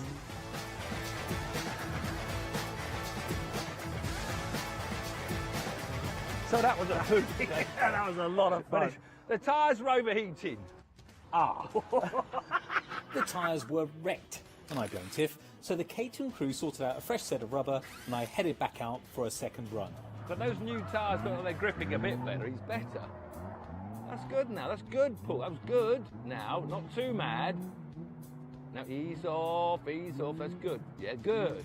Right, okay. Yeah, now half throttle. Good. Now full throttle. Now off the throttle. Yeah, good. Now more throttle. No, oh, you had it. Then you had it. You had it. Champion-elect! Good, Paul. You're looking better. He's not really. I just said that to make him feel happy.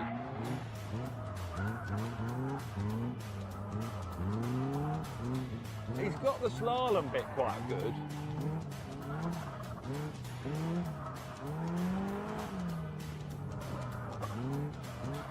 Now, this is it. Right, now more, now more, off, good. Yes, yes, he can drift, he can drift, he can drift.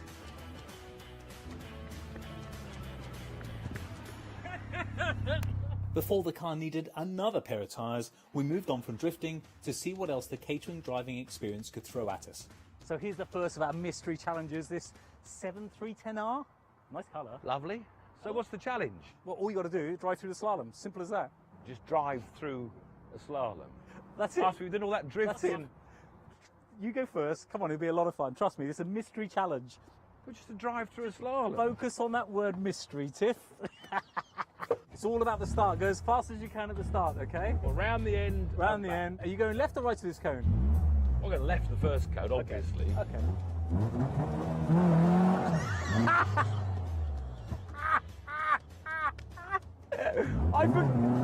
I forgot to tell you, the steering rack is upside down. Your left, your right, your right. You thought that was funny, didn't you? You thought that was funny? 3, 2, 1, go.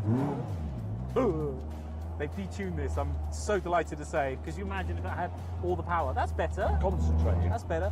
I've got a bit tight. Southampton, any new signings for the summer? Stop talking to me. Any new signings for the summer? Get the back end out. Oh, look, that's a nice tree over there, look. Oh, some nice people. Oh, wrong, I nearly went the wrong way again. Oh, Tiff, oh, that's a shame. I want you to concentrate. Yeah, that's it. Do you always make that face when you concentrate? Yes. Yeah, nice, very nice. Now, this is the hardest bit, is lining up at the finish. Right, left, left, right, left. Stop the clock! Oh, that was good. 34.44. Go and show the camera, 30, so you can't cheat. 34.44. That was very good. Okay, get out. Get off. You imagine that people drive these to the Nürburgring and back. Well, you want to know someone well, wouldn't you? It might work better if you steer, actually. Right, are we going to have a practice first, or are you going to just No, go? I don't have a practice at all. So you get 3 runs. That's right, that's left. Yeah. Did you stay in first gear? Yeah, God, wasn't okay. That was complicated enough. Raise up, ready, steady, go! Whoa! Wait. Whoa, he's going for it. Whoa, he's going for it. Whoa, no. Ah! No way. Which way am I going? Oh, that way. You're doing rather well. I'm very disappointed. You're obviously good when it's all good now. Try and Stop the clock! Yes! First go, 10 seconds! Get in there! Boom, shakalaka! Yeah! What's so difficult about that, Tiff? Once Tiff came to terms with his crushing defeat, it was time for our third and final challenge. I've got to say, I don't think I've ever enjoyed a discipline so much as that one. You got lucky. Anyway, what have we got now? Don't tell me now it's the steering wheel's connected to the rear wheels or something. Bog standard 360i. It's longer and wider, so Lovely. a bit more comfortable as well. A bit more room for me. You were helped by that being short. Come on, you go first. No. I've learned now your tricks. You learnt a lot from me. You're going first on this one. No problem at all. Because there'll be some catch. I'm going to have to take my shades off for this, even though it's very sunny. Very unlike you. Because what? You've got to wear these upside down goggles. Oh, that is horrendous. I feel sick already. Oh, look, this is the long wheelbase, wide one. Wider as well. Beautiful, isn't it? Inside. No, but you can go to the Nürburgring in this without being on top of each other. You might be on your own there, son. What can you see? I can see. Oh, this is horrendous. Where's the wheel? Oh, you're not going to like this. Are you ready? Am I in gear? Yeah. 3, 2, 1, go. Oh. You're doing quite well. Oh, I've lost round the barrel. This No, way other round side, other side. When can I turn? When can I turn? Well, I can't. That's your job. I'm not being a Come on, navigator. tell What do you me. know? That's cheating. I can't see a single That's thing. your problem. Can't you turn your head left and look where you're going? No, it doesn't work that way. But it's going to be quick. Oh yes. Oh yes, baby. Oh yeah, you get ready to stop that clock, Tiff. Get ready. Stop the clock. Stop it. No, you've got to stop the car. Yes. 31.03. Yes. You are not going to beat that. How do you know where you're supposed to go? I can't do this. Oh, I've hit something now. What's happening now? Something's hooting. Are you ready? Oh, yeah. Steady, go. Oh, flying start. Very good start. Okay, keep it tidy. That's good. That's very good. Keep it going. That's it. Well done. Very, very good. Getting a bit confident. Ooh, getting very confident indeed. I've lost it. I've lost it. Where are they? There they are. I've lost them for a while. Am I on the right track? You were doing so. I'm not going to tell you that. I'm not allowed to know it. Oh, where are you going? Where's the next lot? I've lost them. I've lost them. I don't know where I am.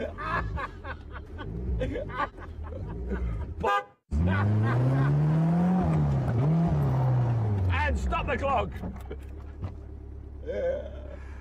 Oh, well, that was a fun day, wasn't it?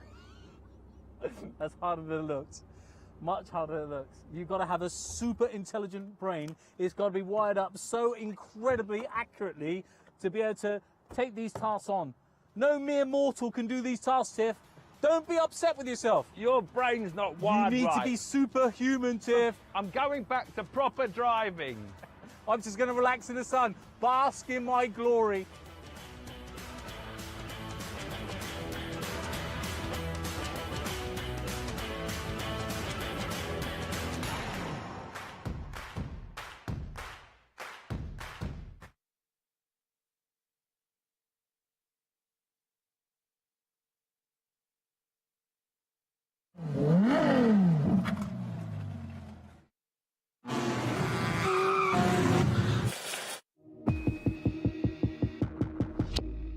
There's a real allure to the idea of being a racing driver.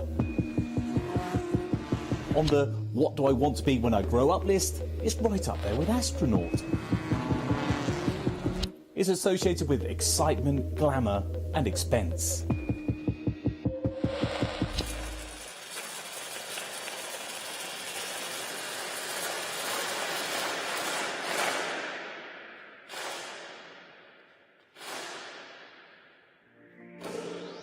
The thing is, you don't need all this fancy stuff to show off the Academy car. It's proper grassroots racing, but it's also probably the most affordable, cost-effective racing that money can buy for a proper racing series. And believe it or not, we've had this for 2 months now. And before we go any further, I wanted to have a deeper dive into the car and tell you what you need to participate in the Caterham Academy series. But first up, a quick history lesson. In 1957, English automotive design engineer and inventor Colin Chapman built a lively little two-seater sports car. He wanted owners to be able to experience the pride of building their own cars and then take it on track, and came up with the mantra, simplify, then add lightness. And the 7 was born. Over 60 years later, Caterham still adheres to the original philosophy and turns out variants of the 7 with a lineup of models that range in power from 127 horsepower to 314 horsepower, with each car weighing just over half a tonne. The Academy is in its 26th year now, and with over 1,000 drivers taking part, it's considered one of Europe's most successful novice driver series. And in terms of your car, for £30,000, which you can spread over finance for a couple of £100 a month, you get your very own road legal race car, which is yours to keep at the end of the series. And on paper, it doesn't sound like it packs the biggest of punches, but this is a Caterham. The Academy car has a tuned 4 Sigma 1600 4-cylinder naturally aspirated engine. It has a maximum power output of 127 horsepower at 6,800 RPM, and it's not particularly earth-shattering in terms of torque with 150 Newton meters. However, its secret weapon is its weight, or lack of, topping the scales at around 550 kilograms. All this means a power-to-weight ratio of 230 horsepower per tonne. Now here's where it gets a little bit confusing, because this car, when it's fully loaded with the roll bar and everything that you see here, weighs about 550 kilograms, The minimum weight that you can race in, that you must finish a race in, is 635 kilograms. So if, like me, you've got a paunch after the lockdown, you need to really consider your weight, because if you want to be super competitive and be at the top, weight, as we know in racing, means everything. And you have to finish your race 635 kilograms minimum, otherwise that's it. You don't get any points. And what that means with your power to weight ratio, 230 horsepower per ton, is you've got a car that will take you from 0 to 60 in 5.3 seconds and have a top speed of 116 miles an hour. And believe me, in that thing, anything over 100 miles an hour, you certainly know you're doing it. Caterham fits special Academy tyres which are designed by Avon with low grip in mind. This is done to help teach car control. We all know it's easy to go in a straight line, however, corners are where most people tend to lose their speed. By having less power, less grip and a weighty roll cage, you'll learn the art of carrying speed through a corner without losing control. It also makes for some pretty dramatic racing. You see, less power doesn't necessarily mean less speed. So for your £30,000, you get pretty much everything you need to race your car. You've got your roll bar, your harnesses, your fire extinguisher, you've got your rear rain light, which sadly we're going to need that in the UK. And everything is ready to race under the compliance of the BRSCC series. But like all manufacturers, there are optional extras such as tonneau covers, half doors, paint options. But the option I would tick before any other will be some sort of V-box, which essentially gives you racing data analysis on where you're going right, or sadly, more often than not, in my case, where I'm going wrong. So you can at least analyse it and study your data to try and get a little bit better. Now don't forget, this is a Caterham and you can choose to build your car yourself.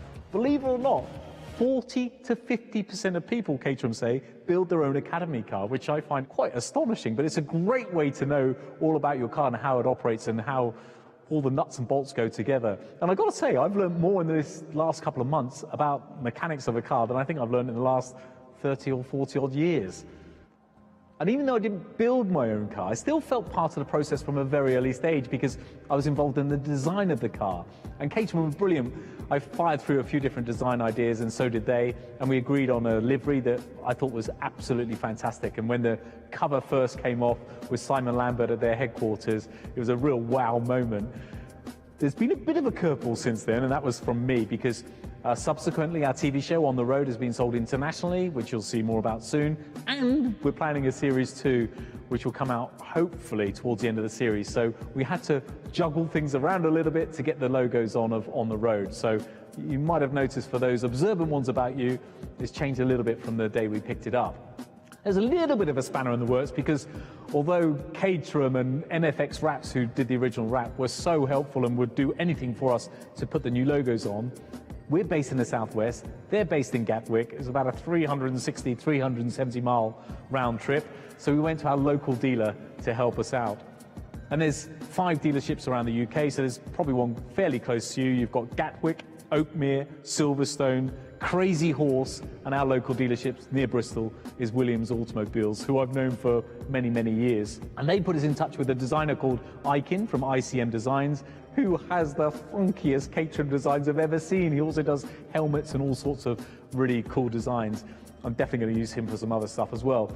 We agreed in the end that we wanted to keep with the original ethos that MFX Wraps and Caterham and I agreed in the beginning with the black, red and white. So we just changed things around just a little bit to accommodate the new logos and to make sure that we're still on brand. But he's a very talented guy, and I think I can get a helmet done from him in the future as well. So with the design in the bag, we went to another local company through Williams, who they use for their Caterham specialist wrapping called Shades Wraps. They're also in Bristol, and they put this together and took it apart, like, I think with their eyes closed. But we have before us the final design, the final Caterham car that you'll see for the rest of the season, hopefully all in one piece. And you might have noticed that we've stuck with black wheel arches and a black nose cone. In fact, loads of the Academy cars have done the same thing, and that's because it's real bumper-to-bumper, wheel-to-wheel racing, and you'll often finish a race without some of your body panels on the car. And the good news for me is Caterham are looking after my car, so they're going to replace any items I break, so I've got nothing to lose. Those 50-50 situations, I'm going to have my elbows right out and try and muscle the little Caterham through any space I can possibly find. But having said that, I do love this car, and I'm probably, I would say, going to be the first media driver ever to want to buy their car at the end of the season. I've really become attached to it already. I'm hooked. I'm hooked on this Caterham experience and hope to go from the academy to the next level up, which will follow in another video. Of course, safety in motor racing is super important these days, and as such, you're required to have some fairly extensive gear, plus a few other bits thrown into the mix that may come in handy. This includes a big warm jacket and a bobble hat, fireproof underwear, often referred to as Nomex, a 770-piece Caterham Lego set, optional, a full-face crash helmet, this one's painted by Piers Dow, which should knock a second off my lap times, a snazzy set of fireproof overalls, some kind of FHR front head restraint, which is typically either a hands device or a hybrid FHR with body straps, and a nice pair of gloves. So there you have it. Your £30,000 gets you your very own road legal race car. It also gets you a racing license, tech support from Caterham, and lots of other guidance from Caterham as well. It gets you, of course, the racing, but I think most importantly, you become a racing driver.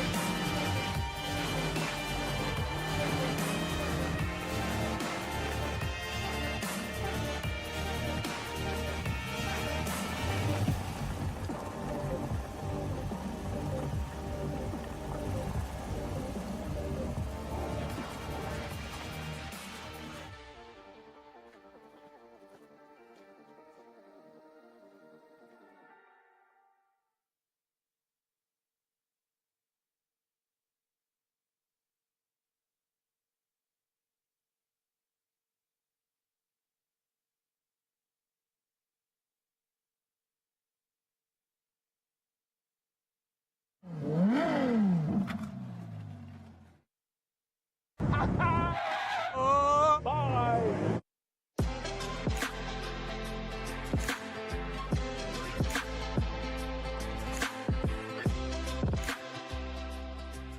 Come on, Tiff, come and check out this little bad boy. Look at it. Look, it's taken me 2.5 hours to get here, and you can't rush a bacon sandwich. That's true. And you brought me here for a Caterham. It's the brand spanking new Caterham 170S, the entry-level Caterham. 170, which means in Caterham divided by 2, 85 horsepower. Yep. Well, come on, Paul. The current entry level is the 270s with 137 horsepower. I mean, how's this going to compete? The lightest Caterham ever built, 450 kilograms. It's like a postage stamp. 450 kilograms? Well, that sounds fun. It's about £7,000 cheaper than the current entry level. Yeah, so this is going to cost you a shade under 23 grand. The 270 entry level is currently just about 30 grand. With leather seats. They're not included in the £23,000 price now, are they? They're pretty extras. But There's a few extras on leather this, seats. I'm getting interested now because Caterhams aren't famous for their comfort. Brand new LED lights. These are a brand new thing for Caterham, so they're going to launch them on this car. Is that it? You're getting excited about LED lights now? I'm just excited about the car. It's the same bodywork, though. Same bodywork. Same bodywork, different engine. It's a little three-cylinder turbocharged Suzuki engine, 660cc. How do you get into these You're things? ready for I never know. a drive already? Well, I'm gentle. It's a road car, so let's just go. How do I get the door open? I can smell the leather. You're right there. You want some help? Sadly, I'm going to have to be very close to you because it's quite tight. But I'll let you get in first. And I've got to find a seat belt. Wait a minute. I want you to be comfortable. How do I first. play? Oh, flip it now. I can't even.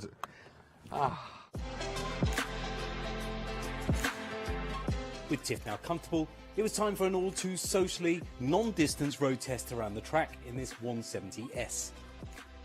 It's lovely, isn't it? I got leather seats, comfortable leather seats. Smell of it, the smell of the leather. It's a bit closer. I gotta say. Get out of the way, get out of it. Whoosh! It's quite perky on acceleration, isn't it? It is perky on acceleration. What's his 0 to 60 then? Do you know? We don't really talk about 0 to 60 with this car, to be honest with you, Tiff. It's more about the fun and the enjoyment and how fast you can go around corners. 5-speed gearbox included. It's really tight gearbox ratio, as you would expect. Road suspension pack. Well, I wouldn't have thought anything else. I mean, it's a road car, therefore road suspension. But you know what? It's still going to be fast around a track, isn't it? It's a Caterham. It's full light. windscreen. Thank you. Unique key, gear knob and instruments. Well, What's unique about them? They're unique to Caterham. Leather panel, that's actually an extra 500 quid, so I wouldn't bother with that. No, I don't think I'd bother with that. Momo quick release, 150 quid. No, I wouldn't bother with that either.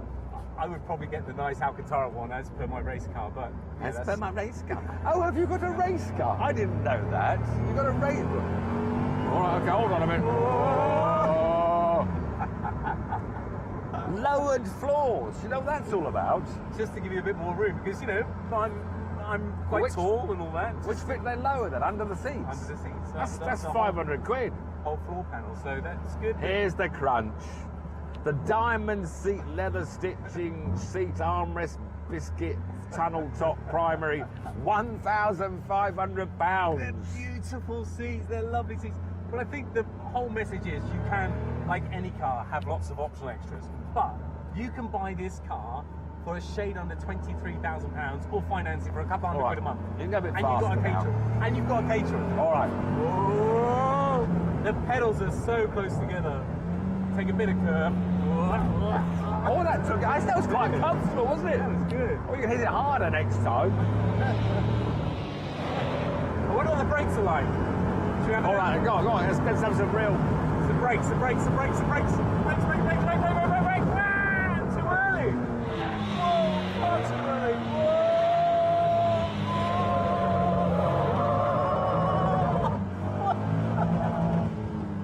Have you finished yet? Have you finished? You know how I feel. What a brilliant little car. The only thing is, if you turned up on a track day with this, people might look at you and think, well, that's just a road-going Caterham. I mean, that's the only disappointing thing about this 170. Tiff Nadell, today's your lucky day because let's pull in here and learn the hold. Look at that!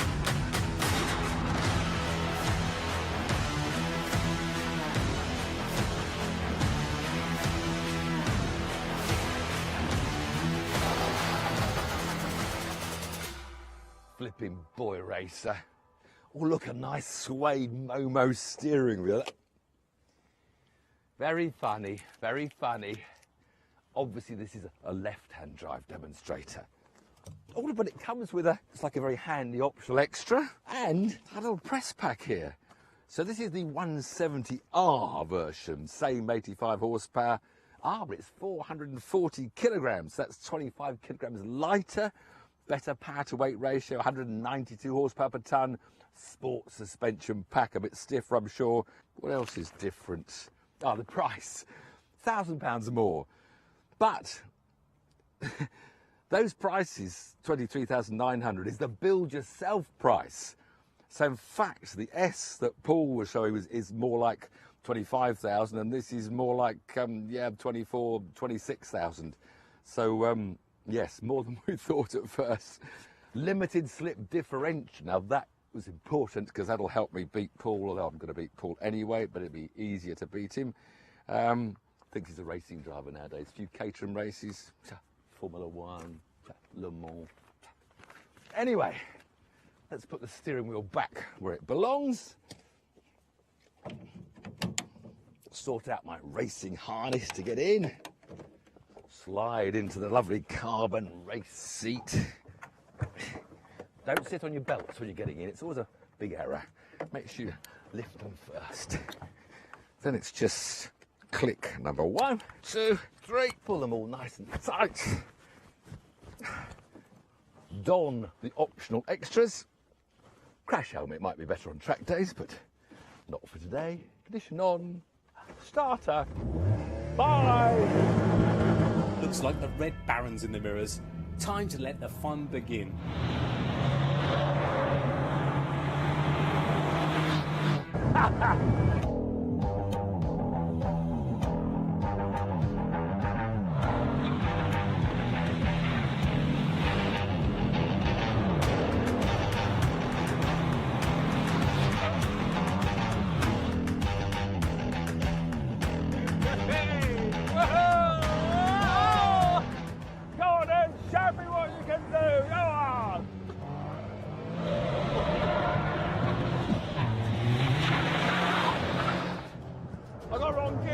I got 5th instead of 3rd. I've lost ground and I'm wild. Oh.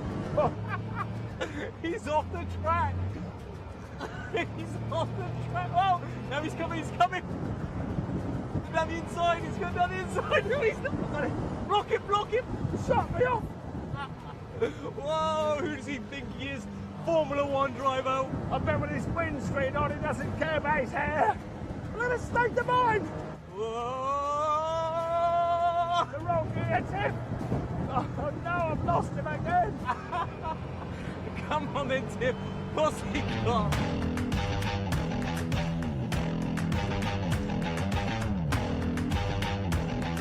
Oh, he's going down the inside. Whoa! He's got me off the brake. We nearly crashed. I've got him now. He got me with a massive lock-up.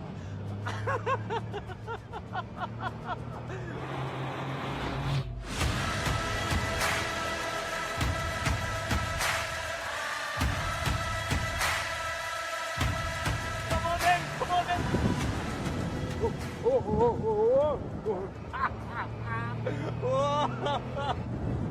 I can't hear the engine, so I keep on hitting the limiter.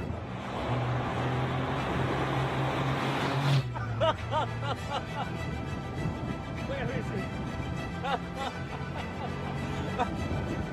I got it down the inside. I got it down the inside. No.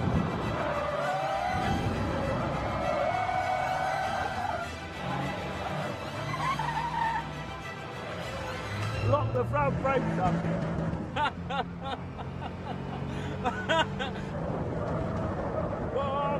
Oh, well, I got down the inside this time. I got down the inside. I can force him wide. He's gone wide. He's gone wide. He's gone wide.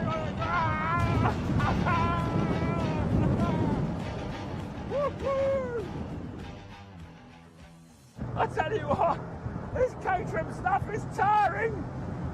But I'll wear him down. I'm a Le Mans 24-hour driver. You won't kill me, Woodman. You can keep going for as long as you want. It's safe to say that driving a Caterham is one of the most fun experiences you'll ever have in a car. It's not about horsepower, money or luxury. There's just such a basic charm and a real thrill to being behind the wheel of one. So much so, I don't think either of us are quite ready to call it a day just yet.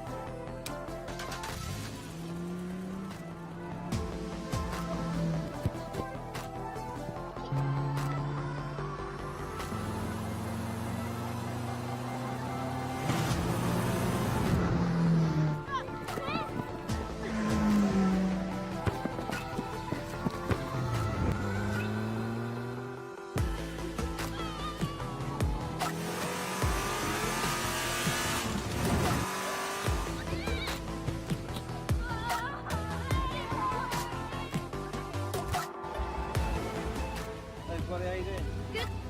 How's your day? Yeah. Scored any goals? Oh.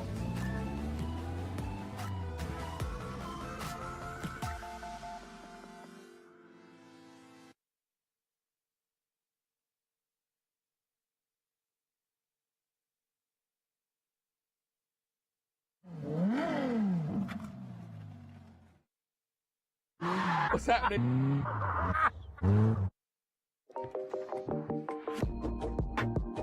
Brands Hatch. I always love coming to Brands Hatch, but Paul, what have you brought me here for? I've brought you here today for the Caterham driving experience with these wonderful looking cars. I like this in orange. And what does it entail? Oh, I'm glad you asked, because first up, a bit of drifting, good fun, and then a couple of mystery challenges, which you're going to love. And have you driven a Caterham before? Get on to that in a minute. Come on, listen. You haven't, have you? No, I've never driven a Caterham. I knew that you're going to go drifter. You've got no chance.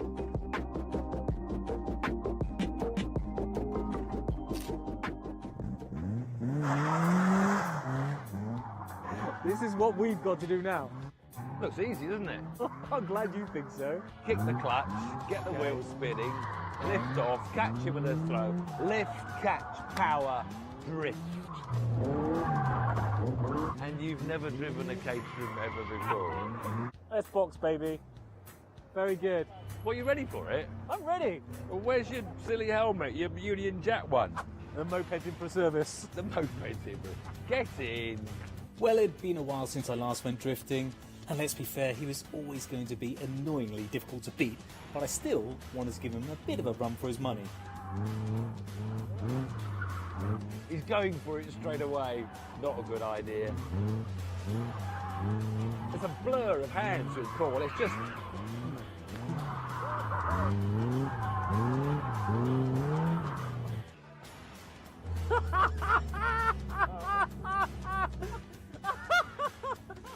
Helmet's on, ruins your hair. Mate, he wants to get out. I don't know why.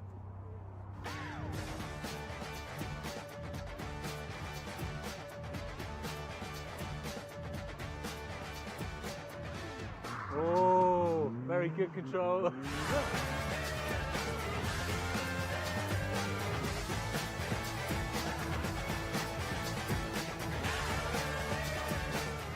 He's annoyingly good at this.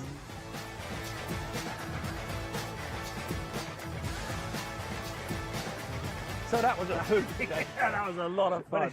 The tyres were overheating. The tyres were wrecked, and I blame Tiff, so the Caterham crew sorted out a fresh set of rubber, and I headed back out for a second run. But those new tyres, they're gripping a bit better. He's better. That's good now. That's good, Paul. That was good. Now, not too mad. Now, ease off, ease off. That's good. Yeah, good. Right, okay. Yeah, now half throttle. Good. Now full throttle. Now off the throttle. Yeah, good. Now more throttle. No, oh, you had it. Then you had it. Champion-elect. Good, Paul. You're looking better. He's not really. I just said that to make you feel happy.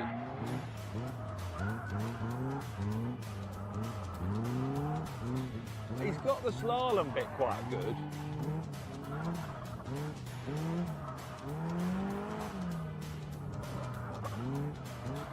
Now, this is it. Right, now more, now more, off, good. Yes, yes, he can drift, he can drift, he can drift.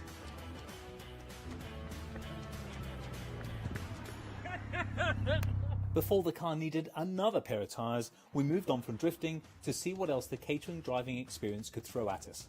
So here's the first of our mystery challenges, this 7310R. Nice colour. Lovely. So what's the challenge? Well, all you got to do is drive through the slalom. Simple as that. Just drive through a slalom. That's it. After we've done all that drifting. You go first. Come on, it'll be a lot of fun. Trust me, it's a mystery challenge. But just to drive through a slalom. Focus on that word mystery, Tiff. It's all about the start. Go as fast as you can at the start, okay? Well, round the end. Round the end. Are you going left or right to this cone? I'm going left the first cone, obviously. Okay.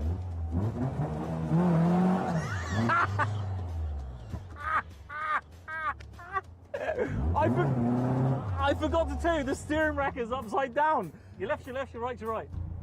So that was funny, didn't you? You thought that was funny? 3, 2, 1, go. Ooh. They've detuned this, I'm so delighted to say, because you imagine if it had all the power. That's better. Concentrating. That's better. I've got a bit tired. Southampton, any new signings for the summer? Stop talking to me. Any new signings for the summer? Get the back end out. Oh, look, that's a nice tree over there, look. Oh, some nice people. Oh, wrong, no, you went the wrong way again. Oh, Tiff, oh, that's a shame. I want you to concentrate. Yeah, that's it. Do you always make that face when you concentrate? Yes. Yeah, nice, very nice. Now, this is the hardest bit, it's lining up at the finish. Right, left, left, right, left. Stop the clock! Oh, that was good. 34.44. Go and show the camera, 30, so you can't cheat. 34.44. That was very good. Okay, get out. Get off. You imagine that people drive these to the Nürburgring and back. Well, you want to know someone well, wouldn't you? It might work better if you steer, actually. Right, are we going to have a practice first, or are you going to just No, I don't have a practice at all. So you get 3 runs. That's right, that's left. Yeah. Did you stay in first gear? Yeah, God, wasn't Okay. going to try that. Was complicated enough. Ready, up, ready, steady, go! Whoa! Wait. Whoa, he's going for it. Whoa, he's going for it. Whoa, no. No way. Which way am I going? Oh, that way. You're doing rather well. I'm very disappointed. You're obviously good, but it's all good now. Try and look. Stop the clock! Yes! First go, 10 seconds! Get in there! Boom, shakalaka! Yeah! What's so difficult about that, Tiff? Once Tiff came to terms with his crushing defeat, it was time for our third and final challenge. I've got to say, I don't think I've ever enjoyed a discipline so much as that one. You got lucky. And what have we got now? Don't tell me now it's the steering wheel's connected to the rear wheels or something. Bog standard 360i. It's longer and wider, so a bit more comfortable as well. A bit more room for me. You were helped by that being short. Come on, you go first. No. I've learned now your tricks. You learnt a lot from me. You're going first on this one. No problem at all. Because there'll be some catch. I'm going to have to take my shades off for this, even though it's very sunny. Very unlike you. Because what? You've got to wear these upside down goggles. Oh, that is horrendous. I feel sick already. Oh, look, this is the long wheelbase, wide one. Wider as well. Beautiful, isn't it? Inside. No, but you can go to the Nürburgring in this without being on top of each other. You might be on your own there, son. What can you see? I can see. Oh, this is horrendous. Where's the wheel? Oh, you're not going to like this. Are you ready? Am I in gear? Yeah. 3, 2, 1, go. Oh. You're doing quite well. Oh, I've lost round the barrel. This No, way other round side, other side. When can I turn? When can I turn? Well, I can't. That's your job. I'm not being a Come on, navigator. tell What do you me. know? That's cheating. I can't see a single That's thing. your problem. Can't you turn your head left and look where you're going? No, it doesn't work that way. But it's going to be quick. Oh yes. Oh yes, close. baby. Oh yeah, you get ready to stop that clock, Tiff. Get ready. Stop the clock. Stop it. No, you've got to stop the car. Yes. 31.03. Yes. You are not going to beat that. How do you know where you're supposed to go? I can't do this. I've hit something now. What's happening now? Something's hooting. Are you ready? Oh, yeah. Ready, go. Oh, flying start. Very good start. Okay, keep it tidy. That's good. That's very good. Keep it going. That's it. Well done. Very, very good. Getting a bit confident. Ooh, getting very confident indeed. I've lost it. I've lost it. Where are they? There they are. I've lost them for a while. Am I on the right track? You were doing so. I'm not going to tell you that. I'm not allowed to know it. Oh, where are you going? Where's the next lot? I've lost them. I've lost them. I don't know where I am.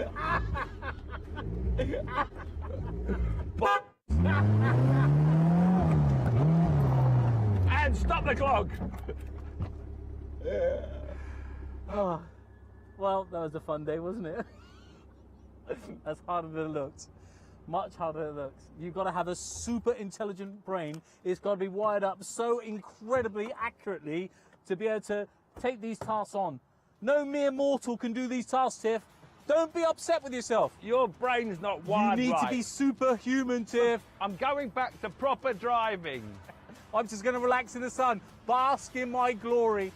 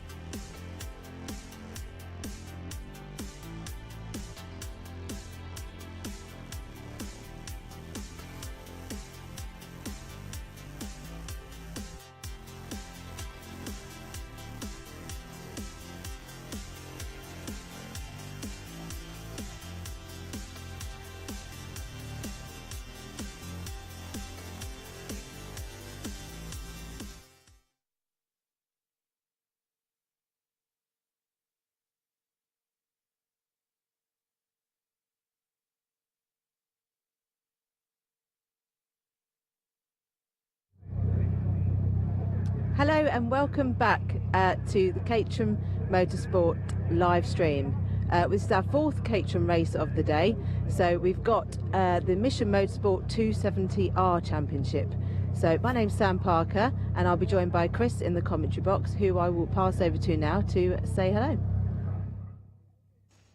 Thank you, Sam, and welcome back to everybody on the stream watching back ready for this 270R race, the second race for them of the race weekend. And we've had 3 races already today.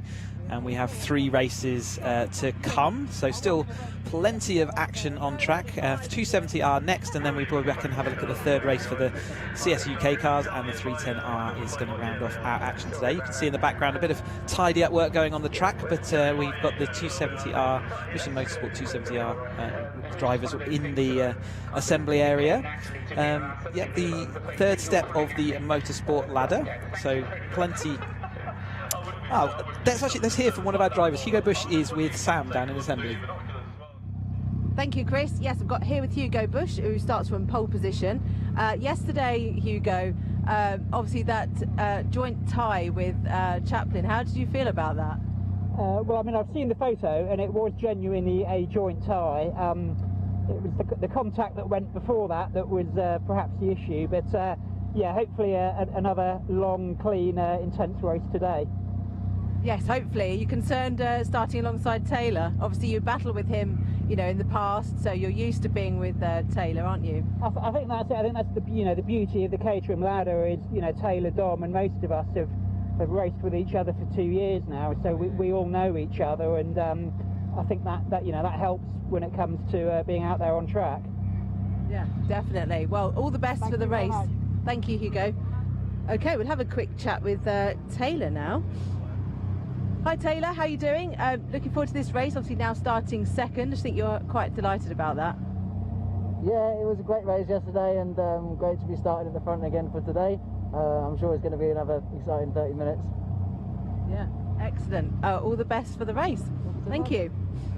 Let's see if we can have a quick chat with Dominic Mansberger. Hi Dominic, how are you feeling about this race? Oh, very good. I hope it's a cleaner race than yesterday, but pace is good, and let's see what we can do. Excellent. Well, all the best for the race. Thank you. Right, I shall pass back to Chris now.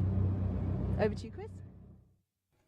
Thanks, Sam. Yep, so hearing from the top 3 there, and the top 3, you'll notice that yesterday there was that, say over the line, it looked like Chaplin, Michael Chaplin had won that race based on the timers, but they went back and had a look at the photo finishes. It was that close, and actually it was a dead heat over the line, so they initially issued a joint 1st place in the race. But subsequently, such were the number of parts that Chaplin had shed from his car that he looks like he's been DQ'd from the race for being underweight. I think that's the result of that race means that he is going to be starting from the rear of this field, unfortunately. But that's why we're seeing Hugo Bush in that clear pole position, with Taylor O'Flanagan in 2nd and then Dominic Mansberger in 3rd. But they had plenty of stories already. It was like Hugo said, it was an intense race. There was some contact and some bumping and boring. It was incredibly close. So we've got a 30-minute race. It was a 30-minute race yesterday. They 2 30-minute races for these cars during the year. They're slightly upgraded. So we saw the Roadsports a little bit earlier, and these cars have slightly more horsepower. So they're 135 horsepower rather than 125. They're running on the ZZS, just like the Roadsport, but they have wider track front suspension. So we look at the front of a lot of these cars as we move along.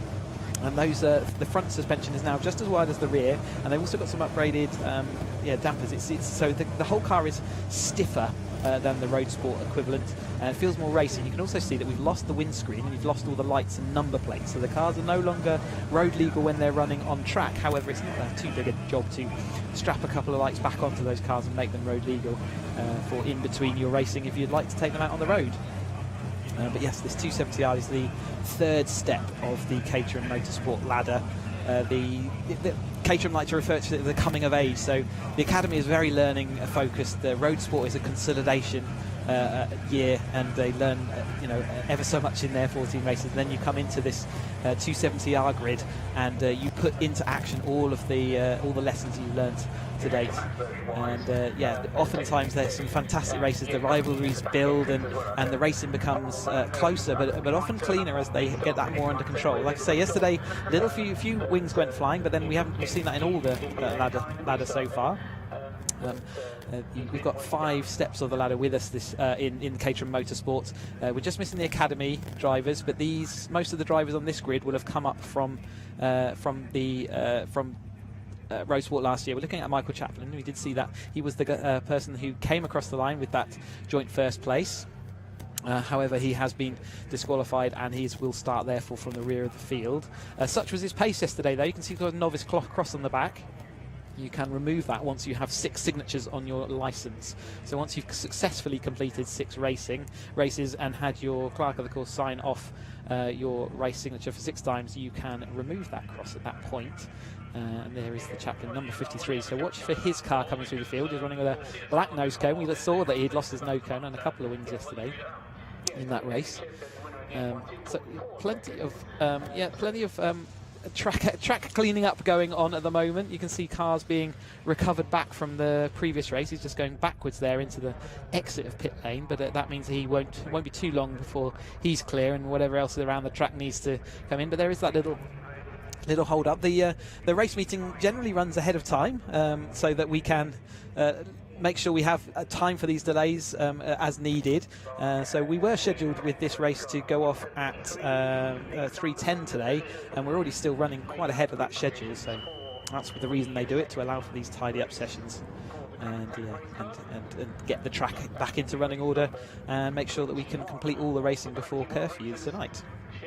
Other aspects of this series, so they are this is the first time they're allowed team support, as we're seeing the cars now released to the grid.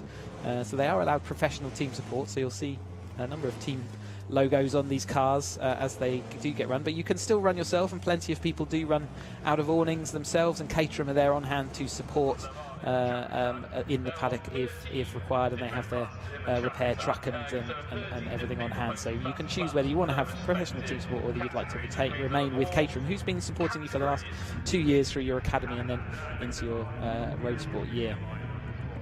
See these cars coming up now then to the grid to get lined up. Hugo Bush in the grey and red roll cage, or orangey red roll cage on the left of our screen. Taylor Flanagan in the yellow and black, and then Dominic Mansberger in the blue and yellow just behind.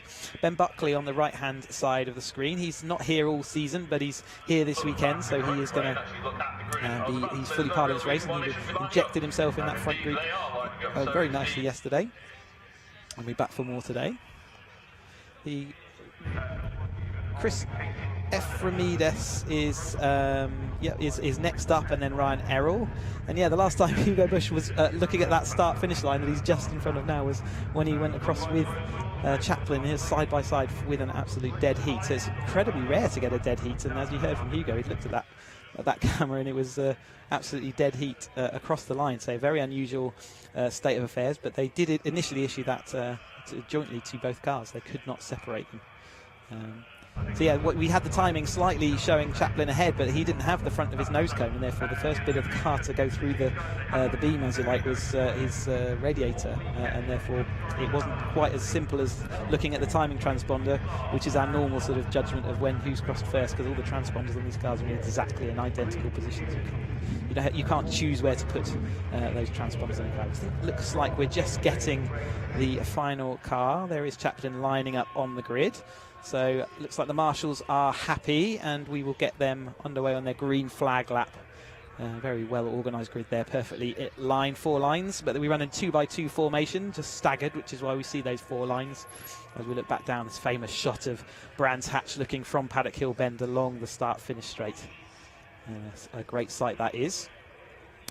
Cloud cover's come in a little bit, so it's not quite as sunny as it was earlier, yet still good weather out there, and expecting the sun to come a bit lower in the sky now. We're moving into the afternoon sessions, and these drivers looking ready. Should be perfect conditions for them out there on track right now, and they'll be looking to consolidate.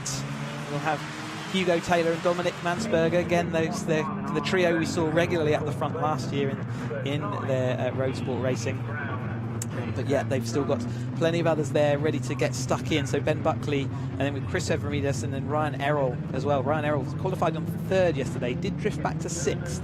He's a returnee to this championship, so he also ran last year in this championship, but he is back for another year and another go, and having a great old time there. So then we've also got Ryan Lovett and Anthony Taylor. We talked about Anthony yesterday as a returning to the field. He's in those traditional sort of Caterham colours. Here's confirmation of the grid then. Hugo Bush on pole position, Taylor Flanagan 2nd, Dominic Mansberger 3rd, and Ben Buckley in 4th. 5th is Chris Efremides, 6th Ryan Errol, 7th Ryan Lovett, and 8th Anthony Taylor.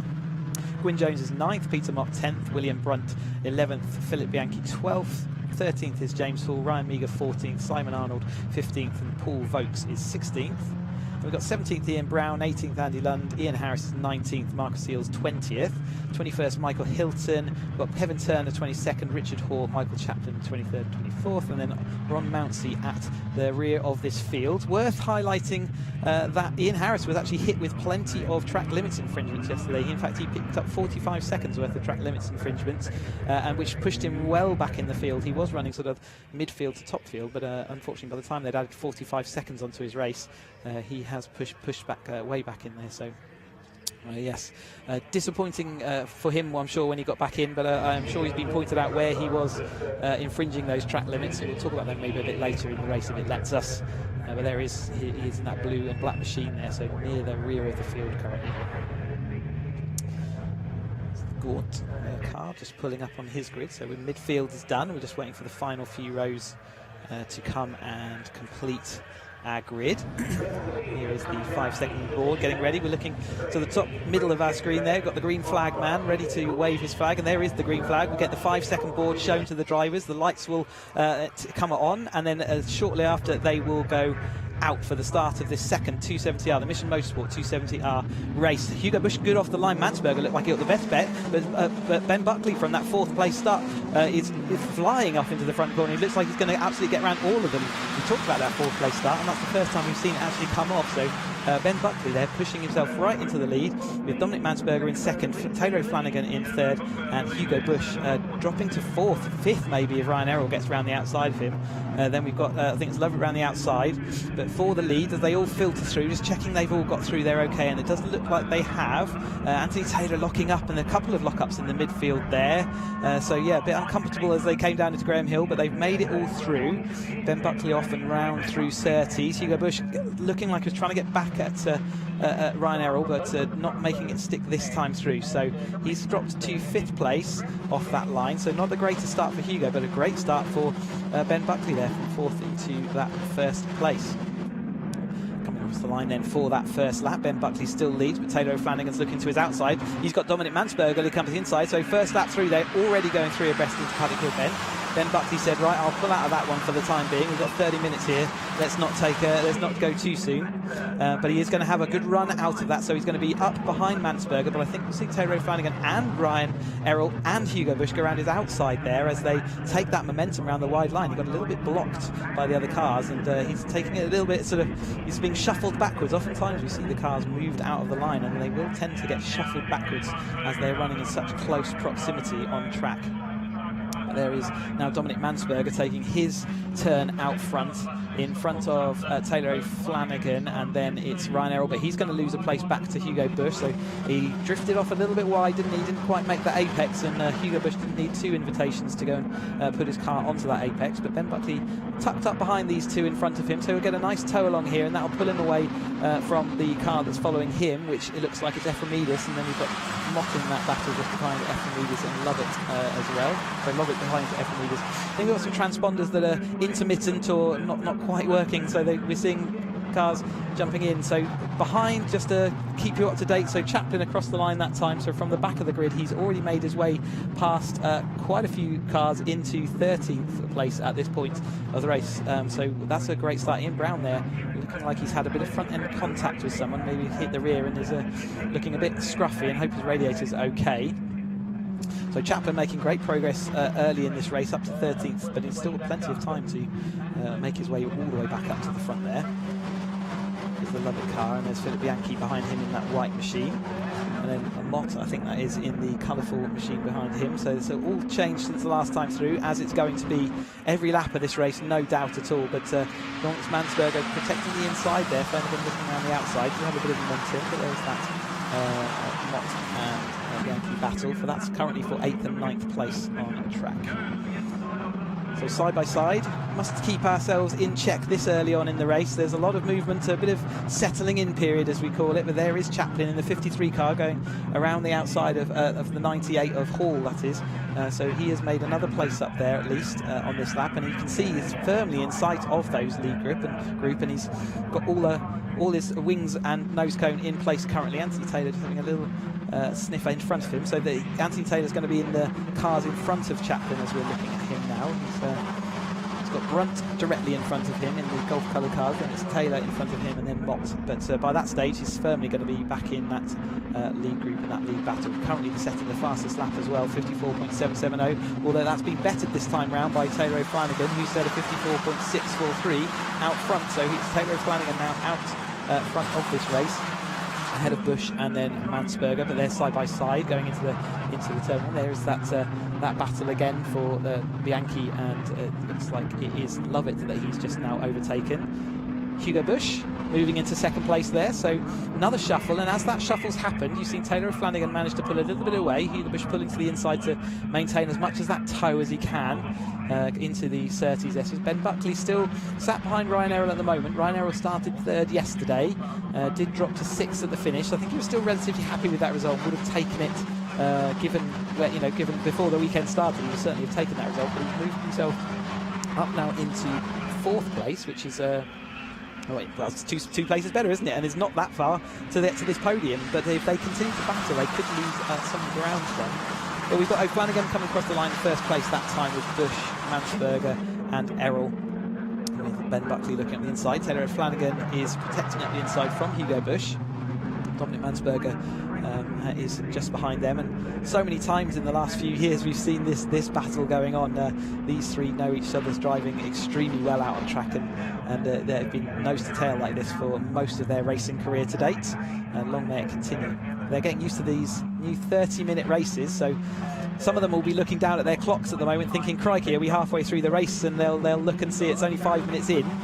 The Brands Hatch Indy circuit is relentless. It's incredibly quick laps, and they tick around very quickly, but it does mean an awful lot of action happens in a very short space of time. Behind this lead three, you can see going side by side, but it is stations even at the front here. They may have spotted that there is a little bit of a gap back to Ryan Errol there, and again, with a 30-minute race, if you're able to spot that and understand it, then you can often settle things down and try and pull a gap. But as soon as I say that, what do I know?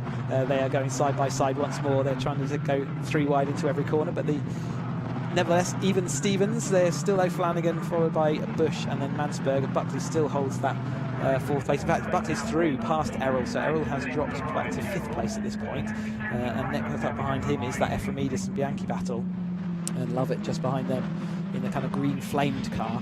Hugo Bush looking up the inside of Clearways. That was a move that didn't look on, and then it sort of just progressed, and he's now up the inside as they go into Clark Curve, which will mean that he does have the lead as they go around Clark Curve, but he's also got the momentum, which is why you saw Dominic Mansberger skip his toe and go instead to Taylor Flanagan. He's going to have the double shot, so he got a little bit of toe from Hugo Bush and got a little bit of toe from O'Flanagan, and then he's now managed to carry that momentum. He's going to try and get the overlap if they go on up the hill. Gosh, that was really tight out there. A lot of opportunity to misjudge, but they end up being line astern again. But all that brought Ben Buckley right back up to them, and now we've got that lead battle right back to 8th place. So we've seen that a number of times, and there's I think that's Ephraimidis looking up the inside of Errol there. We've seen that a number of times in this race. This top battle is initially spread out, but then it comes back together to form a train of 8 to 10 cars. We've seen that throughout the fields today, haven't we? That's been a characteristic of today's races. And there was look at that up the inside, wiggling his car as he got on the brakes there. It's Philip Bianchi.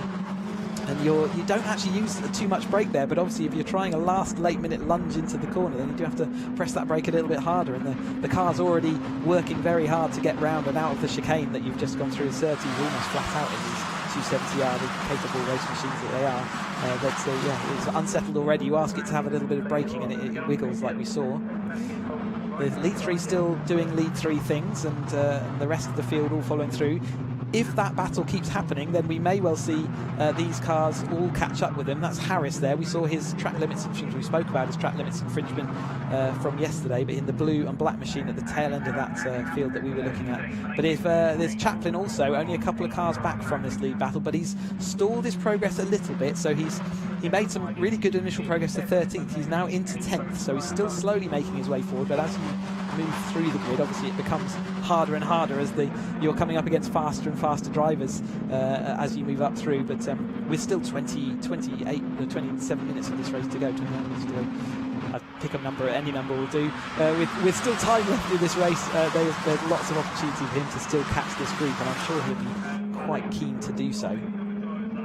So, recheck in. Is Taylor O'Flanagan still out in front? Again, I'd say he's tended to be leading more laps than he hasn't been so far. Mansberger is in that second place, but it's a bit like we saw with the 310 grid earlier. It doesn't really matter who leads the most laps. It's who leading at the end that counts, especially as it comes down to that final 5 minutes where things get a little bit more intense out on track. Mansberger there bouncing through, using that curb of the inside of the chicane. You need to use that curb to get the car turning properly. Like I say, it's nearly a flat-out corner. Sometimes you're off the throttle just to make sure the front end of the car tucks in. Little hand signal there saying, "Go to my outside. I will let you go," and that will help them leapfrog each other as they take these laps on. And it's one of the ways that you can catch up across these gaps. We say these gaps appear and disappear, and that was a perfect example of Caterham hand signals, but of the nice type. That one saying, "Yep, go to my outside. I'm not going to fight you," and then we can catch up with Taylor Fanning, which they do proceed to do into this corner. There's Chaplin around the outside of Mott, so not in that colourful Williams Motorsport car. Looks a great colour scheme when you go and see that in the paddock, but Chaplin is trying to get past him, and that would be for the 9th place battle. There's a wing there, so our first wing that we've seen out on track so far, getting a bit blown. It doesn't the exit there, it's kind of off the racing line. It should get blown off onto the infield there. There's the Peterbox car, you can see its colour scheme in full glory now, and there's the Chaplin car with his novice cross on the back, so he is looking for that. He's currently in 10th, looking for that 9th place. Absolutely nose to tail. We saw yesterday a couple of times he misjudged that, and there was a few bumps and scrapes as he pulled out. It looks like he's understanding the length of the Caterham better each time. It was his first car race yesterday. It was carrying a lot of speed through the middle of Paddock Hill there, nowhere to use it at the time. So, but again, nice and clean to the outside of Druids. A little bit of grass tracking or gravel tracking there, for that was Roger Gorn in the 79. Oh no, it's Ryan Meager in the 79.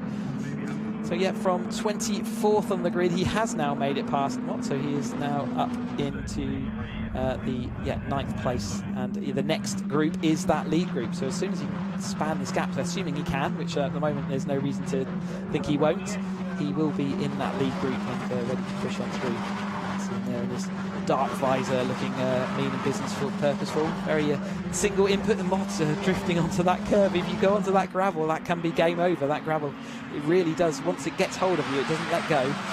So yes, he was absolutely flirting with the edge of the track at that point. Again, we've seen that a few times this weekend. Ryan Errol with Lovett, I think that is behind him. So that was for 6th and 7th. I think they've just had a bit of a swap around, a couple of laps. So Bianchi's moved ahead of this group, so he was fighting this group, wasn't he? And he's made his way through past Errol and Lovett. Errol is ahead of Lovett. A bit of a lock up there. It looked like that was from Bianchi in the white car. And Ephemidis has been shuffled back to 8th. So he's currently at the tail end of this lead group. Another wing is flapping in the wind, trying to make its escape from that Caterham. They certainly don't like to be stuck on these Caterhams all race long at the moment. It's flapping away in the wind. The right end of it's flapping this time, if you like, so it doesn't look like it's going to affect him. It's not rubbing on any tyre and bodywork, so it's just going to sit there, I think, for a bit until it departs. Close as you like across the line then. That's Errol on the outside in the 33 car, and that's Lovett on the inside in the LFP run car. So they go side by side. Back to the leaders. Taylor Flanagan is looking like looking like he's making progress. Hugo Bush, though, defending from Hugo Bush. They had that little truce a little while back. I wonder whether they'll do it again to try and close that gap. Every time they start fighting, you can see that gap opens up. And then Bush has now set the fastest lap of the race. He's 54.215, so he dropped back a little bit, and yeah, I think we saw the Ben Buckley wing go flying off then, so that's now departed and left the car. But yeah, I think he dropped a little bit back from Mansberger, and he was able to use that as a run-up to get a super lap time. Saw how close he was to it. They are teammates in the DPR Motorsport team this year, running in second and third. Ahead of them, they've got the Taylor Flanagan car. Hugo Bush moving to the inside, and as they head up into Paddock Hill Bend. But this time he thinks better of it. Sponsored Taylor Flanagan. Up to Druids again. So a little bit of, nothing's really moving around position-wise, yet there's a lot of action as far as making those moves, but probably the biggest action there is that Bianchi has come right across to the Ben Buckley, so he's moved not only through that field, he's also moved to the rear of this lead pack. We've all got a car off there. That's the 98 of Hall in the barriers in the black and white machine. Is that at the bottom of Paddock Hill? I think it is.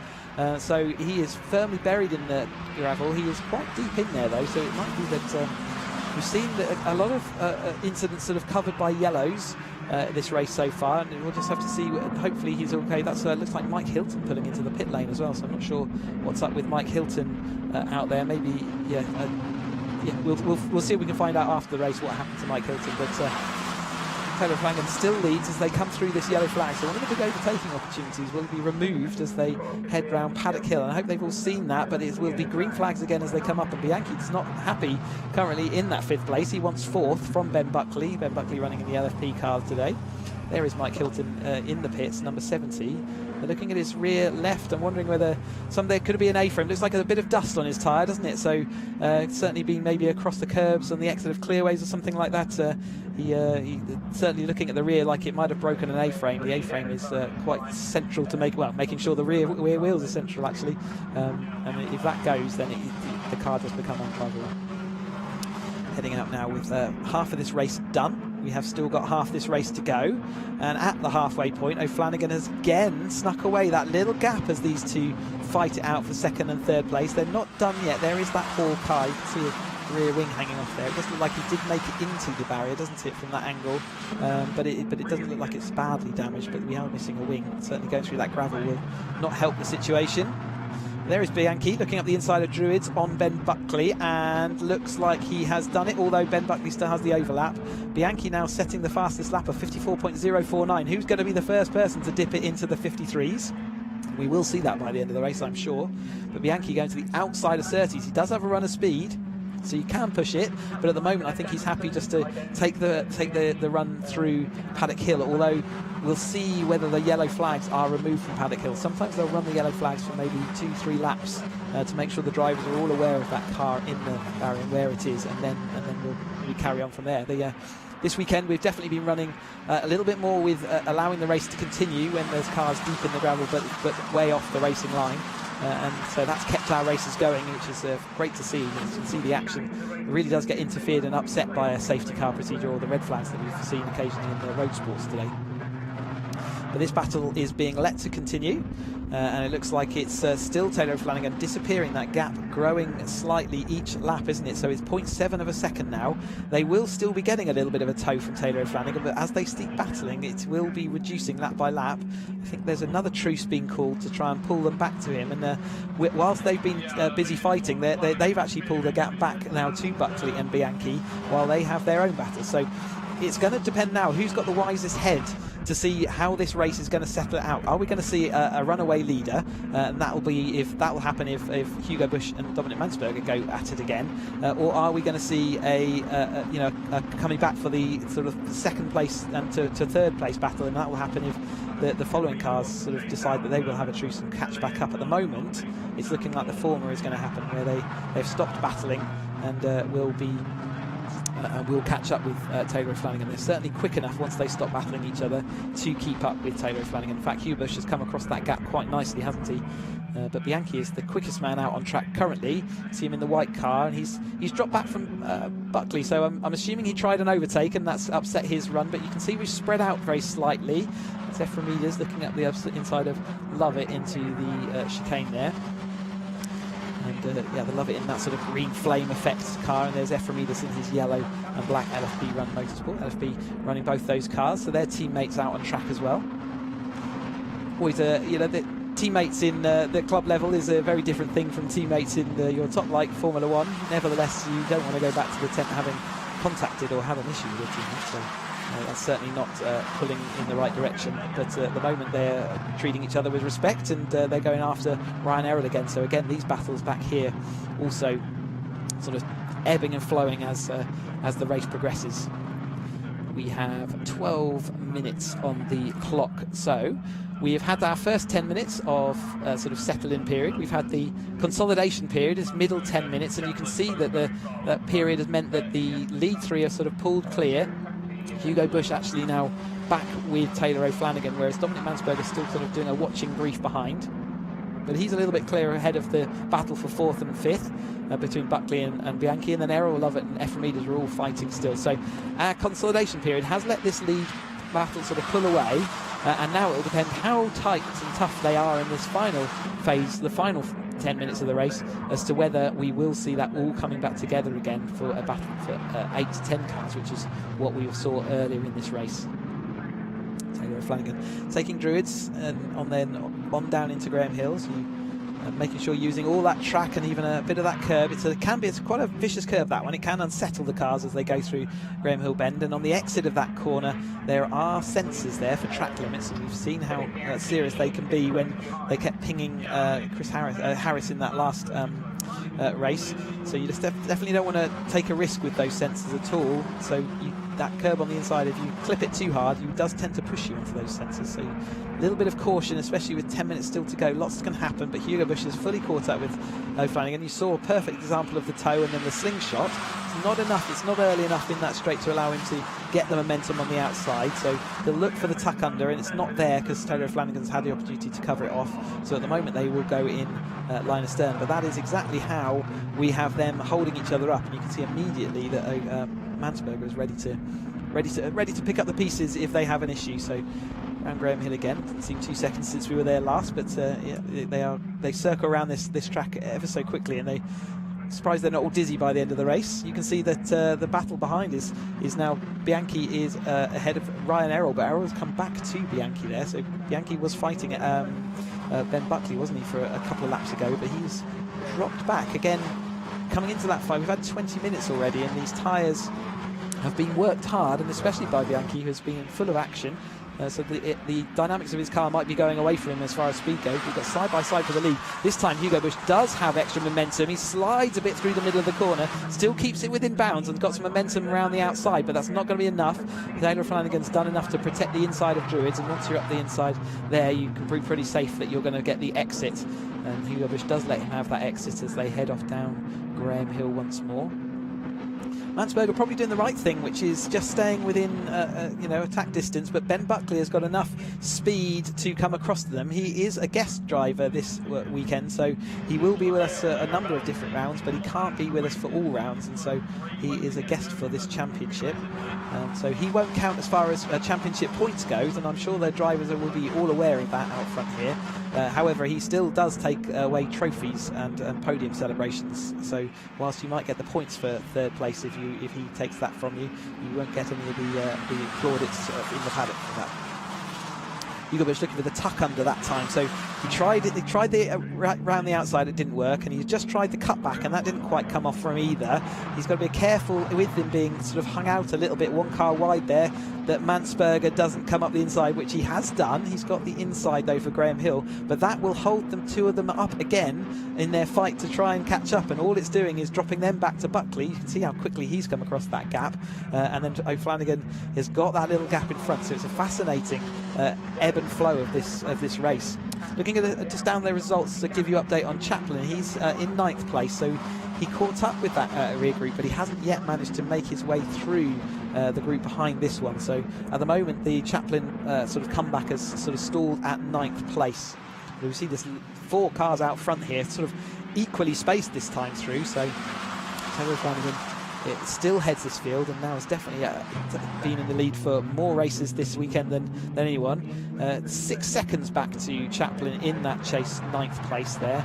So yeah, it's going to be tough to come back over 6th place, especially given that he's also got a number of different cars in his way as well to get back here. So it looks like that battle has now faded, or the threat has faded from behind.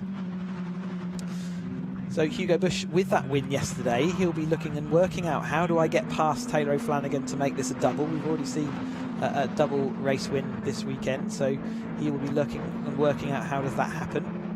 He's going to see where his fast and his parts of the track that he's quick at and where Taylor Flanagan's quick, and he can then try and assess where does he want to be at what particular point in this race, keeping in mind that at any time we can have an incident or issue. So being out front sort of guarantees you that you are going to, if a safety car comes out, for example, so you definitely want to be out front. There is the battle that's got the Chaplin at the rear of it, but we've still got Bianchi out front, so whether his tyres are going off or a little bit of jinking and jiving there as Ryan Errol moves to the outside of Chaplin. He then, Lovett was already there, wasn't he?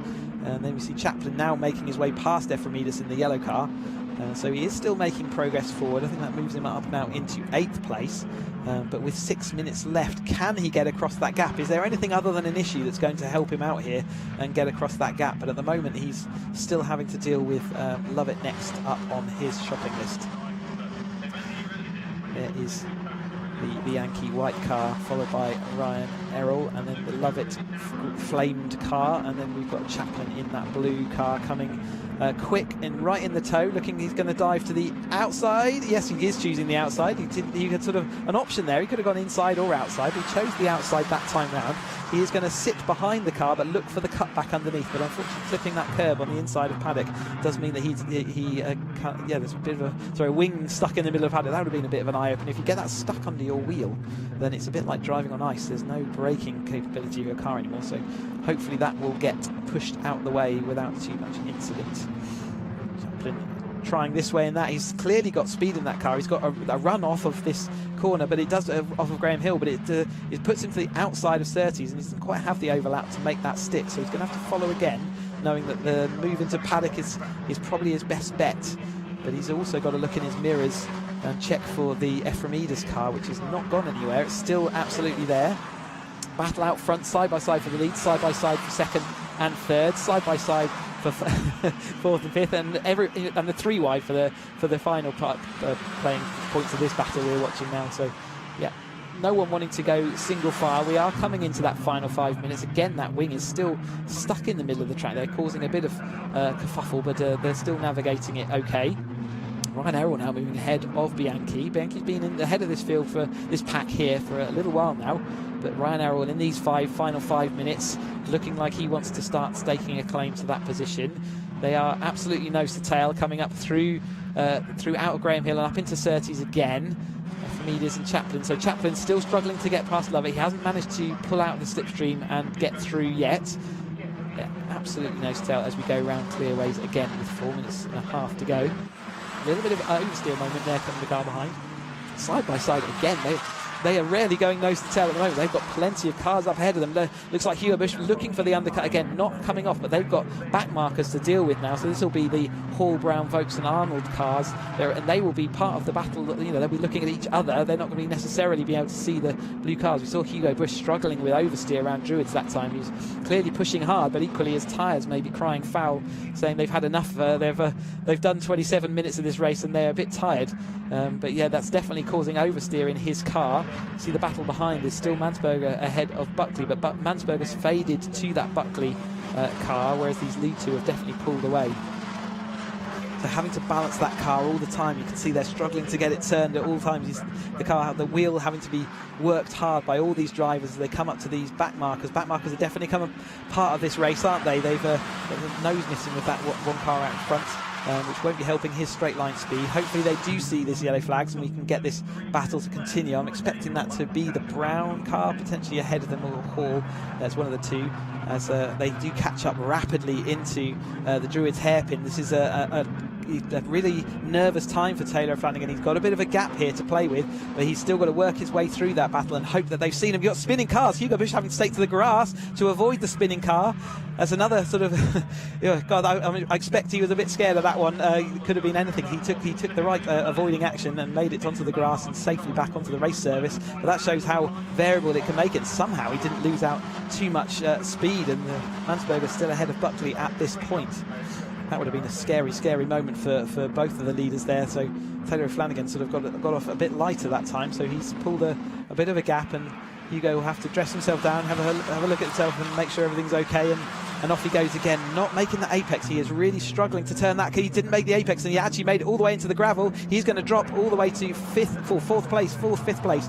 He couldn't make it. His car's been struggling to turn in for this last few corners, and now you can see he's angry. As he's lucky to make it out that gravel trap. We've seen so many cars getting swallowed up by that, and he's still in that fourth place currently. But that moves O'Flanagan clear into the lead now. Bush is out of that into fourth. So Mansberger is second and Buckley is third.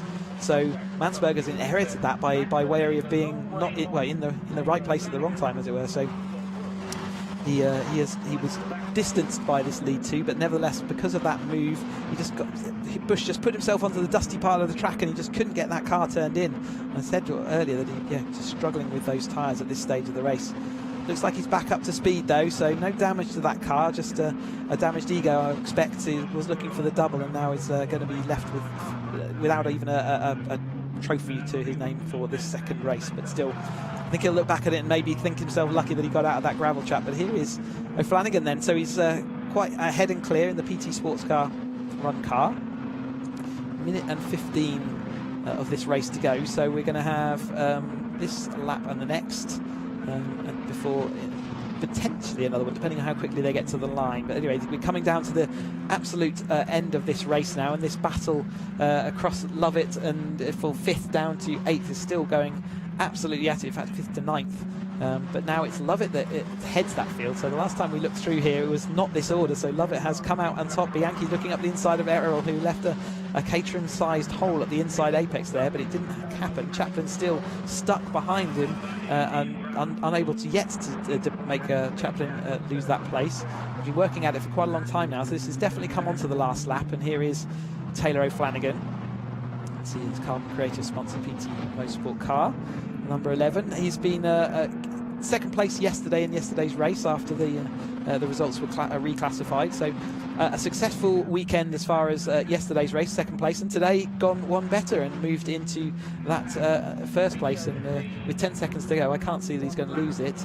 It's actually Hugo Bush that's currently got fastest lap of the race, 53.964. I told you someone would get the 53s. So that would be an extra point for Bush and a little bit of consolation for finishing in that fourth place. But it's O'Flanagan coming up to take his second Mission Motorsport Caterham 270R race in fine style, and he is ahead of Mansberger, who takes second place, just ahead of Buckley in third place. And we just wait for Bush to come across the line in fourth, which he does now. He gets that fastest lap for an extra point. Lovett, Errol, Bianchi, Chaplin, Ephraimidis was the battle behind. Now we're looking at Mott, Taylor and Brunt, and it looks like Brunt, Mott, Taylor and Brunt was how they ended. Then Harris recovering back up from the back of the field to 13th place, and then a little bit further back we're still seeing these battles finish off as the tail end of the field do cross that line. With such a large field, it's not really so much the tail end, is it? But see the wings still getting blown around there. Another couple to add to the Marshall's stack. But there is the winner of this second Mission Motorsport Caterham 270R race. It's Taylor O'Flanagan, champion from the Roadsport racing last year. And there is Dominic Mansberger as well in second place. He'll be happy, I think, in the Motul sponsored car there. Certainly after he had a third place yesterday, so he's also gone one better. So another good start to his season. We're looking at the confirmation of the results, provisional results. Taylor O'Flanagan takes the win, Dominic Mansberger in second, and Ben Buckley takes the third place. Hugo Bush is in fourth place with fastest lap for an extra point. Ryan Lovett is fifth, Ryan Errol sixth, Philip Bianchi seventh, Michael Chaplin eighth, Chris Efremides 9th, and Peter Mott is 10th. 11th is Anthony Taylor. William Brunt was 12th. Ian Harris 13th. Andy Lynn 14th. Ryan Meager 15th. Gwyn Jones 16th. Marcus Eels came home 17th. Kevin Turner 18th. Richard Horde 19th. And Paul Vokes round out the top 20. 21st, Simon Arnold. Ian Brown 22nd. James Hall and Michael Hilton we saw pulling into the laps, and we saw Hall earlier in the barriers. We're going to go over to Sam now in assembly. Yes, thank you, Chris. Yes, it's back-to-back races this afternoon. Now it's the Avon Tyres Caterham 7 Championship UK. This is their third race of the weekend. So let's have a chat with some of the guys, see how they're feeling for their final race. Afternoon, Aaron. Oh, yeah. So, final race of the afternoon for you. Yeah. How are you feeling about it? Yeah, feel like we've had a few good results this weekend, so this will hopefully be a little bit less sort of hectic, I hope. We just want to try and keep it in first position, no stalling, and hopefully keep the position and finish the weekend on a high. Definitely. Well, you're used to starting on these slicks now, aren't you? Yeah. So hopefully you get a good start. And obviously yesterday when you started on pole, you had James Murphy alongside you. Yeah. For this one, you've got him behind you. Yeah. Do you think he's going to get a good start and try and get in the lead at the beginning? I hope so. He seems pretty good on his starts, so I'm hoping that he's going to get past Henry, and we can work together as a team and move forward. Excellent. Well, good luck. Okay, we'll just have a quick chat with Henry. Hello, Henry. It's been a good weekend so far, hasn't it? Are you going to go for that win this afternoon? Well, we're trying my best. So, yeah, it's a competitive field. I'll be trying my best. Yeah, and see if we can go one better than the previous race. But it's all to play for, and yeah, we'll look to do well. Well, all the best. Thanks, Henry. We'll move along, see if we can have a quick word with James as well. Afternoon, James. So it's third race for you. Are you feeling quite confident for this one? Yeah, it's confidence one can be with all these drivers, all these very quick drivers around. But yeah, it's, again, same weather we've had. Tyres are a race older, so we'll see how they last. And yeah, the same very quick drivers up front. We'll see how it pans out. I'm looking forward to it. Excellent. Obviously, you've got Aaron in front of you. Are you hoping he might have a moment on the start line again, like yesterday? Thanks for reminding me. I'll be ready for it. Yeah. Make sure you're ready. Yeah. Thanks. Cheers, Sam. Excellent. Thank you. Well, good luck for the race. I wonder if we've got time to have a chat with our fourth place driver, Chris Moore, in his lovely purple and white car. Chris, you right for a quick chat? Yeah, of course. I love the colour scheme, by the way. So you've had a quite good weekend, haven't you? Yeah, not Are you bad. pleased? My first go in the car, so I'm just glad I'm able to stick at this sharper end, but we'll see what I can do. I'll leave you to it. I think that's you've got to go. But all the best for the race. Thank you very much. Right, over to you, Chris. Thank you. Thanks, Sam. Yes, as they pull out of assembly onto the grid, straight back-to-back racing for this afternoon for this 7 UK Championship car. We've already had one race today with these cars earlier. We can see Paul's cars being covered back, so they're clearly going to time that so that they know that they can clear that by the time they line everybody up. So we've already had one race today. This is the only championship in the Caterham Motorsport ladder that does 3 races a weekend, and they do 3 20-minute races rather than the more sort of traditional 2 30-minute races that we saw for the 310 and the 270R. But this is the top flight Caterham Motorsport car, so this is the 7 Championship UK. It's 180 horsepower. They've got slick shod tyres on their cars, so you'll see them having to work them hard to get the heat in. But those slicks mean, and with the uprated suspension, a limited slip diff and 6-speed sequential box that they run in these things, they are absolute thoroughbred race cars. They lap around here incredibly rapidly. We saw 48-second bracket laps in qualifying, and in the racing we're seeing them still dipping under 50 seconds. So if you've ever turned a lap round here, you'll know how rapid that is. Just getting that. There are plenty of previous champions across the whole board. We're looking at some of the marshals out on track at the moment, and again we'd like to thank them as much as we can throughout a race weekend, and thank you again to all the marshals who sit on the banks in whatever the weather. Luckily we've had some sunny weather today and good you know, everything's playing ball, and get to sit and watch Caterham racing in the sun. And I know that they've had a little bit of walking to do to go and pick up wings and stuff, but and a few tidy ups. But that's what Caterham is quite famous for. And I know that the marshals, when I speak to them, they enjoy the Caterham race meetings. But here is the third race then, 7 Championship UK.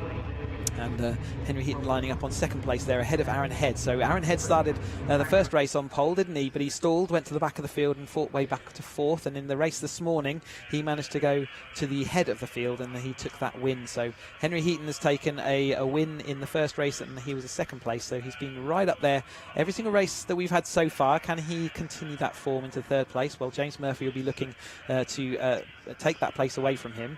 They only allowed 1 set of tyres, or new tyres, per race weekend. So this is now they've done qualifying on those slicks, and they've done 2 races so far. So their tyres will certainly be starting to feel it a little bit. We talk about the tyres getting sort of angry and tired as they get age and as they get heated through the race. But these slicks have had to work hard today. We're going to ask them to do a bit more work now. Such is the durability of these tyres that they'll be used for testing outside these racing that we've got here. See, there's just a little bit of a hold on the grid whilst we tidy away the car that we were watching from the previous 270R race. But it gives us a chance to call out Aaron Head on the left there in the black and the pink roll cage. Henry Heaton in the bright blue, the shiny blue car there. We've got James Murphy back towards the left, just behind Aaron on the orange and black car. And then Chris Moore with the snazzy colour scheme of purple and white on the right-hand side. Like you said, it was his first time driving the car properly in a race meeting this weekend. So he's going to be pleased with, I think, a 5th place and a 4th place. So what a stellar start to his race. We saw there's Swan Dixon on the right behind him in the white car. So he was fighting back with Monks, who you can see behind him on the sort of top right of your screen now. We've got Lee Bristow, who's fully inserted himself up the inside into this championship, pulling away on their green flag lap. Bit of smoke there from Aaron for figuring out how do I make sure it doesn't stall. He's absolutely going to learn that lesson, isn't he? They pull away in the rear of the field, or just finding out if slick tyres are a bit cold, they offer up no grip, which is why we see these cars weaving and wheel spinning as much as they can to get that heat into the tyres. So yeah, so Aaron Head, you can see they're absolutely working that wheel as hard as he can, and they're doing that all through that field just to see whether they can get the grip in. Here's confirmation of that grid then. Aaron Head's going to start from pole. Henry Heaton alongside, James Murphy and Chris Moore in the 2nd row. 3rd row is Bristow and Swan. Dale Head, Greg Monks in the 5th row. So Tim Dickens, Andy Lees, and 9th and 10th. Ian Sparshot, Mark Farmer 11th and 12th. Simon Griffith, Gary Lapidus 13th, 14th, Chris Kirby and Mike Evans. I think Mike Evans was having engine issues. I don't believe he's in this race. They're going to go and consolidate, and they will come back strong in Snetterton. So we have lost, I believe, Mike Evans from this race. There is Aaron Head. Pink roll cage, pink helmet. Henry Heaton in the white helmet but with the blue car. And James Murphy, Chris Moore, and there's Lee Bristow. And there's the recovering Swan. Jake Swan came up nicely through the field, didn't he, to take that 6th place. So he started right at the back with Greg Monks, and Monks not too far behind, just a couple of places back from him. But yeah, everyone absolutely, on their A game this morning. The racing was epic, and we're looking forward to more of the same as they just get the last couple of wheels, burnouts underway to try and get that rear temperature up as much as they can. 1.3 miles of Brands Hatch Indy isn't a long time to get temperature into your tyres and then into your brakes as well. See the cars lining themselves up for the 3rd and final 7 UK race of the weekend for us. They will see them next out at Snetterton. But we have got the last cars in place, so we've got the green flag. The 5-second board is shown to the drivers, so we'll be waiting for those lights. Who is going to make the best start of this 3rd race? The Caterham 7 Championship UK, sponsored by Avon. Aaron Head doesn't get away good, but James Murphy does. He's looking for a gap that looked like it was a bit squeezed, so Aaron Head actually squeezed James Murphy a little bit, and that made, in the 2nd phase of that race, he actually got absolutely barnstormer. So from an initial slow start, he got away well. Henry Heaton slotting into that 2nd place, so it's 1st and 2nd as they were on the grid, 3rd and 4th as they were on the grid, and then even 5th and 6th. So at the moment it's all happening exactly as the grid predicted, but a little bit of shoulder barging there. Jake Swan lost the rear end of the car. He's coming into Graham Hill that time through. Cold tyres. I think Greg Monks has been shuffled back a little bit, hasn't he, into the order, but Head is still leading over the top of Henry Heaton, the number 10 car there. He's been up the front of every single one of these races, as has James Murphy there in the orange and black car, and Chris Moore has sort of faded and come back through a number of times, and he benefited from the Monks and Swan issue that we had in race 1 to take 5th place, and so he's had a 5th and a 6th to, sorry, a 4th and a 5th to his name, which is great. But he's under attack from Lee Bristow, side by side into Paddock Hill. 20-minute races, don't forget, so we just watched a couple of 30-minute races, but the 20 minutes does give it a different attitude. We're kind of coming in after that first 10 minutes has already sort of disappeared, if you like, so we're already getting to that point where you need to start thinking about moving forward, and that's why we see a lot of movers and shakers in these early laps. There's Andy Lee's coming down the inside of Tim Dickens, but can't make that one stick, and there's behind him that spar shot in the 34 car, but Head out front. Heaton and then James Murphy absolutely nose to tail. Remember, these tyres are tired already by the time they get to this race, and they'll be looking to make sure they don't overheat them whilst they've also got to do all the racing. But James Murphy looking good in 3rd place at the moment, isn't he? He's come across a gap, very quick time, but Henry Heaton's got the tow. James Murphy's going to have the double tow. Is there anything he can do with it? The road's rather blocked, isn't it, by the two in front, so at this stage of the race he can't do anything with that extra speed. He's looking to see whether he can tuck a front tyre underneath Henry's rear, but it's not going to happen. Head moves across to defend, and that's going to bunch the pack up again. Chris Moore right back on this tail, so as soon as that defensive move happens up into Druids, you see the pack all come together, and they are absolutely line astern all the way through this field once more. Head now into Graham Hill again. A bit of a lock up there from Andy Lees. It looked like he didn't make the apex, but has made the exit. Monks will be looking to see whether he can make anything happen, but he can't at this stage as they bump on through that Surtees. Curb's quite uncomfortable to run there, yet you've got to do it to make sure the car is in the right place at the right track, especially for this right of clearways, which is really important to get a good run out of clearways and then onto the straights. I call it straight, it's actually a constant curve, isn't it, to the right. But yeah, they're coming up and now uphill into Paddock before they turn into the right hand around 80-90 miles an hour in these cars, and it drops away from you, and you can have the compression at the bottom, which makes the car grip up again, which is another reason you see the cars sort of wiggle and squirm as they hit the bottom of the hill there. There is Monks, and he started in that, I think it was in 8th place on the grid, so currently sitting in about 10th, so he has been shuffled back just a touch in the early phase of this race. Aaron Head's looking like he's sprung a little bit of a gap, hasn't he, with Henry Heaton now having to look in his mirrors rather than looking ahead. However, it will mean that he's got a couple of laps where he could make some good lap times, so maybe his fastest lap is one of the things he wants to achieve in this race, which they get an extra point for doing it, and Greg Monks currently has that extra point to his name on the scoreboard. So an extra point is the equivalent to overtaking a car, so obviously getting a fastest lap is just as important as overtaking a car, and yeah, it can come particularly important. It can be really important when the championship comes to a head at the end of the year, so as many fastest laps as you can get, the better. Henry Heaton again having to defend. We saw him do a stellar job of defending for nearly the first half of the race this morning.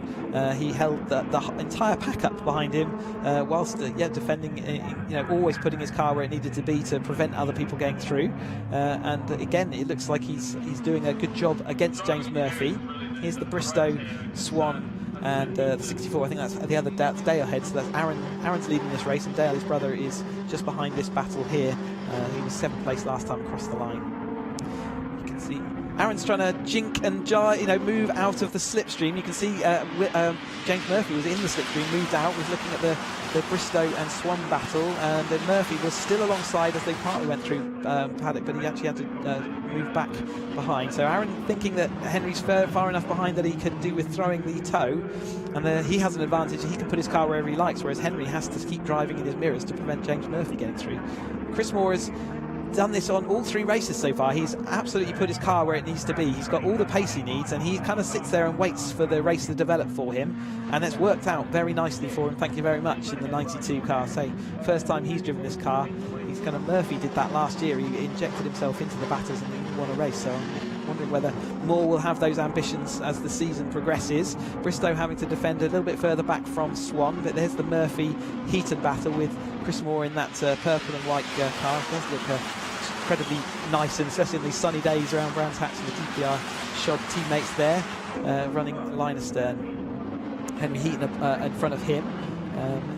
then you've got in front of them Aaron Head in the lead and pulling a slight gap still. So that little movement left and right to try and throw the toe, maybe that's paying off for him. Henry's certainly going to have to, he's certainly having to look in his mirrors rather than look ahead. You can see again Aaron moving from left to right, making it awkward for Henry, so he's going to have to look in front and behind.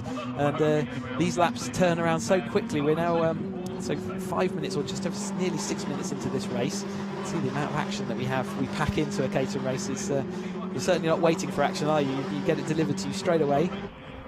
Again, more movement. Henry can't follow him that time, you see, because James Murphy's going to have an opportunity to go on the inside. Henry's going to pinch him to the inside and not give him any room, but they are side by side as they go through paddocks. Henry's going to have the momentum up the hill, but he hasn't managed to get rid of the overlap. He did just as he got to the top of the hill. He managed to defend once more, and that lets Chris Moore come in around the outside. Another classic Brands Hatch move around the outside of Druids turns into the inside of Graham Hill. So Chris Moore now moving up into third place. That won't be in James Murphy's action plan. A little bit of contact, I think, as they just went down into Graham Hill, so they will now sit third and fourth, reversing the order, and that has allowed Aaron Head again to move slightly further into that lead. He's got a 0.7 second gap, and we've seen a couple of times this weekend a 0.7 of a second gap can go all the way out to 10 seconds by the race, or if they settle it down in this mid-pack, they will get back to him. But it's at this stage at the moment, it looks like Aaron Head's got a good and sizable lead, and the gap is now 1.6. So in that battling they did with all that side-by-side up in Druids, he took another second and a half out there. There's 1.6 seconds back to Heaton the last time across the line. Heaton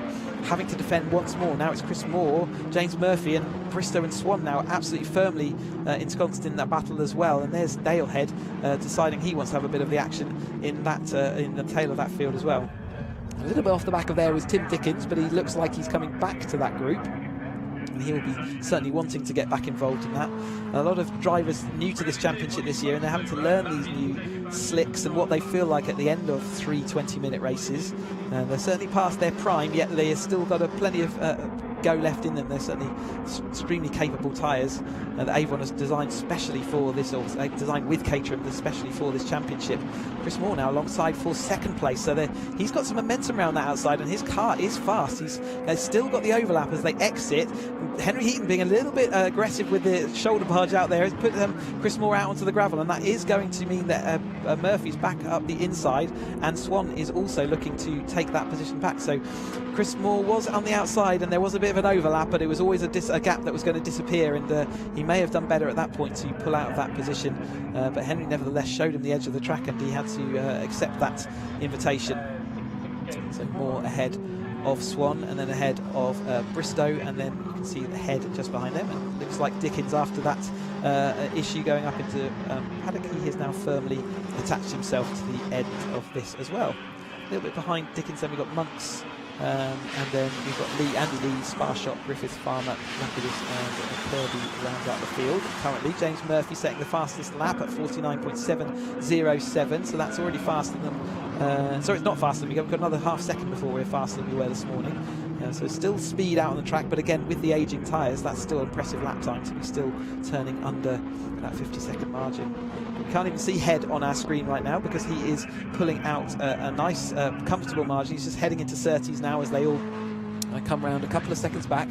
Another second lost to Head on that, and here is that Monks, Andy Lee's, Ian Sparshot and Chris Griffiths battle, and they're battling over sort of 9th to 11th and 12th, so that's that following battle. Ian Sparshot and his car.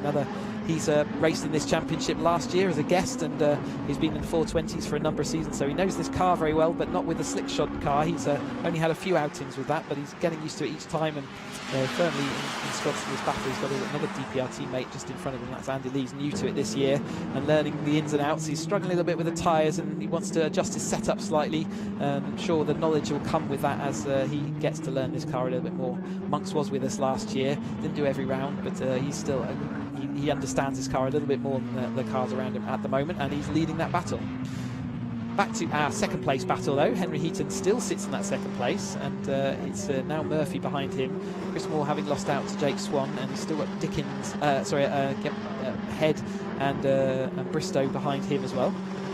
So you've still got a lot to protect from. Murphy now, the next person to try and have a move on Henry Heaton as they go into paddock. Henry's only offering them the outside line though. Murphy this time though does have better overlap. His car is significantly alongside as they go out. So will he have the momentum up the hill? Well, Jake Swan-Dixon's looking like he wants to have a go as well. So Jake Swan up the inside of Murphy. He's got a bit blocked by Henry on the exit. So James Murphy may still have an overlap, but I think he's going to have to give up that position. He does try back with 9 minutes to go. He's thinking this is the time that I need to start going. He pushes his car straight back down the inside, and that's held everyone up. And this group is really now, you can see angry buzzing bees left and right, and everyone looking to see how they can use their momentum. They're somehow managing to keep all their wings on where so many haven't before. But at the moment, this battle is sort of increasing in its intensity as we've moved into the second half of this race. So we've had part one of this race, we're into part two, and it's part two that counts. It's the part two that gives you the points paying positions.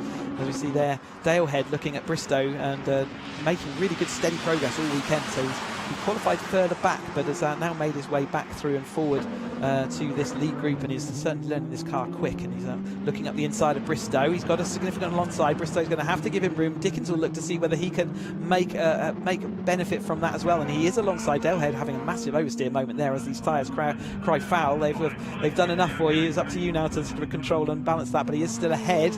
Now Bristow having to defend from Dickens behind. There's Murphy, teammate with Chris Moore, and there's Swan-Dixon now through, or Swan, sorry, Jake Swan behind Henry Heaton there in that battle. So he is making great progress. He's moving now into the podium paying positions, and he's looking for more, isn't he? Can he succeed with Henry where others have failed? Is again only being offered the outside line. He's going to actually sort of tuck in behind and see whether he can get the undershot, but we've seen Henry's good at protecting that this time. Has he got any tyres left to do it? Yes, he can come across. He's still got the speed on the exit to still protect from that, and Jake Swan has to sit there in that third place, and it's now James Murphy next up and ready to see whether he can pick up that place. The character of the race is slowly changing as we move down into this final end of the race. So we're 7 minutes still to go yet, so there's still time for things to happen. But if you're Tim Dickens or Lee Bristow and want to move forward, well, now is the time. You have to start doing that. Brands Hatch is one of those tracks it's not easy to make more than one place up per lap at best. So they all start drifting, these cars around there. Bristow very close to the edge of the track as well. Again, you don't want to get onto that gravel. Now it's turn for Swan-Dixon and Jake Swan to try and go to the outside of paddock. Can he succeed? James Murphy is ready to pick up the pieces immediately behind him, and let's follow the battle. Here's Andy Lees following Monks, and that's Sparshot there with 34 of Ian Sparshot DPR car. Again, two DPR teammates running line astern. So what happened out there? Well, it's actually all turned around. So Swan-Dixon was looking for the outside line. He was going into that race trying to get second place, and now he's down into fifth or sixth place there. So it's all gone wrong. So every time anyone tries to overtake Henry, it's all going wrong. Murphy is next up to try in that queue. They've all taken it in turns. Murphy started this and dropped back, and then Chris Moore had to go. He had to drop back, and then Jake Swan has just had to go, and he's had to drop back. So Henry is doing a sterling effort at defence. We didn't see what happened in that manoeuvre. We have seen him show the edge of the track to a couple of drivers, but meanwhile, Aaron Head out front, as we said, that 0.7 of a second gap can grow to a 10-second gap, and well, he's at 6.5 seconds in the lead at the moment. Looking in his mirrors and wondering where the heck everybody else is. Well, everyone else is on the same bit of tarmac, and that's most of the problem. Dale Head looking up the inside of Jake Swan there, and up the inside of Chris Moore, who's slipping back, but Dale is the one on the move, so he took that 7-minute warning and said, right, I am going to move forward, and he's taken a couple of cars in a couple of laps. So absolutely the car on the move there as Dickens still joins this rear battle behind Bristow. He's got the interval, there's nothing between second and seventh, so you can see on the graphic there, so from second to seventh we've got 0.9 of a second between this intense battle, and they're all taking it in turns, and sometimes at parts of the track that's only over the line. Parts of the track they're even closer than that as they all go fan out side by side. Heaton is still out in front though. Murphy's got that, you can see the toe kick in there halfway through, but he's got Head to deal with now, the Dale Head rather now, and they're pinching Henry as much as they can to the inside, but he's still managing to carry the speed. A little bit of a complaint from James Murphy's tyres there as they're starting to go off, and now Head around the outside and Jake Swan up the inside. They are all together on that piece of tarmac again. Murphy getting a little bit manoeuvred, his car sort of at the absolute edge of grip, and he didn't have anywhere to put it, so he is still going to manage to stay ahead of Chris Moore, but he's been shuffled behind once more. Anytime anyone gets to the rear of Henry Heaton's car, they're getting shuffled backwards as they try and make that move, but it's not sticking. Henry Heaton still out in front in the second place. Don't forget, so we've got Aaron Head way out in front at the moment, 7.2 seconds this time through. Dickens at the rear of this field, under a second behind second place at this late stage of the race. We're into that final 5 minutes. The character of the race will change up in intensity once more. Head trying to dive to the outside to throw the dummy. There is Aaron Head, his brother, that's protecting up into Druids. He's got nothing to do really other than complete this race. But behind him, Dale was the next person to try. He has managed to stay behind. No, Swan Dixon up the inside, Murphy around the outside. A sort of action replay of what happened the time before, except for the colour of the cars in the various positions had changed. Swan Dixon, so Jake Swan, he is actually Jake Swan Dixon, but he's chosen to use Jake Swan this year. That's why you keep hearing me stumble over that. But Jake Swan in that third place behind Heaton. Is he going to be the one to make this stick, or are they better off just letting Henry take that paddock hill and trying another bend at this stage? Every single time they've tried, they've failed, so Henry's worked out how to defend that corner.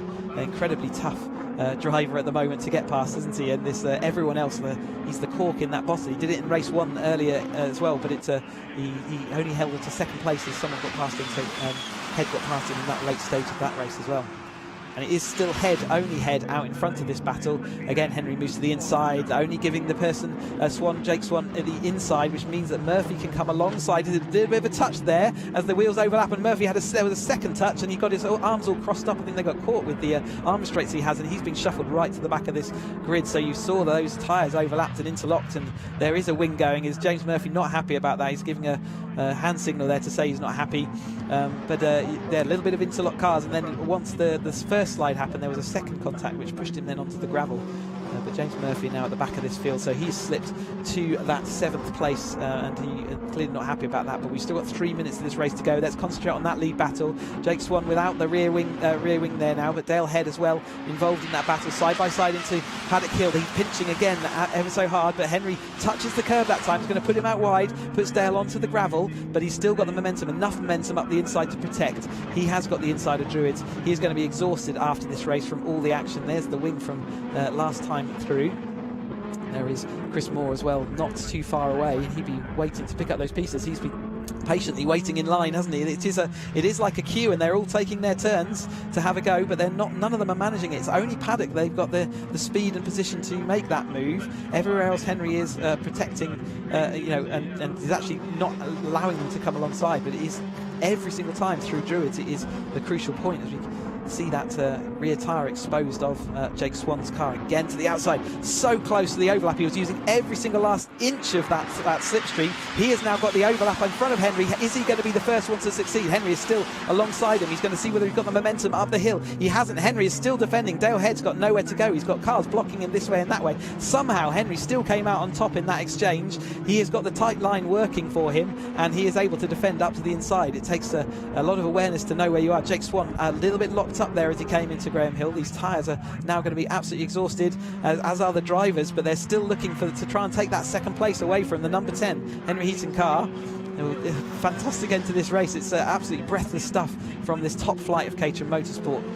Jake Swan there heading around out onto the front straight for what will be, I think, the penultimate time. So they've got a minute and 30 seconds left. Aaron Head is so far ahead that we needed to watch him. So we're going to have 3 wide into Paddock Hill. Dale looking around the outside. Can he succeed?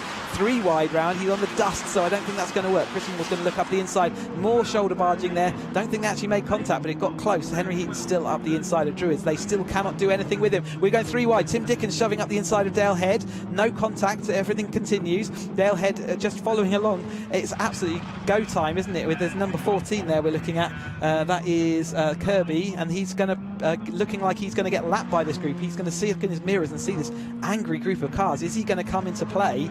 Aaron Head's gone across the line. He's also got fastest lap, 49.670, so that's an extra point that Aaron Head's just got himself in clean air, or potentially with the use of a back marker. But as we come on to what could be the last lap, and I think it will be, we've got this absolutely angry battle for second place, and it's absolutely the place to be looking. Really alongside early this time for Swan Dixon. Has he now got the momentum? He still can't. There's a bump up the inside. Henry locks up an inside wheel, but he still absolutely refuses to give up that inside line. He is going to be able to protect the inside of Druids. In fact, he's got time to pull out. There is our leader, Aaron Head. He is comfortably ahead, 12 seconds down the road from this. You can see how slow the other cars are holding themselves up as Aaron makes his way through clearways. We haven't seen him on stream hardly at all today, but that's because he's disappeared off after the first half of the race. He really did scarper that 0.7 of a second second has grown all the way to what's going to be about 13-14 seconds by the time he crosses. So that is 2 race wins for him, and if not for the stall on the start of the first race, who knows what Aaron Head could have done. But that's a great two races for Aaron Head. He's going to take another win, and in the battle behind we've still got Henry Heaton, in second place, with Swan Dixon, Jake Swan taking that 3rd place, and then Dale Head, a great performance to get that 4th. In fact, it was Dale Head ahead of Chris Moore, then Murphy, Dickens, Bristow, Lees, Monks and Sparshot. It's absolute breathless stuff. There's Chris Griffiths crossing the line there in the white and yellow machine.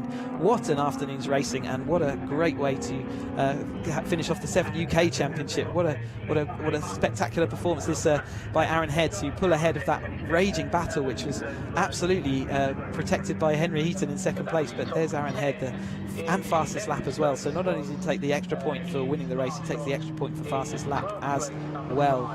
He's going to be delighted with that result. And after the rescue mission on the first race, where he stalled from pole position, went all the way to the back of the field and came back through to 4th place, and could have been more had he not thrown it into the gravel. So what a weekend he's had.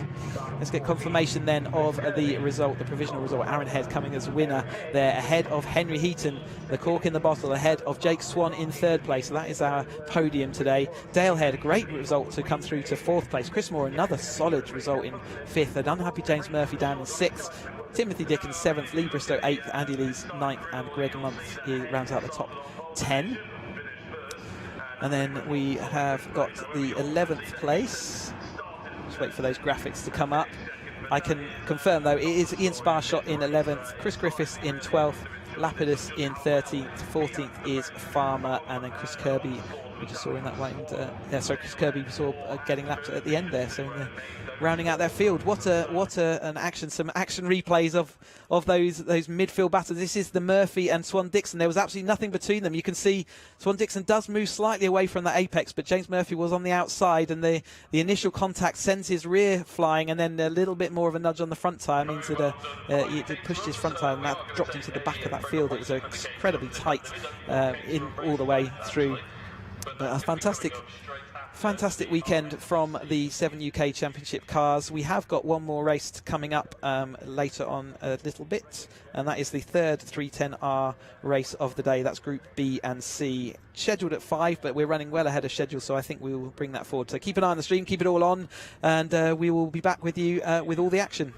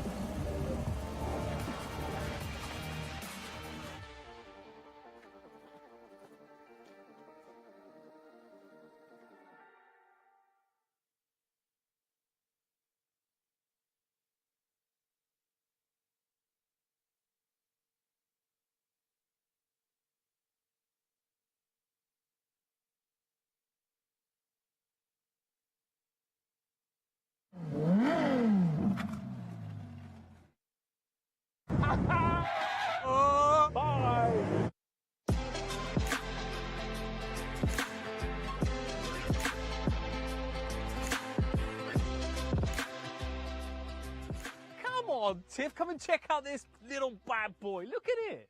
Look, it's taken me 2.5 hours to get here, and you can't rush a bacon sandwich. That's true. And you brought me here for a Caterham. It's a brand spanking new Caterham 170S, the entry-level Caterham. 170, which means in Caterham divided by 2, 85 horsepower. Yep. Well, come on, Paul. The current entry level is the 270s with 137 horsepower. I mean, how's this going to compete? The lightest Caterham ever built, 450 kilograms. It's like a postage stamp. 450 kilograms. Well, that sounds fun. It's about £7,000 cheaper than the current entry level. Yeah, so this is going to cost you a shade under 23 grand. The 270 entry level is currently just about 30 grand. With leather seats. They're not included in the £23,000 price now, are they? They're pretty extras. But there's a few extras. Leather seats. I'm getting interested now because Caterhams aren't famous for their comfort. Brand new LED lights. These are a brand new thing for Caterham, so they're going to launch them on this car. Is that it? You're going to be excited about LED lights? I'm just excited about the car. It's the same bodywork, though. Same bodywork. Same bodywork, different engine. It's a little 3-pot, 3-cylinder turbocharged Suzuki engine, 660cc. How do you get into these You're things? ready for I never know. a drive already? Well, I'm gentle. It's a road car, so let's just go. How do I get the door open? I can smell the leather. You're right there. You want some help? Sadly, I'm going to have to be very close to you because it's quite tight. But I'll let you get in first. And I've got to find a seat belt. Wait a minute. I want you to be comfortable. How do I plug? Oh, flip it now. I can't even.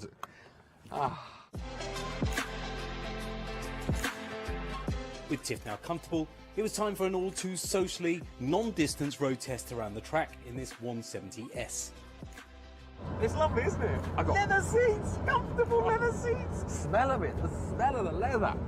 It's a bit closer, I gotta say. Get out of it, get out of it. Whoosh! It's quite perky on acceleration, isn't it? It is perky on acceleration. What's his 0 to 60 then, do you know? We don't really talk about 0 to 60 with this car, to be honest with you, Tim. It's more about the fun and the enjoyment and how fast you can go around corners. 5-speed gearbox included. It's really tight gearbox ratio, as you would expect. Road suspension pack. Well, I wouldn't have thought anything else. I mean, it's a road car, therefore road suspension. But you know what? It's still going to be fast around a track, isn't it? It's a Caterham. It's full light. windscreen. Thank you. Unique key, gear knob and instruments. Well, What's unique about them? They're unique to Caterham. Leather panel, that's actually an extra 500 quid, so I wouldn't bother with that. No, I don't think I'd bother with that. Momo quick release, 150 quid. No, I wouldn't bother with that either. I would probably get the nice Alcantara one as per my race car, but... Yeah, as per my race car? Oh, have you got a race car? I didn't know that. You've got a race... All right, okay, hold on a minute. Lowered floors, you know what that's all about? Just to give you a bit more room, because, you know, I'm quite tall and all that. Which bit they lower then? Under the seats? Under the seats. That's 500 quid. Whole floor panel, so that's good. Here's the crunch. The diamond seat leather stitching, seat armrest, biscuit, tunnel top primary, £1,500. They're beautiful seats, they're lovely seats. But I think the whole message is you can, like any car, have lots of optional extras. But you can buy this car for a shade under £23,000 or financing for a couple hundred quid a month. You can go a bit and you've got a faster Caterham. And you've got a Caterham. All right. Whoa. The pedals are so close together. Take a bit of curve. Oh, that took it. That was quite comfortable, wasn't it? That was good. Well, you can hit it harder next time. I wonder what the brakes are like. All right, go on. Let's have some real. The brakes. Brakes. Too early. Whoa, far too early.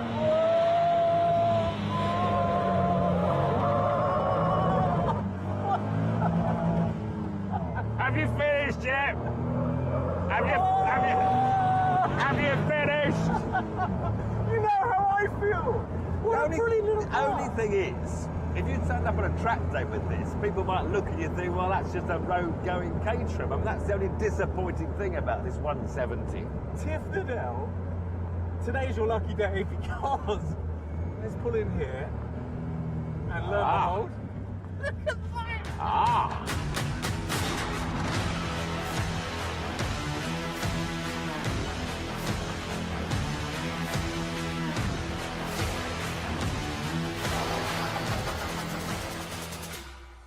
flipping boy racer.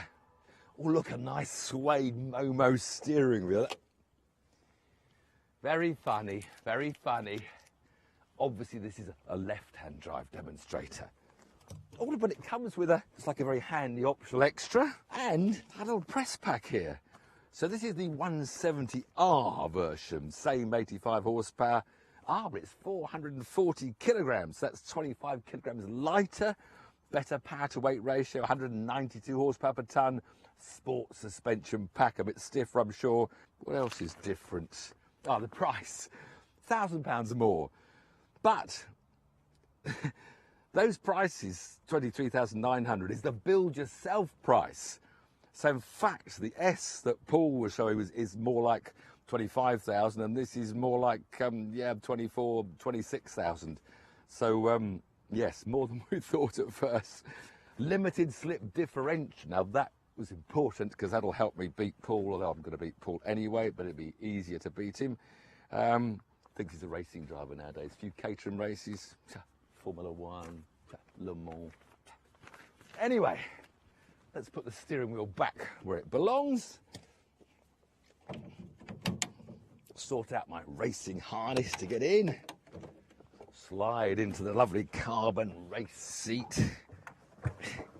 Don't sit on your belts when you're getting in. It's always a big error. Make sure you lift them first. Then it's just click number 1, 2, 3. Pull them all nice and tight. Don the optional extras. Crash helmet might be better on track days, but not for today. Condition on. Starter. Bye. Looks like the Red Baron's in the mirrors. Time to let the fun begin.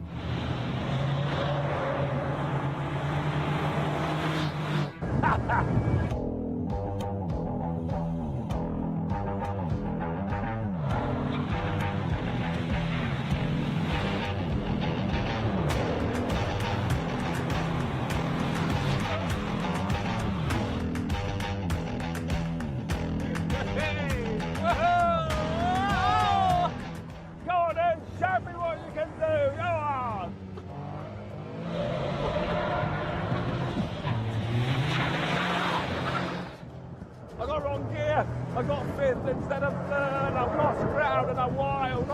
Oh. He's off the track. He's off the track. Oh, now he's coming. He's coming. Down the inside. He's going down the inside. No, he's not. Block him. Shut me off. Whoa, who does he think he is? Formula 1 driver. I bet with his windscreen on, he doesn't care about his hair. Let us state of mind. Whoa. The wrong gear, Tim. Oh no, I've lost him again.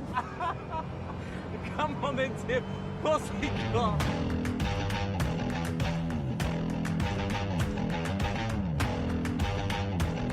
Oh, he's going down the inside. Whoa! He's got me off the brake.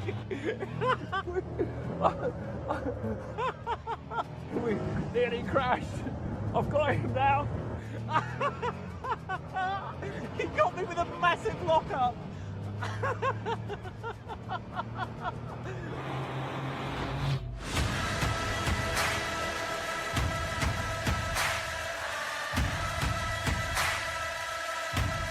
Come on then.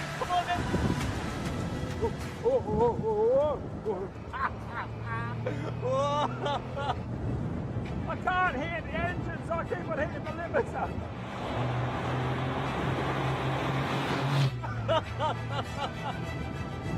Where is he? And if I got it down inside, I got it down inside. No.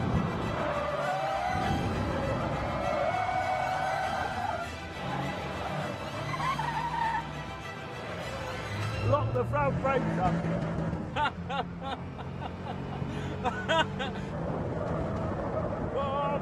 Oh, well, I got down the inside this time. I got down the inside. I can force him wide. He's gone wide. He's gone wide. He's gone wide.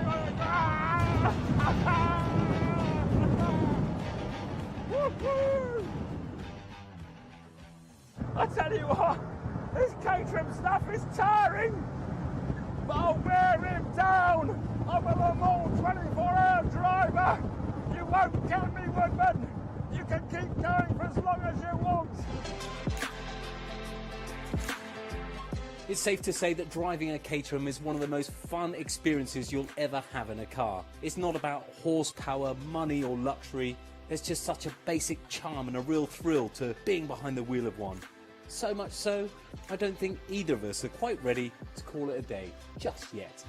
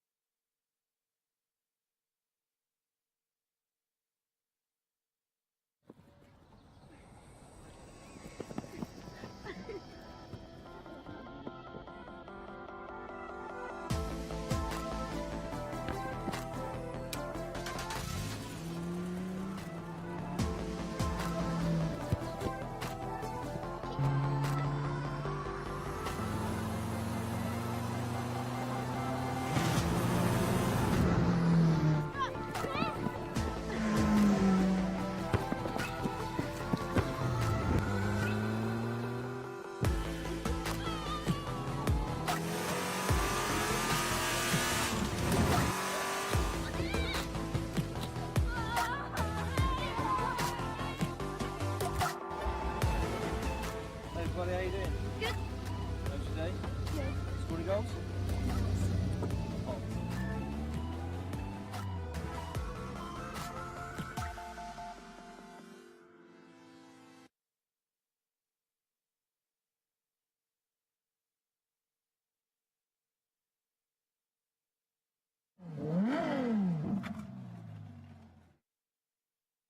What's happening?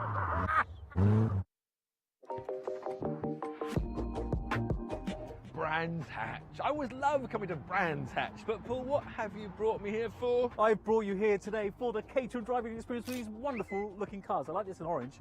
And what does it entail? Oh, I'm glad you asked, because first up, a bit of drifting, good fun, and then a couple of mystery challenges, which you're going to love. And have you driven a Caterham before? Get on to that in a minute. Come on, listen. You haven't, have you? No, I've never driven a Caterham. I knew that you're going to go drifter. You've got no chance.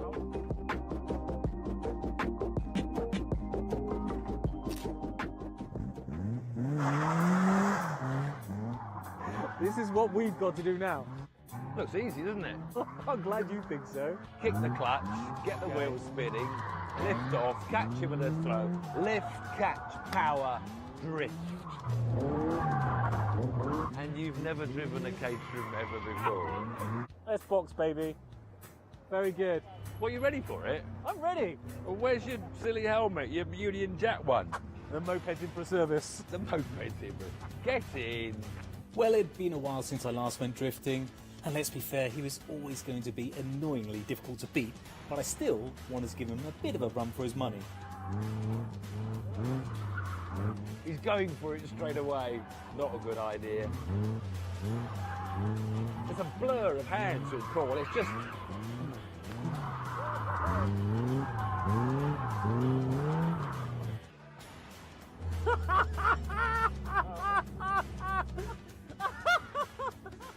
Helmet's on, ruins your hair. Mate, he wants to get out. I don't know why.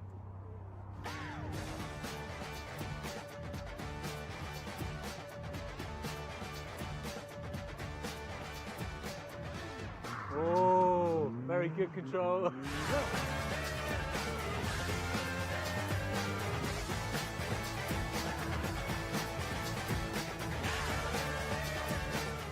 He's annoyingly good at this.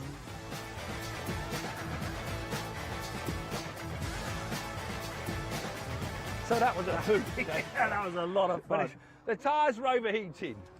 The tyres were wrecked, and I blame Tiff, so the Caterham crew sorted out a fresh set of rubber, and I headed back out for a second run. But those new tyres, they're gripping a bit better. He's better. That's good now. That's good, Paul. That was good. Now, not too mad.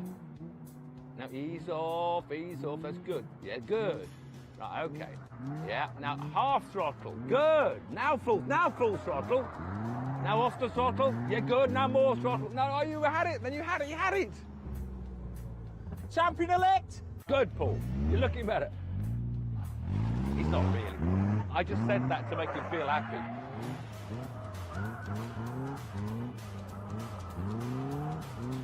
He's got the slalom bit quite good.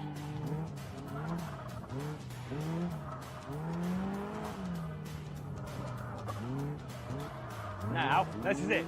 Right, now more to it. Now more. Off. Good. Yes. Yes. He can drift. He can drift. He can drift.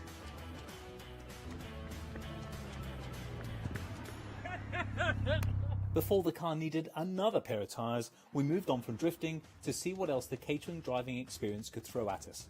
So here's the first of our mystery challenges, this 7310R.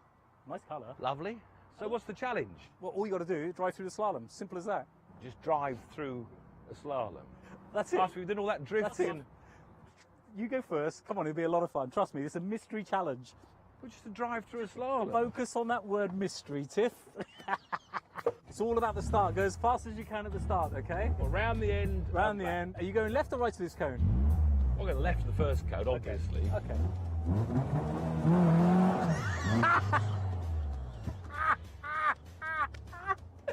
I forgot to tell you, the steering rack is upside down. Your left, your right, your right. You thought that was funny, didn't you? You thought that was funny? 3, 2, 1, go. Ooh. They detuned this, I'm so delighted to say, because you imagine if it had all the power. That's better. Concentrating. That's better.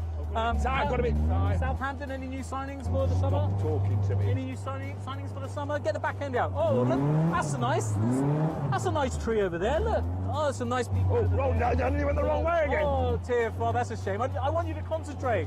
Yeah, that's it. Do you always make that face when you concentrate? Yes. Yeah, nice, very nice. So this is the hardest bit, it's lining up at the finish. Right, left, left, right, left. Got the clock. Oh, that was good. 34.44. Go and show the camera, 30, so you can't cheat. 34.44. That was very good. Okay, get out. Get off. You imagine that people drive these to the Nürburgring and back. Well, you want to know someone well, wouldn't you? It might work better if you steer, actually. Right, are we going to have a practice first, or are you going to just No, go? I don't have a practice at all. So you get 3 runs. That's right, that's left. Yeah. Did you stay in first gear? Yeah, God, wasn't okay. Try, that was complicated enough. Raise up, ready, steady, go! Whoa! Wait. Whoa, he's going for it. Whoa, he's going for it. Whoa, no. No way. Which way am I going? Oh, that way. You're doing rather well. I'm very disappointed. You're obviously good when it's all good now. Try and look. Stop the clock! Yes! First go, 10 seconds. Get in there. Boom, shakalaka. Yeah. What's so difficult about that, Tiff? Once Tiff came to terms with his crushing defeat, it was time for our third and final challenge. I've got to say, I don't think I've ever enjoyed a discipline so much as that one. You got lucky. And what have we got now? Don't tell me now it's the steering wheel's connected to the rear wheels or something. Bog standard 360i. It's longer and wider, so Lovely. a bit more comfortable as well. A bit more room for me. You were helped by that being short. Come on, you go first.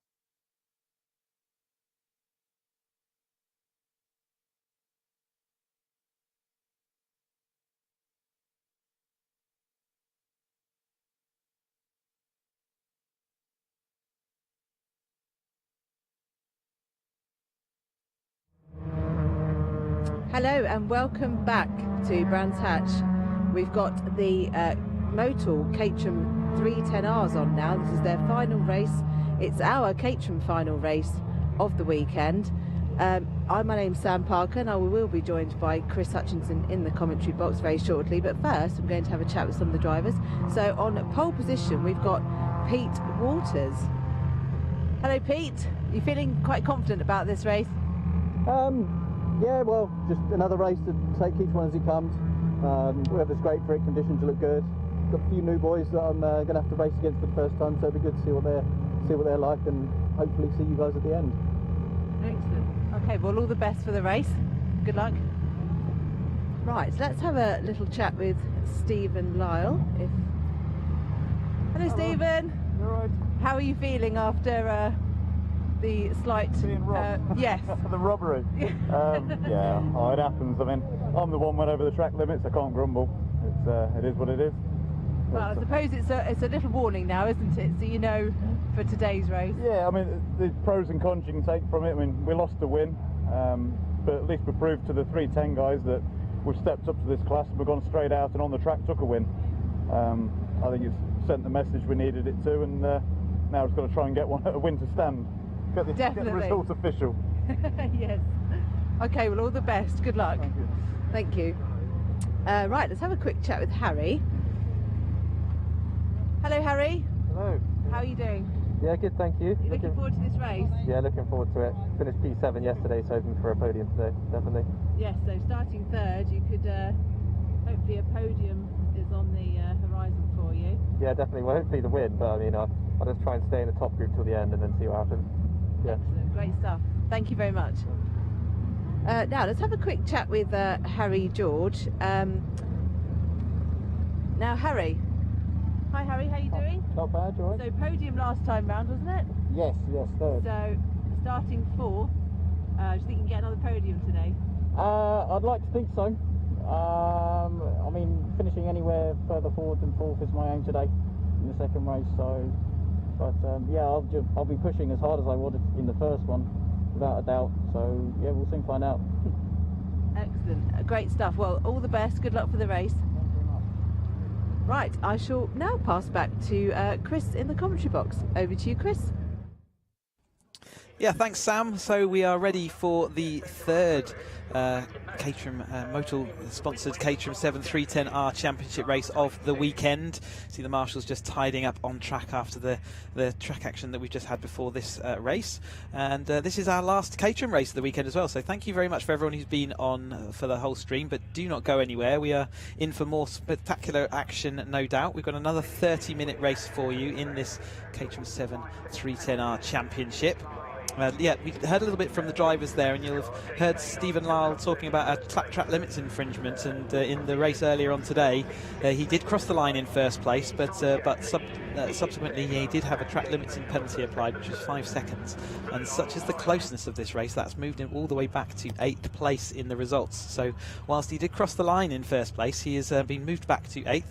The crowd's there all watching on, and all the cars in assembly. We spoke to Pete Walters, a regular front runner and someone who's going to be looking to continue that as they've been released from Parc Fermé. There is Stephen Lyle, we got moved back, but because of the way we're qualifying, such as the numbers of 310Rs this weekend, we've got three, they qualified all together, but they've been split into 3 grids. We've already had A versus B race, and we've had A versus C, and now it is the turn of grid B versus grid C. So every driver this weekend has had 2 races, 2 30-minute races, but we've had in total 3 310Rs. So they haven't always raced against each other in every race, but they have at least raced everybody once. That's how this system works. You can see the numbers of them in this assembly area as they pull out. There's Gary Curtis just leaving the assembly area.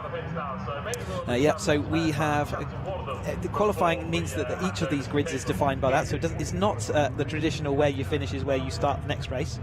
It is now based on the original qualifying session, and that's why even though Stephen Lyle was moved back to 8th place, you still see him lining up on that front row of the grid alongside Pete Walters, and yeah, he will be looking to consolidate that and make good. Harry George we spoke to briefly there. He had a great result earlier. He finished in 4th place on the road, but after the 5-second penalty was applied to Lyle, that moved him up into a podium paying position, and what a step up from the academy last year to jump into this 310R. I know he's put in an awful lot of work and effort to get to this point, and he jumped in there and got his podium in his first 310R race weekend, so that's a great achievement for him. Still see plenty of people up in the grandstands all watching now. What a spectacular place to come and watch motor racing at Brands Hatch Indy. You see virtually the whole track from that top corner of the grandstand up there. You can really get a whole feel for the race and how it's developing. There's yeah, so it's a brilliant place, and whilst you have run out of time to join us this weekend at Brands Hatch, it's not too long away before we get out to the next event, which is Snetterton on 21st and 22nd of May, and all of the rungs of the ladder will be with us at Snetterton next time out. out on the 21st and 22nd of May.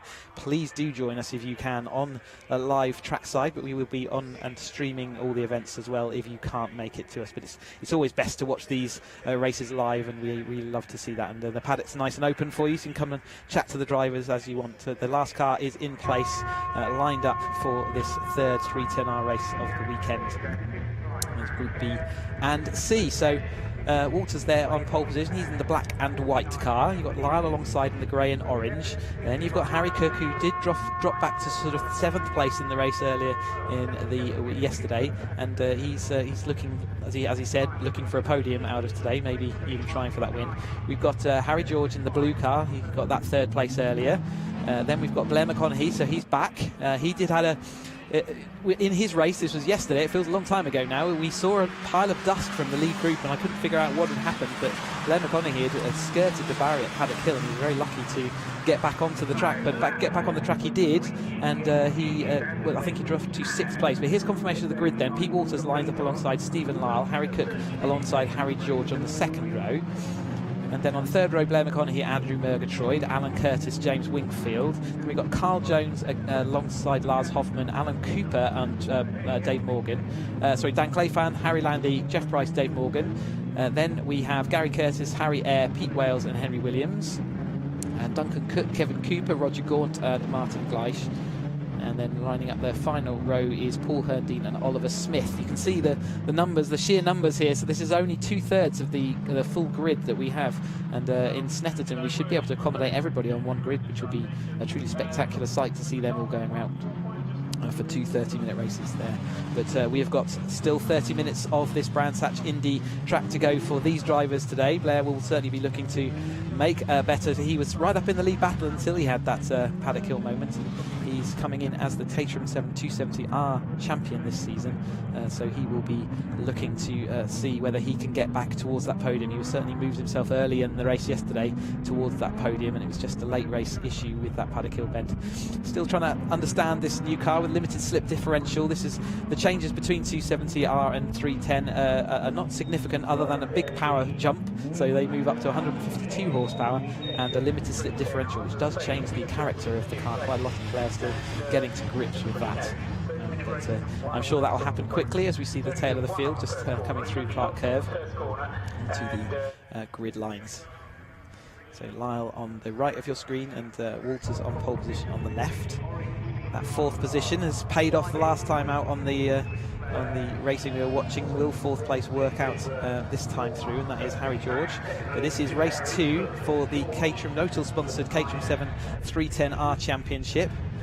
And the weather is still holding good all weekend. It's been sunny, and we're just moving into the evening sun now, and that's a fantastic weekend's racing. And let's hope for 30 minutes more racing of fantastic high quality. We've got the 5-second board, so looking for the lights and who is going to make the best start from this grid.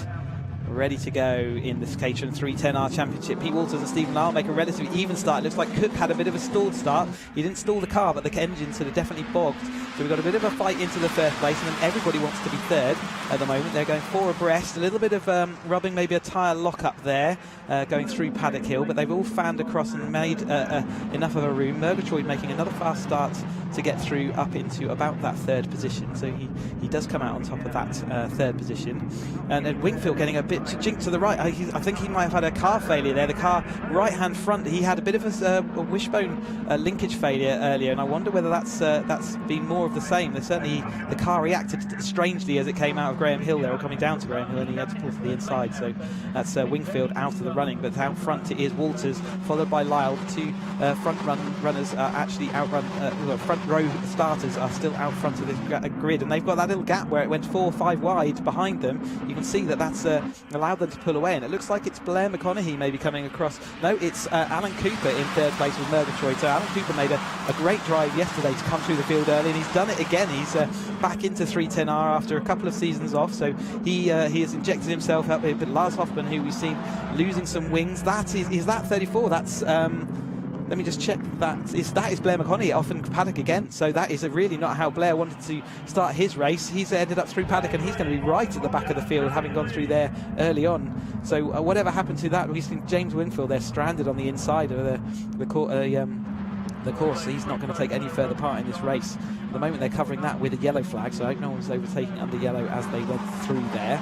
They file their way through clear ways again. There's the 84 Murgatroyd car in the blue with the yellow stripe, but out front Walters is looking like he wants to play on his own, like we saw Aaron Head in the last race, and he's got a little bit of a gap there from second to third, so he will maybe work with Lyle to pull that gap, and they've certainly got pace, those two, to do that. But Alan Cooper will be seeing whether he can pull them back in, and he was right in, fully involved in that lead battle yesterday when we last saw him. There is Andrew Murgatroyd. He now follows behind Harry George and Lars Hoffman, so he's been shuffled back in the order, and Alan Cooper in that third place. They've now, all of that is closed up, so what looked like it could have been a lead 2, it's all closed up. Harry Landy we saw having issues on as he tried to join the grid. We've got a safety car, so the safety car missed them that time round, but we are showing the safety car boards, so they will have to go around this next lap under safety car conditions, and then they'll pick the safety car up as they go out of Graham Hill Bend the next time through. So with Wingfield stuck where he is on the track, they're not happy and they can't move that car, so they're clearly throwing that safety car at this point just to safely move that car to a position of safety. So the speeds will all be dropped. Pete Walters will act as safety car until such point as we pick the real safety car up at the bottom of the track. A little bit of a replay here, looking at the side-by-side. This is Murgatroyd, and look at what happened to Blair. So he just locked up the car. The car just never turned in. Didn't get it stopped, or whether that's a cold tyre, a snatched brake or something, but the car would not turn for him, and he just went off into the gravel, and you can see the whole pack filing through after that. So there was a little bit of, that's a strange issue there. There's a bit dusty on the outside of that track, and maybe some incidents in the last race saw that, but there's Duncan Cook. But you can see the marshals there. Probably going to have to tow that out there. That's the wheel that they're sort of looking at, is the wheel that looked like it failed, and they're wondering whether they do now need to they can attach to somewhere else. There's a tow hook under there somewhere, but they look like they're just trying to retrieve it. Anyway, they will move that car off as quickly as they can. You can see the tow vehicle is ready to pull it up, and it ends behind the safety barrier. There's a little route up there that can get into the pit lane, or in behind the pit lane into the paddock. So it won't take too long to pull it up there, but we've got at least another lap behind the safety car, if not a couple. There's still 26 minutes of this race to go, so it's going to be like a restart, but all the gaps that had developed are now going to shrink. However, we did see the top 6 all nose to tail, so not too affected. But the restart of a race is always a nervous affair, so you've just settled yourself into the race and got yourself in an order and are sort of happy with where you are, and then the safety car comes along and you've got to work out how do you restart. So there's a bit of gamesmanship there that Pete Walters will try and figure out how and why. We're going to be watching another replay. Something pings off his car now. So in the paddock before, and yeah, you can see a bit of metal or something flying off the inside of his car, and it looked like his front left tyre was at a strange angle, and I know that he was having a wishbone joint being added to that car earlier in the year. I wonder whether that has failed in some way. There. So certainly the car reacted strangely as it was heading down the hill, and then he was unable to turn in. There it is. Yeah, a little bit of damage there. That's the shape of a nose cone, isn't it, in the rear quarter panel there. So he's got a bit of damage and denting to fix. So I wonder who's gone up there. Everyone's got their nose cone at the moment. Here is our Pete Walters, our leader for now. The safety car going around for another lap, I believe. So we'll keep an eye out just in case. You can see the safety car. Yeah, the safety car's in. So this is the restart. Pete Walters has pulled away already, and the top 3 have sort of got a gap ahead of Lars Hoffman there. So he was left sleeping a little bit at that restart, and there's Harry George and Murgatroyd sort of left behind him. So a bit of unawareness there. Maybe see the lights have gone out on the safety car, and he's left a bit of a gap to that top 3. But the top 3 are going side by side into Druids Bend, and Walters left on the outside that time through. So he's going to drop to 3rd place, it looks like, now with Hoffman up in front.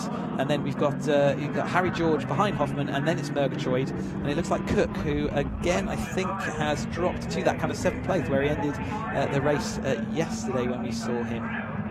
And file on through. Here comes Stephen Lyle in front of Alan Cooper there. So it's Alan Cooper in the grey and number 71 car. And behind him is Walters.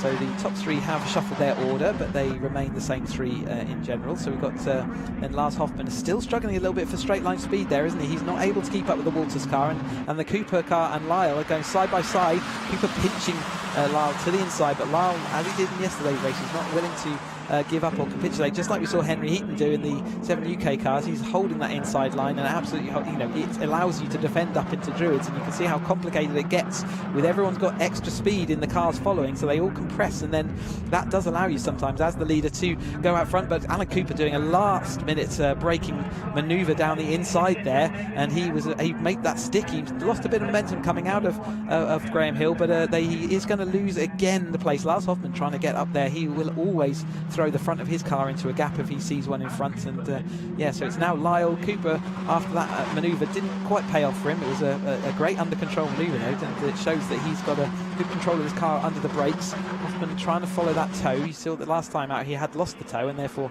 he was a bit slower down the straight, and he's desperate to keep hold of it, and he has managed to keep hold of it to the end of the straight. And then we see Walters now in 4th, and that's the lowest he's been all weekend. Here's Murgatroyd in 5th place behind him. Walters looking up the inside. Is there going to be a gap up the inside of Hoffman? No, there's not. So Murgatroyd around his outside will look to see whether he can turn the outside of Druids into the inside of Graham Hill Bend. But so far he is. Yep, that was another wing goes flying there. That's a rear mudguard just got clipped off, and they've got cars going out wide. That's Cook, isn't it, off wide? And it was Walters' car. So Walters and Cook, like, they've had that issue, and there's Harry George now going to try and make through into that. And we see there's Harry Landy with his exhaust firmly attached. There's the number 9 of Cook, so he's going to have lost out a lot of places. He's sitting behind Harry Landy, who was around the 12th place car. So he's going to be sitting in around 12th place for the time being. It's not the ambition that he had for this race, but out front we've still got that front 3. We've got Stephen Lyle, then Alan Cooper making his return, and Lars Hoffman returning to the 310R after last year, which didn't go to plan fully. He had a few incidents and issues that meant that he couldn't strike a campaign up, but Walters is still in that after losing that wing. He's still in that 4th place. Harry George right on his tail, and then it looks like it's Carl Jones in the green machine there, the dark coloured with the green stripe, and so he's making good progress in this race, and Baldwin behind him, and following Baldwin is, I think that is the Cook. So a little bit of a replay here about what happened. Lock up from Murgatroyd. He clips Murgatroyd, so we've lost Murgatroyd. I'd missed that fact. He clipped under brakes. He outbraked himself twice, clipped the rear of Lars Hoffman, and that sent him into Pete Walters. Speared off the rear wing, and he was left to drop back down the field. I missed completely, but he's gone down all the way to 24, so really stalled the car as well. He stalled the car, so it took a little while to get going. For Murgatroyd, who had been a visitor to the podium, or nearly getting there last time out, so he's going to be slipping down the field, and will be disappointed with that. So settling in, we've had 10 minutes of the race. We've certainly had plenty of action, as is always the case in Caterham racing. But now in the 2nd place, Lars Hoffman takes that 2nd place behind Stephen Lyle, and so Lyle will he's missing a wing, and Hoffman is also missing a wing, so I wonder whether Alan Cooper can make that 3 from 3. No, he has all of his wings intact, so see whether he can retain those to the end of the race. But Lyle goes across the line again. He's got some really good pace in this race. We saw Hoffman having real tough tussles earlier with Cockrell in the race we had earlier today, and he looks like he's got the bit between his teeth, and say shedding parts still in this race as well. He's certainly a passenger in the last contact. It was nothing to do with him. Murgatroyd just locked his tyre and had nowhere to go. As soon as you lock a wheel in these Caterhams, and like any race car, it stops slowing down your car, and yes, it can be a very uncomfortable position to be. But Harry George hanging on well there in that 5th place as well, so jumping from Academy to 310R this season, that's a big jump, a number of performance bands up. He's got a lot more power and all these extra tools like limited slip differential under his right foot. Lost all the sort of road legal aspects of this. There's no more lights on this 310R. You've lost the windscreen, so it's quite a different machine to he was driving last year. We see Lars Hoffman fully in the tow that time. Absolutely nothing between these two. They're kind of pinching each other as they go into Paddock Hill. Lars Hoffman has to give up, but he's going to look for the undertake. He's got the overlap as they go up to Druid, so he will have completed that manoeuvre, and it's going to be to see whether Alan Cooper can actually make anything. He drifts a little bit wide, see, onto that dust. As soon as you get off that line, the inside line has still a lot of grip, but as soon as you go off it, it's very dusty, and he's losing the rear of his car. We've seen that he's happy to have the car control. to control those slides, but it's not the quickest way to go around, and he does lose that place again. Lyle has maintained that position even though he lost it temporarily, and then Alan Cooper straight behind him. Walters right on his tail, and Harry George is the watching brief at the moment in the blue car at the tail of this little pack. The DPR run, Lyle there out front, ahead of Lars Hoffman and Alan Cooper, as they come across the line again with 18 minutes to go this time through. So roughly 18 laps of this race main. You can see how many laps we turn in 30 minutes. It's relentless around Brands Hatch. And again, he tries for the overlap, and he does have the overlap into Druitt once more. Can he get it stopped up this time and therefore hold the inside line? Normally that would mean you've got it you've successfully made that move. Lyle does try and hold on, but at the moment he's on the outside of Cooper, so by being on the outside he does protect that position. A little bit of tyre overlap there. He didn't let Hoffman come into the line, and he is absolutely not willing to give it up, but it looked like Cooper had a run up on him into the Surtees, so Cooper is now come from third place, making his way there 3 wide into Surtees. How on earth did they fit there? I think Walters had to back out of that a little bit just to let that all fan through. 3 wide through Surtees is surely not possible. Somehow they've made it work. Okay, so Lyle now down to second place, but it wasn't Hoffman that moved him down to there. A little bit of it, well, in fact, a big jink out there, so I wonder whether Alan Cooper had a bit of a gear change issue. You see he's lost a lot of momentum, still kept his wins though, with Lyle going through into first place. I think Cooper did miss a gear change there as he went out onto the straight. Certainly looked like he lost momentum about halfway along that straight. And Harry George now firmly inserting himself in the number 17 blue car there on the outside with Carl Jones on the inside. And everything's coming back together again, because behind Jones, Baldwin and Cook and Price is even in this battle. In there, you can see he's just down here in the black and red at the rear of this. So we are going to see the battle for that top 10 again in all line astern. In this 310R race. In the 270R we saw this, and we've seen it in the other 270. There's Pete Walters diving up the inside of Hoffman. There was a gap there. You can see he's having to balance the throttle all the time. He's a bit of oversteery, but he's left him enough room on the exit, but there was only one Caterham width, but that is all he has to do. And it looks like Harry George might be the person to benefit from this. He's going to stick it 3 wide up the inside of Paddock. Can he make that stick? He's on the brakes late, and he has got the inside line there. He's got the momentum. While those two were dealing with each other, he decided he'd be up the inside. He even keeps it within track limits, so he's not used up one of those lives either. Great move from our academy person. He's moved up I think he's finished second in the academy, so he's clearly got the bit between his teeth and understanding this car, and all the effort he's put in off season to get ready for this has absolutely worked. Price, you see again the slowly increasing levels of debris on the edge of the track as wings go flying and then generally get deposited at the bottom of Graham Hill Bend there. There's Carl Jones and Harry Cook. So we saw Harry Cook slip down the order to, I believe he's still in about 8th, but he's certainly firmly ensconced in this battle, and he's a quality driver, so expect to see him stay there. And I think behind, he's ahead of Baldwin. I think so Baldwin might have lost out on that lap through. Let's have a look. Yeah, he's behind Cook on that lap, so Cook making forward progress at this stage of the race. Lyle, though, still ahead. Now it's Alan Cooper behind. Pete Walters looking up the inside. Is there a gap there? Alan Cooper's going to be able to come across, but Walters now looking up the inside of Harry George, and that inside is going to turn to the outside, so I think Harry George will be able to continue and maintain that position so far. This is great. He's fighting people who have been doing this for many, many years, so he's holding his own, and that's a great performance. And Lars Hoffman is sort of threading the needle through the 2 gaps there and making it back onto the back. There's absolutely nothing between them. You could see there was just inches between those 2 cars as they go through there at what must be nearly 100 miles an hour into Surtees. It's a flat-out left-hander, and then we have to get it all stopped up ready for clearways and the start of a new lap.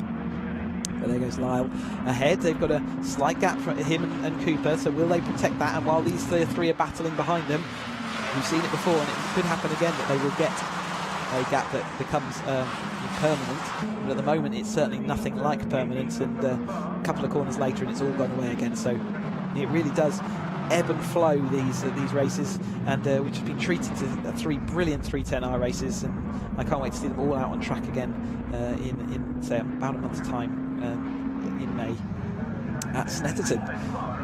Lyle though. He's going to try and keep this one, so we haven't seen any track limits infringements that I've noted yet. I can't see anyone with a track limits infringement. What I am seeing on the the notice is someone, if Wales got a jump start, it says, so someone's called in a jump start for Peter Wales, and he will get a 10-second penalty for that, as we watch the leaders coming across the line once more as they jink and move out and fan out across the track as the various speeds defined by their exit from the previous corner, but more importantly the tow that they're getting from the car in front is going to define where they go and where there's a gap. And Walters sees a gap that is 3 lanes high on Druids. That hasn't worked out for him. He's got a bit shuffled out, but he's no harm, no foul. He's not lost anything, not lost a place, but Hoffman is now up the inside, a little bit behind Cook. I think touched the grass or something on the inside as he was going into the braking zone. A little bit of concentration, or maybe got shuffled out there, but is he going to rejoin just alongside Harry Landy there in the green machine? We saw Harry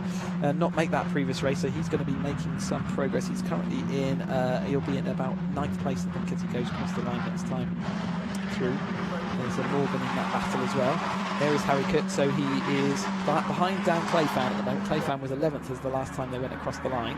But there's battles for the lead, or a little bit of a shoulder there in as he went into paddock, and Hoffman sees that gap and he puts it there again, but Cooper will be looking for the undercut on the way out, but Lyle maintains that lead somehow after all of that. Lyle still heads out in front, Hoffman alongside, Alan Cooper is there. We've still got 12 minutes of this race to go, so we haven't even got to the intense period of the race yet, so hold your hats everybody. It's really going to come alive in the next 5 minutes or so as they reach that point.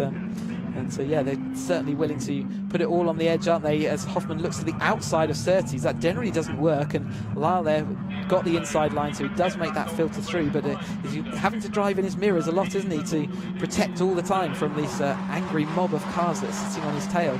We saw Henry Heaton manage to do this for the entirety of the Caterham 7 UK race that we've watched a little bit earlier today. Hoffman now back in that tow, jinking out at the last possible second, and trying to keep as close as he can to get the side draft, but Lyle is later on the brakes into Druids. Has he cut into Paddock? Has he gone too late on the brakes? I think he has. Hoffman does manage to tuck up the inside, and that's going to give him the inside, and he might get hung out to dry here because Cooper's going to insert his car up the inside of Druids as well. I think he might just have enough momentum round the outside to hold it down into Graham Hill, or he hasn't. He had gone on the curb and he lost a bit of traction, but he feeds into 3rd place. Cooper's so strong down there into Graham Hill.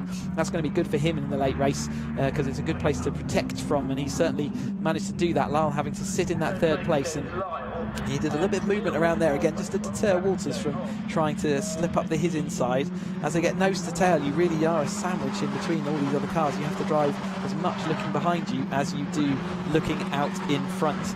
It's a skill of these drivers. There goes Hoffman over the line then, so it's his turn to take the lead. It's the first time he's led, I think, this weekend, certainly for a while, but Alan Cooper's going to try up the inside. He's got the overlap. Hoffman's going to cut across to the apex and manages to do so Hoffman will retain that lead. Cooper's still second. They actually use some of the exit there as they're not defending the inside line, but Lyle looking like he's up the inside. He's protecting himself from Walters, who's still attacking, and now Harry George back in it. Walters sliding on that slippy patch. There's almost like there's one slippy patch in the middle of that corner where they get on it and the rears really do let go. And Walters though protecting. We saw Hoffman slide on that earlier, and it looked like it was Walters' turn to do the same. Harry George protecting his inside into Surtees, making sure that there's no room up there for Pete Walters to come through. Pete Walters will be disappointed with where he is right now, but he still knows he's been doing this an incredibly long time now. He's been up at the top of the field for many seasons and came second in this championship last year, so he knows that this game is not all about a single race. You've got to think long term. Lyle throwing a bit of a dummy to Cooper there and diving down the inside. Cooper took the bait, and it looks like Lyle may have got that one to stick. He does. He goes out wide. He doesn't infringe track limits though, so again he's not using up any of those lives. We've got black and white for car 11. That's track limits, and car 11 is Carl Jones, so he is in that battle in the green striped machine, the dark car with the green stripes, so he must be careful now. He's used up all his lives as far as track limits go, and any more infringements get called in and he will be having 5 seconds added to his time, and you can see that 5 seconds, if you're one of these front runners, will drop you all the way through this pack and well into the next one. So it really is quite a severe penalty. Lyle back up the inside, so Hoffman, a little bit of contact there just as they were coming the exit of Clearways. 9 minutes of this race to go. So what is it going to be like when we get to the last 5 minutes? Clark Curve, he's still on the inside. They're absolutely side by side. We're going to go 3 wide with Cooper on the outside of that 3, Hoffman in the middle of that sandwich, and then we've got Lyle breaking late on the inside. There's a bit of contact there. Harry George makes contact with Cooper, so Harry George got caught out with that little bit of a concertina effect as those cars were 3 wide, sort of working out what they were going to do, and that little bump at the rear put them both into the gravel, and Cooper did recover the track a bit quicker, but Harry George therefore is going to tumble down the order. A little bit of a bumper misjudgment. He blocked up the wheels and he had nowhere to go. The track was absolutely blocked in front of him, so that disappointing for him, but it looked like he got out that gravel, so he will move on through, but disappointing as well for Alan Cooper, who was having a great race there, 3 wide into Paddock Hill, and very much involved in that. So here we go then, we've got Lyle out front, we've got Hoffman in 2nd place, and now Walters, after all that manoeuvring, has got back into 3rd place, so it was a 4th place. So Hoffman really violently having to jink out. He's leaving the tow to the absolute last second. He does, I guess he feels he hasn't got quite the engine speed. We've got a car that's glided into the gravel. I can't see where that is, potentially at Clearways, or maybe I think it might be up at Clearways, but we'll come out of that. So that's pretty deep gravel over there. We've not seen too many cars up there this weekend, and we have generally seen things covered by yellow flags rather than calling the safety car, but if they believe that car is in a dangerous spot, they will call a safety car. So keep an eye out for any yellow flags. You see the marshal keeping an eye on their ear pieces and keeping ready for that. But so far this weekend, you can see that yellow flag covering the car, the yellow flag on the right of your screen as it was, but at the moment they are continuing to race on through. So there is Lyle. He's got a little bit of a gap to Walters now, ahead of Hoffman, and then it's Baldwin. So what a great result for Baldwin so far. He's moved up into 4th. He's sort of patiently been in that group and waiting for them all to sort of take each other out, and certainly that paid dividends. And Price coming up to what is 5th place over the line that last time. He's going to be delighted with that.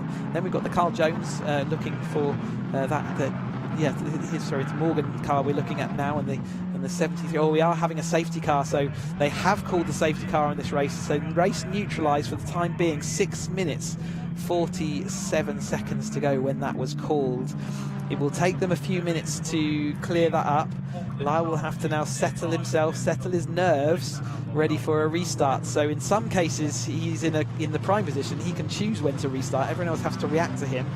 But I think he would have been happier for this race to continue as it was. He certainly was winning most of the start line battles, wasn't he? And he remained out front, but he's got to refocus now. All the drivers have. You can see them all now line astern. So Stephen Lyle is acting as the safety car up until the point that they actually pick the real safety car up, which they will do shortly. We'll see there is the driver on the outside, so he's out of the car, watching across. Looks like they're just waiting for the cars to go by so that they can then go and recover the vehicle and put it to a place of safety as soon as they're happy. As soon as they've just been moving cars to places where they're happy for them to remain, and then we get back underway as soon as we can so that we don't spend too long under the safety car period. But you can see this whole field now right back together again, just as it was at the start. We saw a couple of times drivers sort of losing time. Here's Murgatroyd. We saw him having that spin down at Graham Hill bend, and he's made it back to 22nd, but not making significant progress through the field at the moment. But he will be right back with the field now, so he's got potential in this last 5 minutes or so of the race. You can see how deep that gravel is where he is, and the outsiders are just up into Clearways. And yeah, it's not coming. It wasn't coming out there by its own steam, was it? It's very easy to lock a brake and spin the car up onto that gravel bed up there. The vehicles are on hand though, just going to attach it to the tow strap that's at the front of the car there, and they will then be able to move that quickly to left of screen as we were looking at it, and move it out of the way of the racing, and we can get going again. But with 5 minutes to go, it's not going to be too much of this race to go when they do get the action back and underway again. I know that the drivers are all here trying to keep their tyres warm as well as clean, so oftentimes under safety cars you tend to run on different parts of the track that you're not used to in part of the racing, so weaving the tyres as well as maybe keeping some warmth in there and giving the drivers something to do, it also cleans the surface of the tyres so they're ready to go as soon as they start the race. There is Harry George, so he ended up back in 13th place after his gravelly expedition. Hopefully the nose of his car's not too bad damaged. Where did Alan Cooper ended up in ninth place as we come to this restart. We saw him make some great progress up in the early parts of the race. So off the start, for especially, he's always been known for fast starts, and I wonder whether he's going to be looking to make that progress off of this restart. Certainly that will be his plan. Whether it comes to fruition is another matter. Blair McConaughey, after his early escapades off the track, is currently in 12th place. So he has also got quite a lot of work to do. The lights are still on as we go down the straight here, so that does mean I think we're going to have another lap. They would have been out by the time we saw them that time through. And Harry Landy there in that bright green car, he's fighting back through. He's now up to 9th place after he didn't take that part. Here is that 3-wide manoeuvre. Watch Harry George behind, just going to clip the rear wing.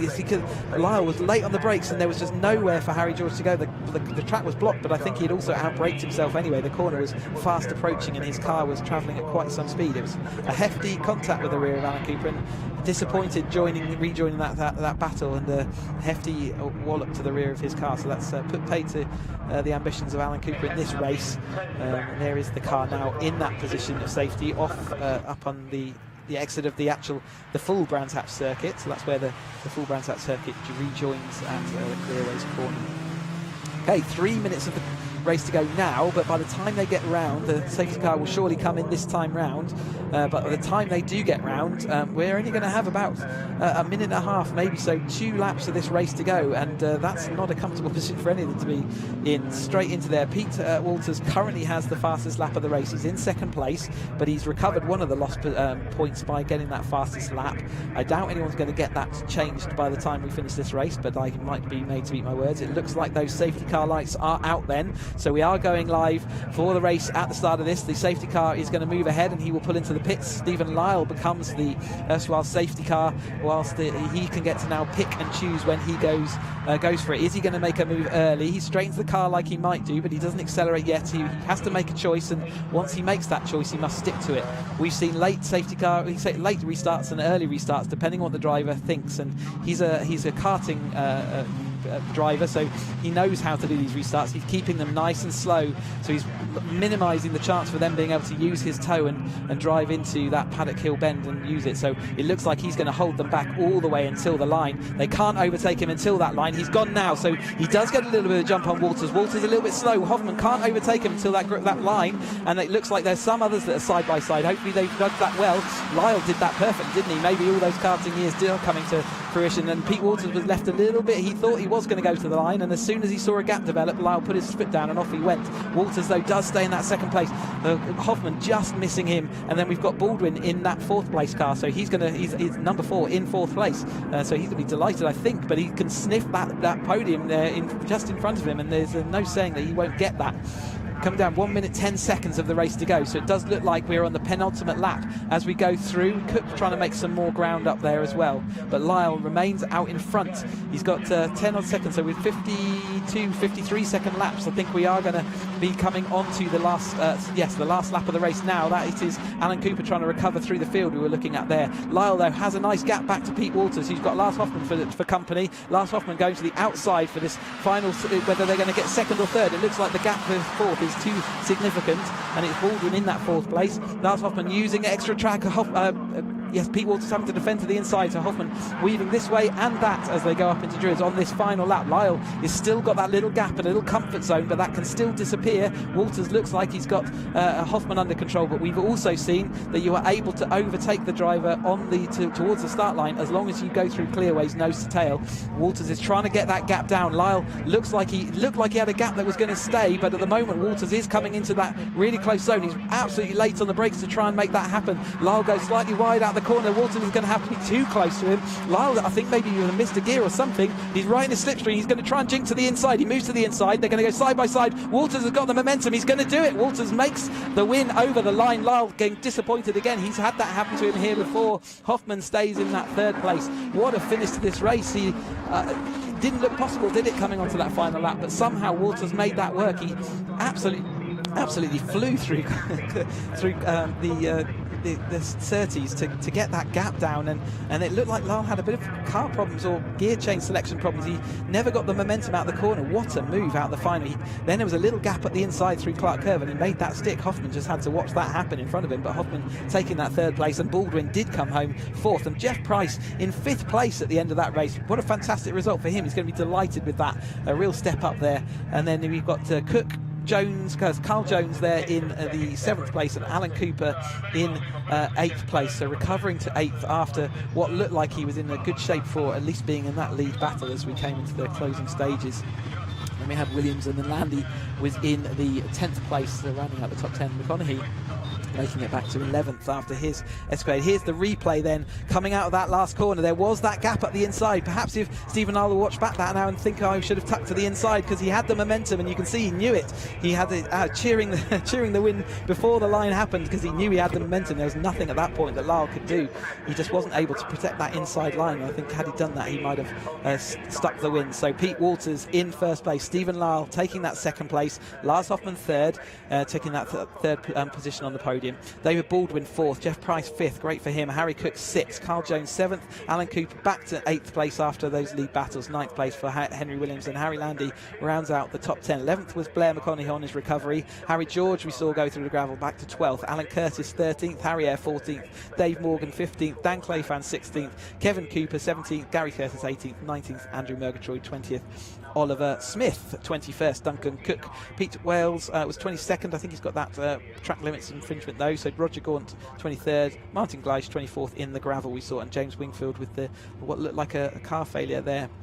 So a few cars that didn't make the end there, but what a brilliant end to the Caterham action here at Brands Hatch. And the whole race weekend has been some fantastic racing, and we've been treated to 6 races today, and we had the 3 yesterday. But Brands Hatch is only the first round of our season. We've still got 6 more rounds to go for all these drivers, and next time out we are at Snetterton, and that is on the 21st and 22nd of May, so make sure you add that to your calendars. We will be back out streaming and with everything. Thank you so much to all the marshals out on track, the organising clubs, to Caterham, to everyone who makes these events happen. And we look forward to taking you through all that racing again when we get out again at Snetterton on the 21st and 22nd of May. Thank you, and we will see you then. Bye bye.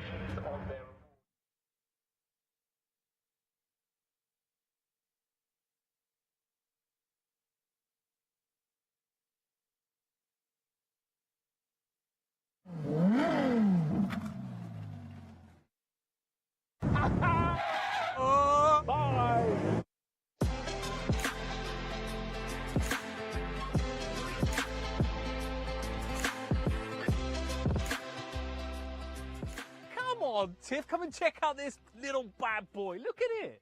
Look, it's taken me 2.5 hours to get here, and you can't rush a bacon sandwich. That's true. And you brought me here for a Caterham. It's the brand spanking new Caterham 170S, the entry-level Caterham. 170, which means in Caterham divided by 2, 85 horsepower. Yep. Well, come on, Paul. The current entry level is the 270s with 137 horsepower. I mean, how's this going to compete? The lightest Caterham ever built, 450 kilograms. It's like a postage stamp. 450 kilograms? Well, that sounds fun. It's about £7,000 cheaper than the current entry level. Yeah, so this is going to cost you a shade under 23 grand. The 270 entry level is currently just about 30 grand. With leather seats, then they're not included in the £23,000 price now, are they? They're pretty extras, but there's a few extras. Leather seats. I'm getting interested now because Caterhams aren't famous for their comfort. Brand new LED lights. These are a brand new thing for Caterham, so they're going to launch them on this car. Is that it? You're going to be excited about LED lights now? I'm just excited about the car. It's the same bodywork, though. Same bodywork. Same bodywork, different engine. It's a little 3-cylinder turbocharged Suzuki engine, 660 cc. How do you get into these things? You ready for, I never know. For a drive already? Well, I'm gentle. It's a road car, so let's just go. How do I get the door open? I can smell the leather. You're right there. You want some help? Sadly, I'm going to have to be very close to you because it's quite tight. But I'll let you get in first. And I've got to find a seat belt. Wait a minute. I want you to be comfortable. How do I play? Oh, flip it now. I can't even.